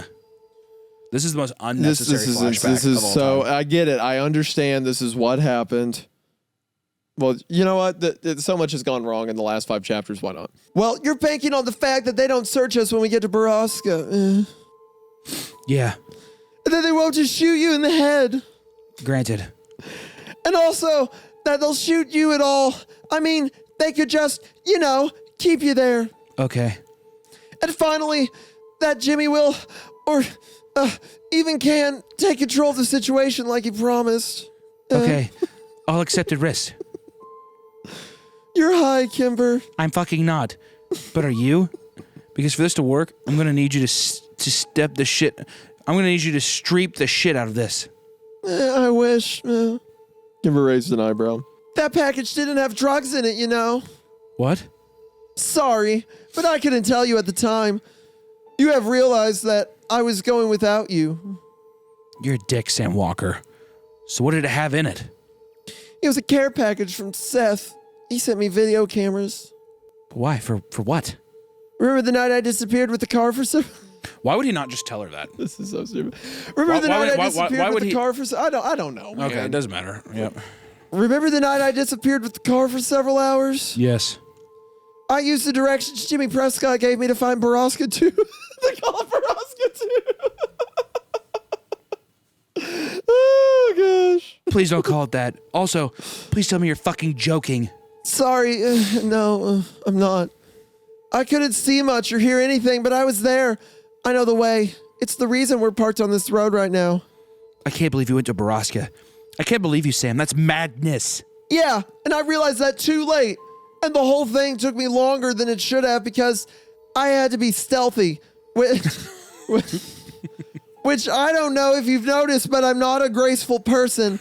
And I had to climb trees to Velcro that shit down. Oh, and I had to find the place. This is the most like autistic coded thing. This is insane. For you people who don't know, I'm not the most graceful bird. I mean, this entire chapter is literally flashback to something we've already seen the events of. So holy shit, we're gonna have actual footage from the mine? It's brilliant. Not exactly. They're dummy cameras. What does that mean? They're not real? Yeah, they're solid as like deterrents. But then why would you risk that? Why even bother putting up deterrents? Why not just have him send regular cameras? I just thought that it was kind of cool. Why not just send regular cameras? It kind of reminds me of that finale in Breaking Bad when Walter hires people to just point lasers at the rich family, at the Gray family. Yeah, but they're not really snipers, but it worked. To deter anyone from murdering me. Oh, god damn it. I really wish you were real. Yeah, me too. But there's no way I could have installed something like that. Fuck, if we had film, we wouldn't even need Borrasca records. Seth thinks that if we figure out where the files are, he might be able to get in and download them. So many ifs. So you really want to get shot, huh? I think it's the best plan we got. Maybe I'll just stumble into a camp later than you. Get caught. That way they'll assume that you have a gun and I was just being careless, Sam. Sam? She was shaking me. I drifted off. Oh, sorry. This is narration. She was shaking me. I drifted off. Sam, wake up. Wake up! Chapter 19. Chapter 19. Very close. Good afternoon, Mr. Walker. I'm sorry to wake you, but the detectives have been asking to interview since yesterday. I'm afraid they're very insistent. I tried to focus on the woman standing next to me. Everything was very white. Where am I? Drisking Regional. I'm Dr. Clava, and I've seen you're going to be speaking to two of the rudest men I've ever met, and I'm going to up your morphine a smidge. Okay. I blinked a few times against the bright light that stung my eyes. No morphine, please. Take me off it. Are you sure? You'll be in a bit of pain if I do that. She said she walked over to the IV drip. Yeah, turn it off. Where's Kimber? How is she doing? Also, how am I not dead? I'm not Kimber's doctor, so I'm not sure who you're talking about. I don't know who that is. Or what you're That's a name, about. and there's a lot of human beings on the planet. As for your survival, you owe that to a rather skilled surgeon on staff here. I could already feel the pain radiating from my chest below my heart. Is there any way you could make it any darker in here? Absolutely. She replied as she walked to the door and turned down the lights. Good luck. A nurse will be later by to check on you. I didn't recognize the two men who pushed past Dr. Clava in the doorway. They were seriously with the dry air of immediacy about them. Sam Walker, my name is Agent Grant. This is Special Agent Trippine.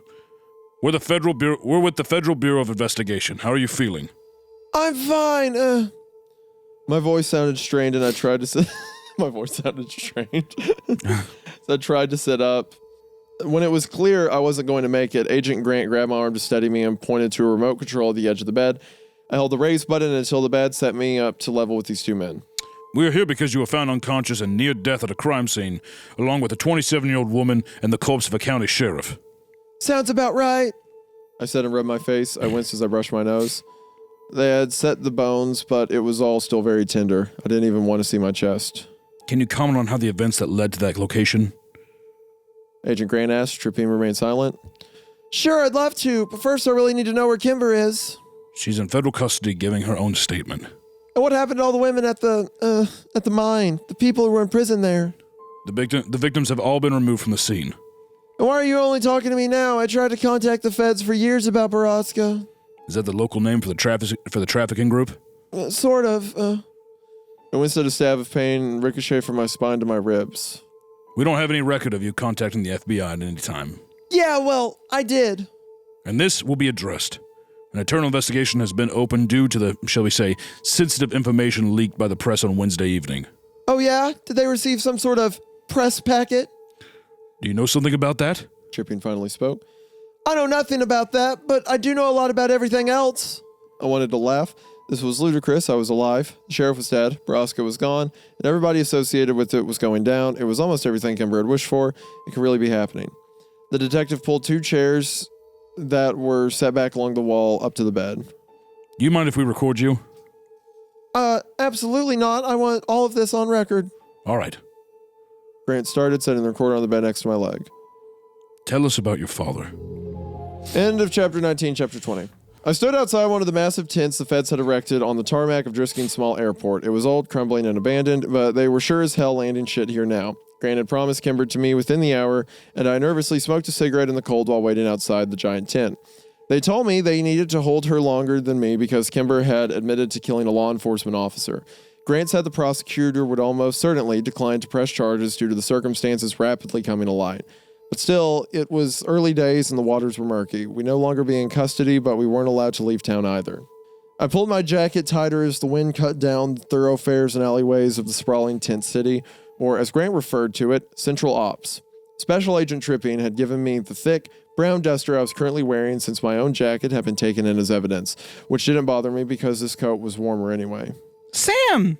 I turned around just as Kimber jumped on me, wrapping her arms around my back and squeezing tightly. I buckled, grunting in pain and trying not to drop her. Kimber released me immediately. Oh, I'm sorry. I forgot you got shot. Well, you sure reminded me. I winced. Tripping walked up from behind Kimber and nodded at me. You can go. There's a Ford Explorer you can use, park off a Draper across from the mobile command unit. Here are the keys. Don't leave town and don't talk to the media or the locals. In fact, don't talk to anybody. We found the car right where he'd said and climbed in, slamming the doors with the biting wind. You're gonna have to drive. I don't think I can manage it. Don't they have you on painkillers? Prescription Tylenol. Oh my God. I want to cry for you, but still, good for you, Sam. She smiled at me and pulled out onto the road. Honestly, I can't believe they discharged you from the hospital after only a few days. You got shot in the chest. I'm well aware, but they had to. The hospitals are full. Every hospital within 50 miles and a mobile one for at least several cases is what I was told. Holy shit. How many women were there at Borrasca? You don't know? No, they wouldn't tell me anything. They even took the TV out of the hotel room they held me in. 132. That'd have been my reaction too. But there were never that many when I was there. Maybe 60 at most. I guess he wasn't lying. The sheriff really was a businessman. Turn here.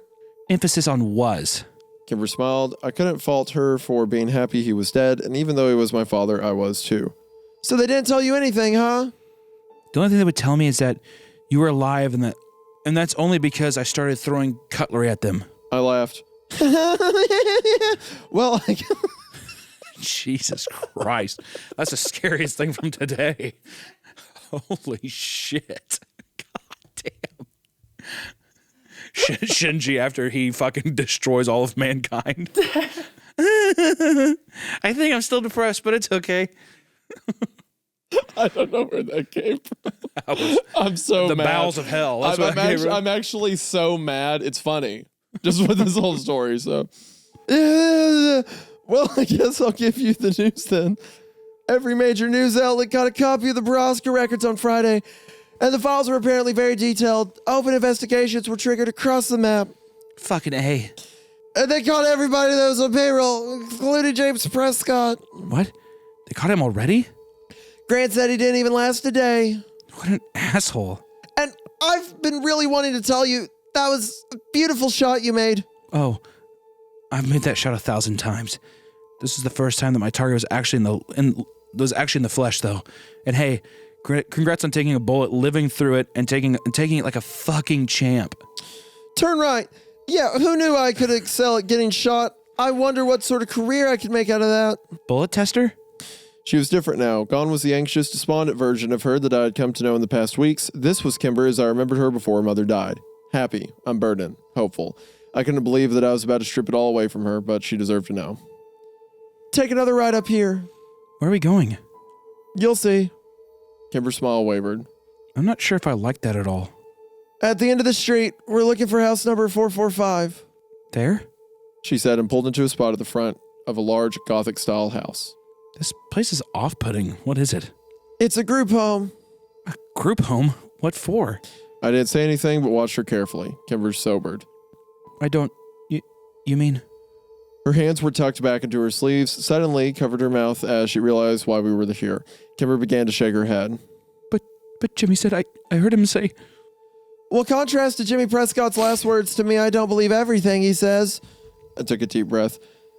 The Landys left town with just about everybody else 2 days ago. It's funny to imagine he's yelling at her, like while they're standing there.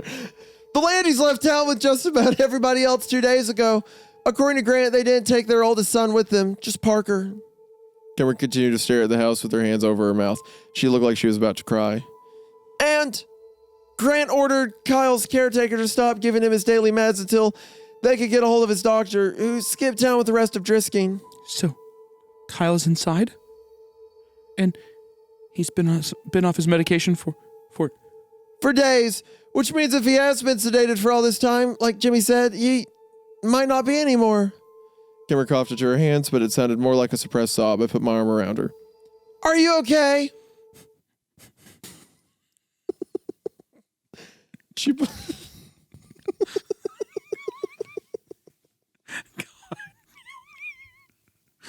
Kill me, God.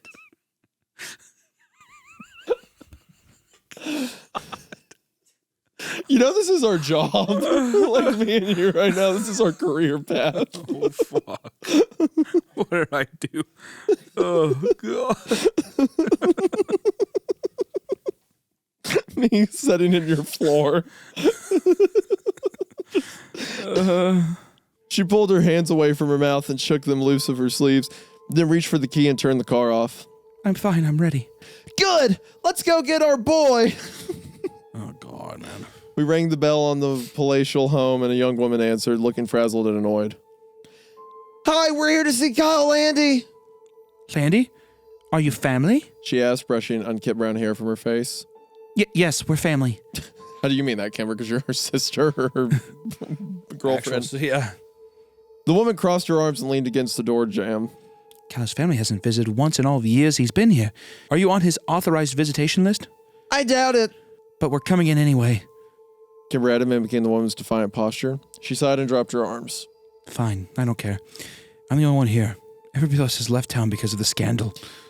She moved aside and walked into the foyer. The woman closed the door behind us and gestured up the grand staircase. He's in his room. Second door on the left. We turned to go.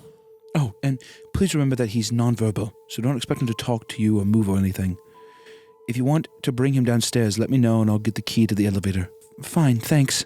Kimber said to the air behind her as she climbed the stairs. I followed behind more slowly, taking deep, measured breaths. Please, Kyle, please. Please be real. By the time I got to the top of the stairs, Kimber was standing in the open doorway of Kyle's room as if she couldn't bear to go any further. She was crying softly into her hands. When she turned and saw me, she began shaking her head. I can't. I just can't, Sam. I walked over and gave Kimber a hug. Ah, it's okay. It's gonna be fine. I said, it's like she's walking around with Sonic the Hedgehog, like overly happy. Yeah, 2D-dimensional anime character. I said into her hair. I took a few moments to mentally prepare before I finally turned around and glanced into the room. Kyle was in his wheelchair, which was facing the bed, and he was staring straight ahead at the swirling oak of the wall in front of him. He didn't react to our voices or move in the slightest.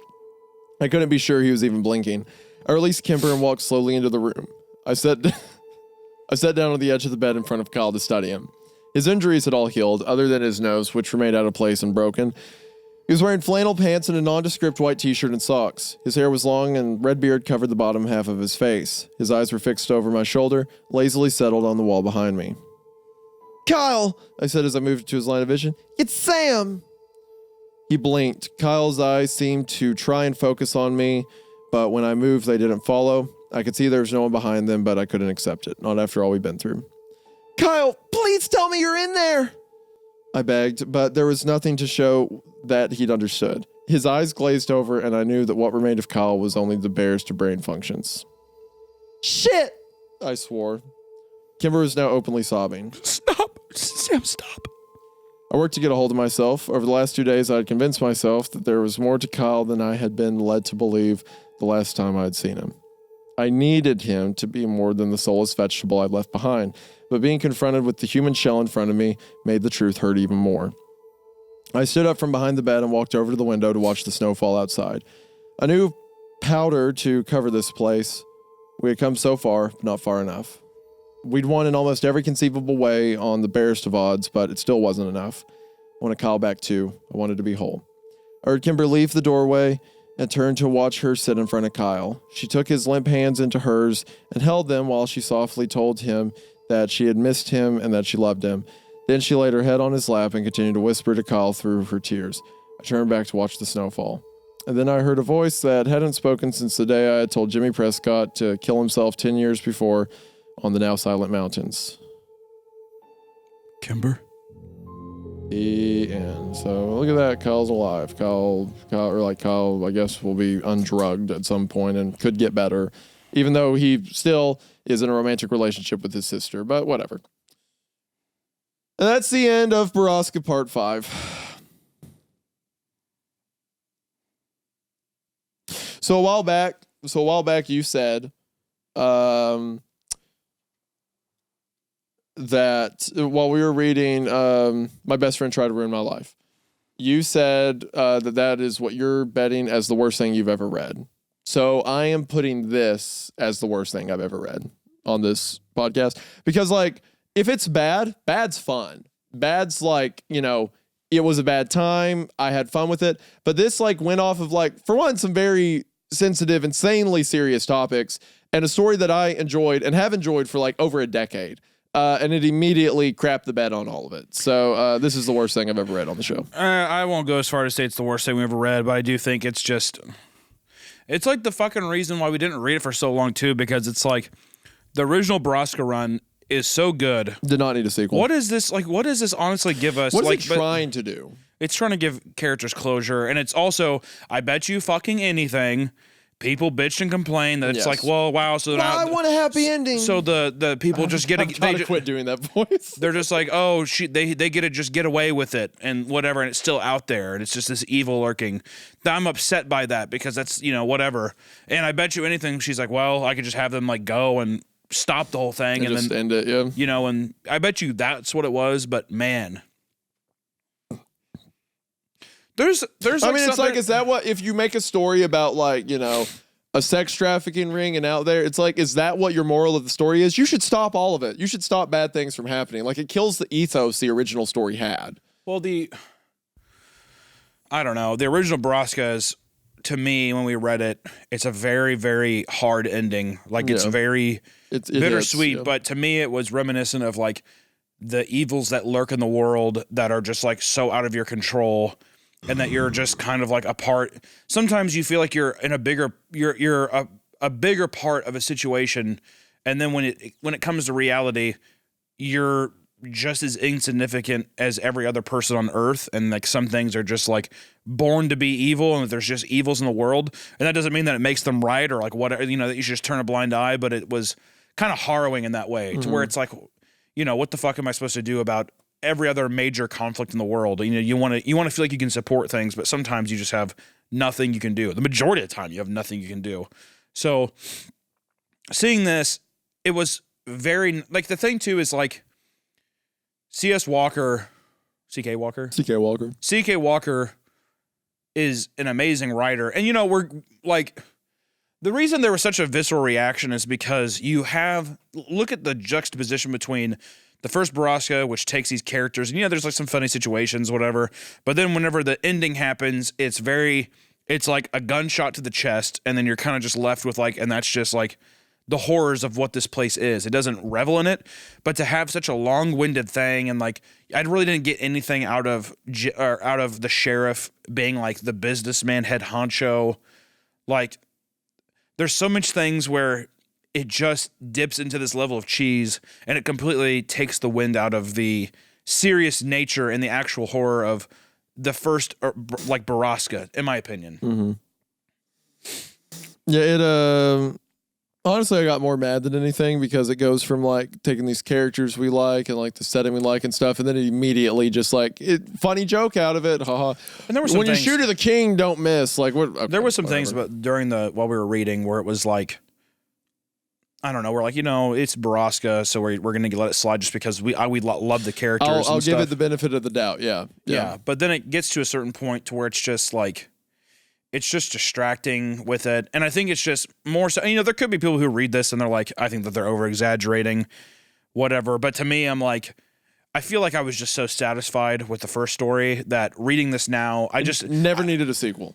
Never needed a sequel. And there's probably a world where a sequel could have worked, but I don't honestly like. I mean, even making the ending of the first one with its goal was so impactful in leaving it as an unanswered evil in the world. Ending it with, because the last lines of part 4 is the letter from Kimber's mother. Strong, powerful, let it lie. It does not need to be a hero fantasy. And we were going to read it if it was one, which is what I expected it to be like, you know, fun for the audience. People at home suggested it. But it was like, yeah, but also what if we make the first one a joke a little bit? And then like, you know, it's like, whatever. Yeah, I don't know. I mean, even just the beginning, I remember I didn't say anything because once again, I know that I have a bad habit. I have a bad habit with being just negative in general when it comes to a lot of these stories, and I try to go in having fun with the audience and stuff. But as soon as he was like, I'm a heroin addict, and my prison partner, my prison roommate, who was also a convict, my cellmate, is a hacker, and I'm like, okay, that's going to come up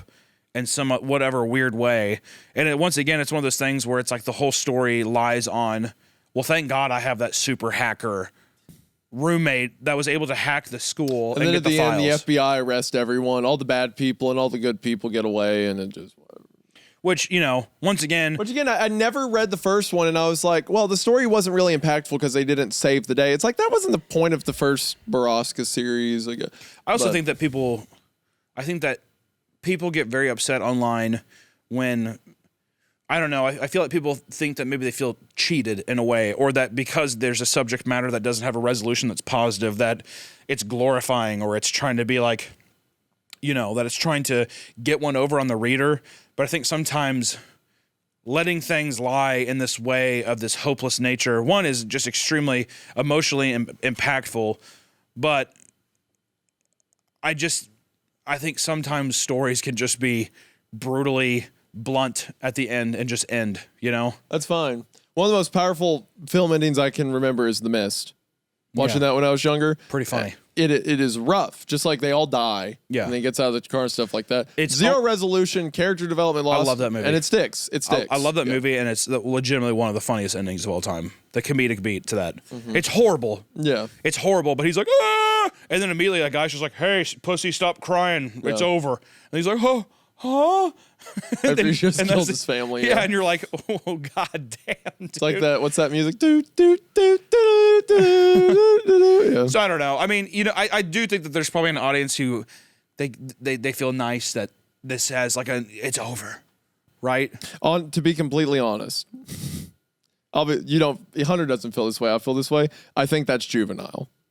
I think if you read a story that is about like real world, again, not that Borrasca's real world, but themes of like human trafficking and stuff like that, something that's that heavy, and you read that story and you're like, but I want to feel good in the end. It's like, well, then you don't. Why are you reading a story about these things? Because that's not how it works. The point is like people that come out of it, about you have these stories of humanity, or you have these individual characters that are able to rise above the evil of the world. It's not that every story that has this mass evil in it is, and then the good guys win. The idea is that people are able to come out of that awful. I mean, you have authors like McCarthy that do things with that all the time, or a lot of the Coen brothers films. You have these awful people, but there's heroes that rise up out of that, right? It's not because they eliminate badness from the world. It's because they eliminate it from themselves. They purify themselves through the awful they go through. Yeah, and I think if you read something that heavy and you're like, I need a happy ending, then I don't think you are engaging with the story in a way that topic is meant to be engaged with. Yeah, and I think you're discrediting that, like, the story itself can be something where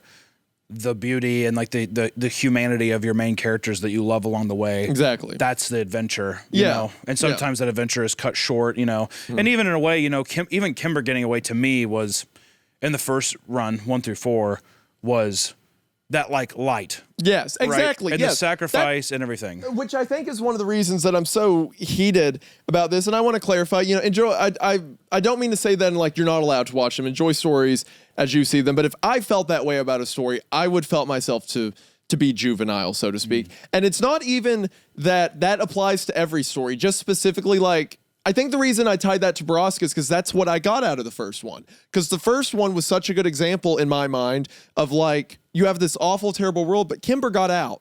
Like she was a character who we treasured, who managed to get away from it. And then it's like, what if we bring her back in, take her through this, and then it's happy ending. It's sunshine and rainbows. She is the exception that is also the constant reminder of everyone else struggling. Yeah.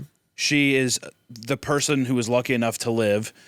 But then every time that you think about her now, you have to realize that not everyone was that lucky. And I think that's like a harrowing kind of like Greek tragedy-esque ending of a story, you know? And I mean, I could be completely wrong. I'm just riffing. I mean, what the fuck do I know? I'm just talking about my feelings. But I feel like this was... I'm a YouTuber. Like I can be wrong. I feel like this was completely written out of people being upset. I think it was written out of people being like, wow, I think people really didn't like that ending, and I feel like I need to do this. It feels like, you want a happy ending? Okay. Yeah. You'll see creatives do that a lot. But luckily, this is the good takeaway from this, is that there were still a lot of great moments in it with the characters that I enjoyed. It was nice just being back. It was nice to see them Sam again. and Kimber again. That was nice. Kimber especially. But also, I think C.K. Walker having the fucking balls to even end this thing in the way that she did the first and second time, regardless of what you think, the person made the executive decision, took time, wrote this. I think that's fucking cool. And also, if you don't like this, or maybe you love it, and if you didn't vibe with it, you do not have to have this extension. Yeah. Which I think is a powerful tool as an artist or as like a writer to just be like, oh, then just stop here. Because there's a lot of work like that. Even like we were joking about, you sound like Shinji, that there's fucking 80 endings to Evangelion. Yeah. You can just pick which one you like and fuck with it. But at the same time, it's like it is legitimately the artist. It's the artist's right to just be like, I'm going to do whatever the fuck I want with it. And you get to explore that, and more people are going to experience it in different ways. Yeah. The laughter and the frustration that came out of this was just the comical levels that it went to the point where I feel like there was things I was like, well, it is what it is. All the way up till 15, chapter 15. 15 killed it, dude. And then from there, when he said I'm an Alpha Sam, I was gone. I wasn't coming back, the Alpha line was really the thing where I was like, this is like the fucking the nail in the heart. It's a joke. Sorry for caring. That's I think why I got so mad and like sarcastic with it, because the whole time I'm like, well, maybe they'll find Kyle in some way. Maybe they'll get those girls out of there.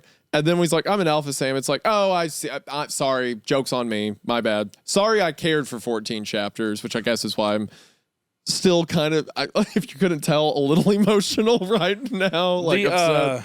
Yeah. I think, too, what was weird, I get a lot of... I really like stories, so I get heated about them. My apologies for being cringe, I get feedback sometimes where, and I agree, is that I don't think my cartoonish voices help whenever it's like, well, I think it's unfair because you read it in a way. But the script in which I was reading, it was in like a southern, weird correct. Kind of like cartoonish. Read like, I'm an Alpha Sam and with a bad straight face. Western villain.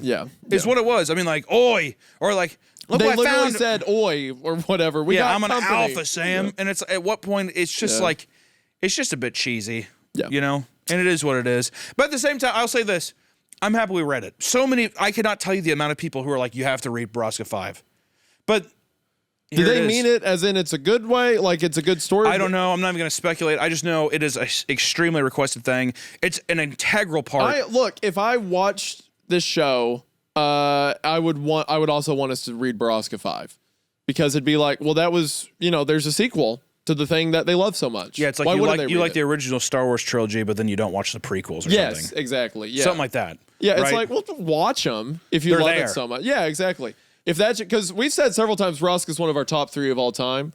It'd be like, Jurassic Park's my favorite movie. No, I never watched Lost World. It's like, well, it doesn't have to be as good, but it's there, you know, like. I think they're just blatantly ignoring it. As my final note, I'll say this is C.K. Walker, still one of the undisputed goats of this I won't channel. hold it. I will not hold this against I think her. I think a lot of the kind of cheesy, fun narratives blend so well with some of the child stories like Mayhem Mountain. The original Borrasca, she writes children in such a conceivably fun, it's a big bubbly world and it all these like different traumatic horror experiences. It seems to me because the only issues that I don't want to say I've had with her, but the only times I've like disliked the writing has been when it's a sequel that is written later on. Like Deep Woods. Like Deep Woods, the first Deep Woods was about them going to the church, seeing it. And it's kind of like, we're going to make fun with it. So, and this Borrasca 5 is probably a similar deal. And there's nothing wrong with a writer who's posting stories to her own website and no sleep to be like, I made this old story. Let's have a little sequel. Let's have fun with it.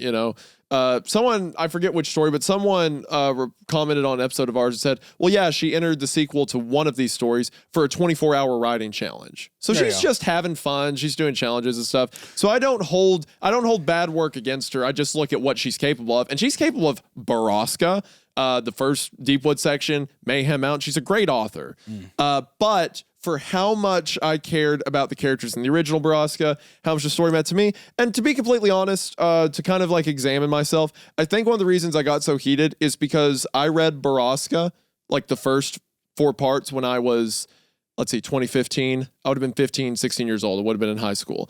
I read those and was like, I really want to start writing horror stories. Like Borrasca was hugely impactful to me, and it made me want to continue today, which now, like, not just Borrasca, but stories like that led me to want to talk about scary stories online, which put me on YouTube, which put me on a podcast with you.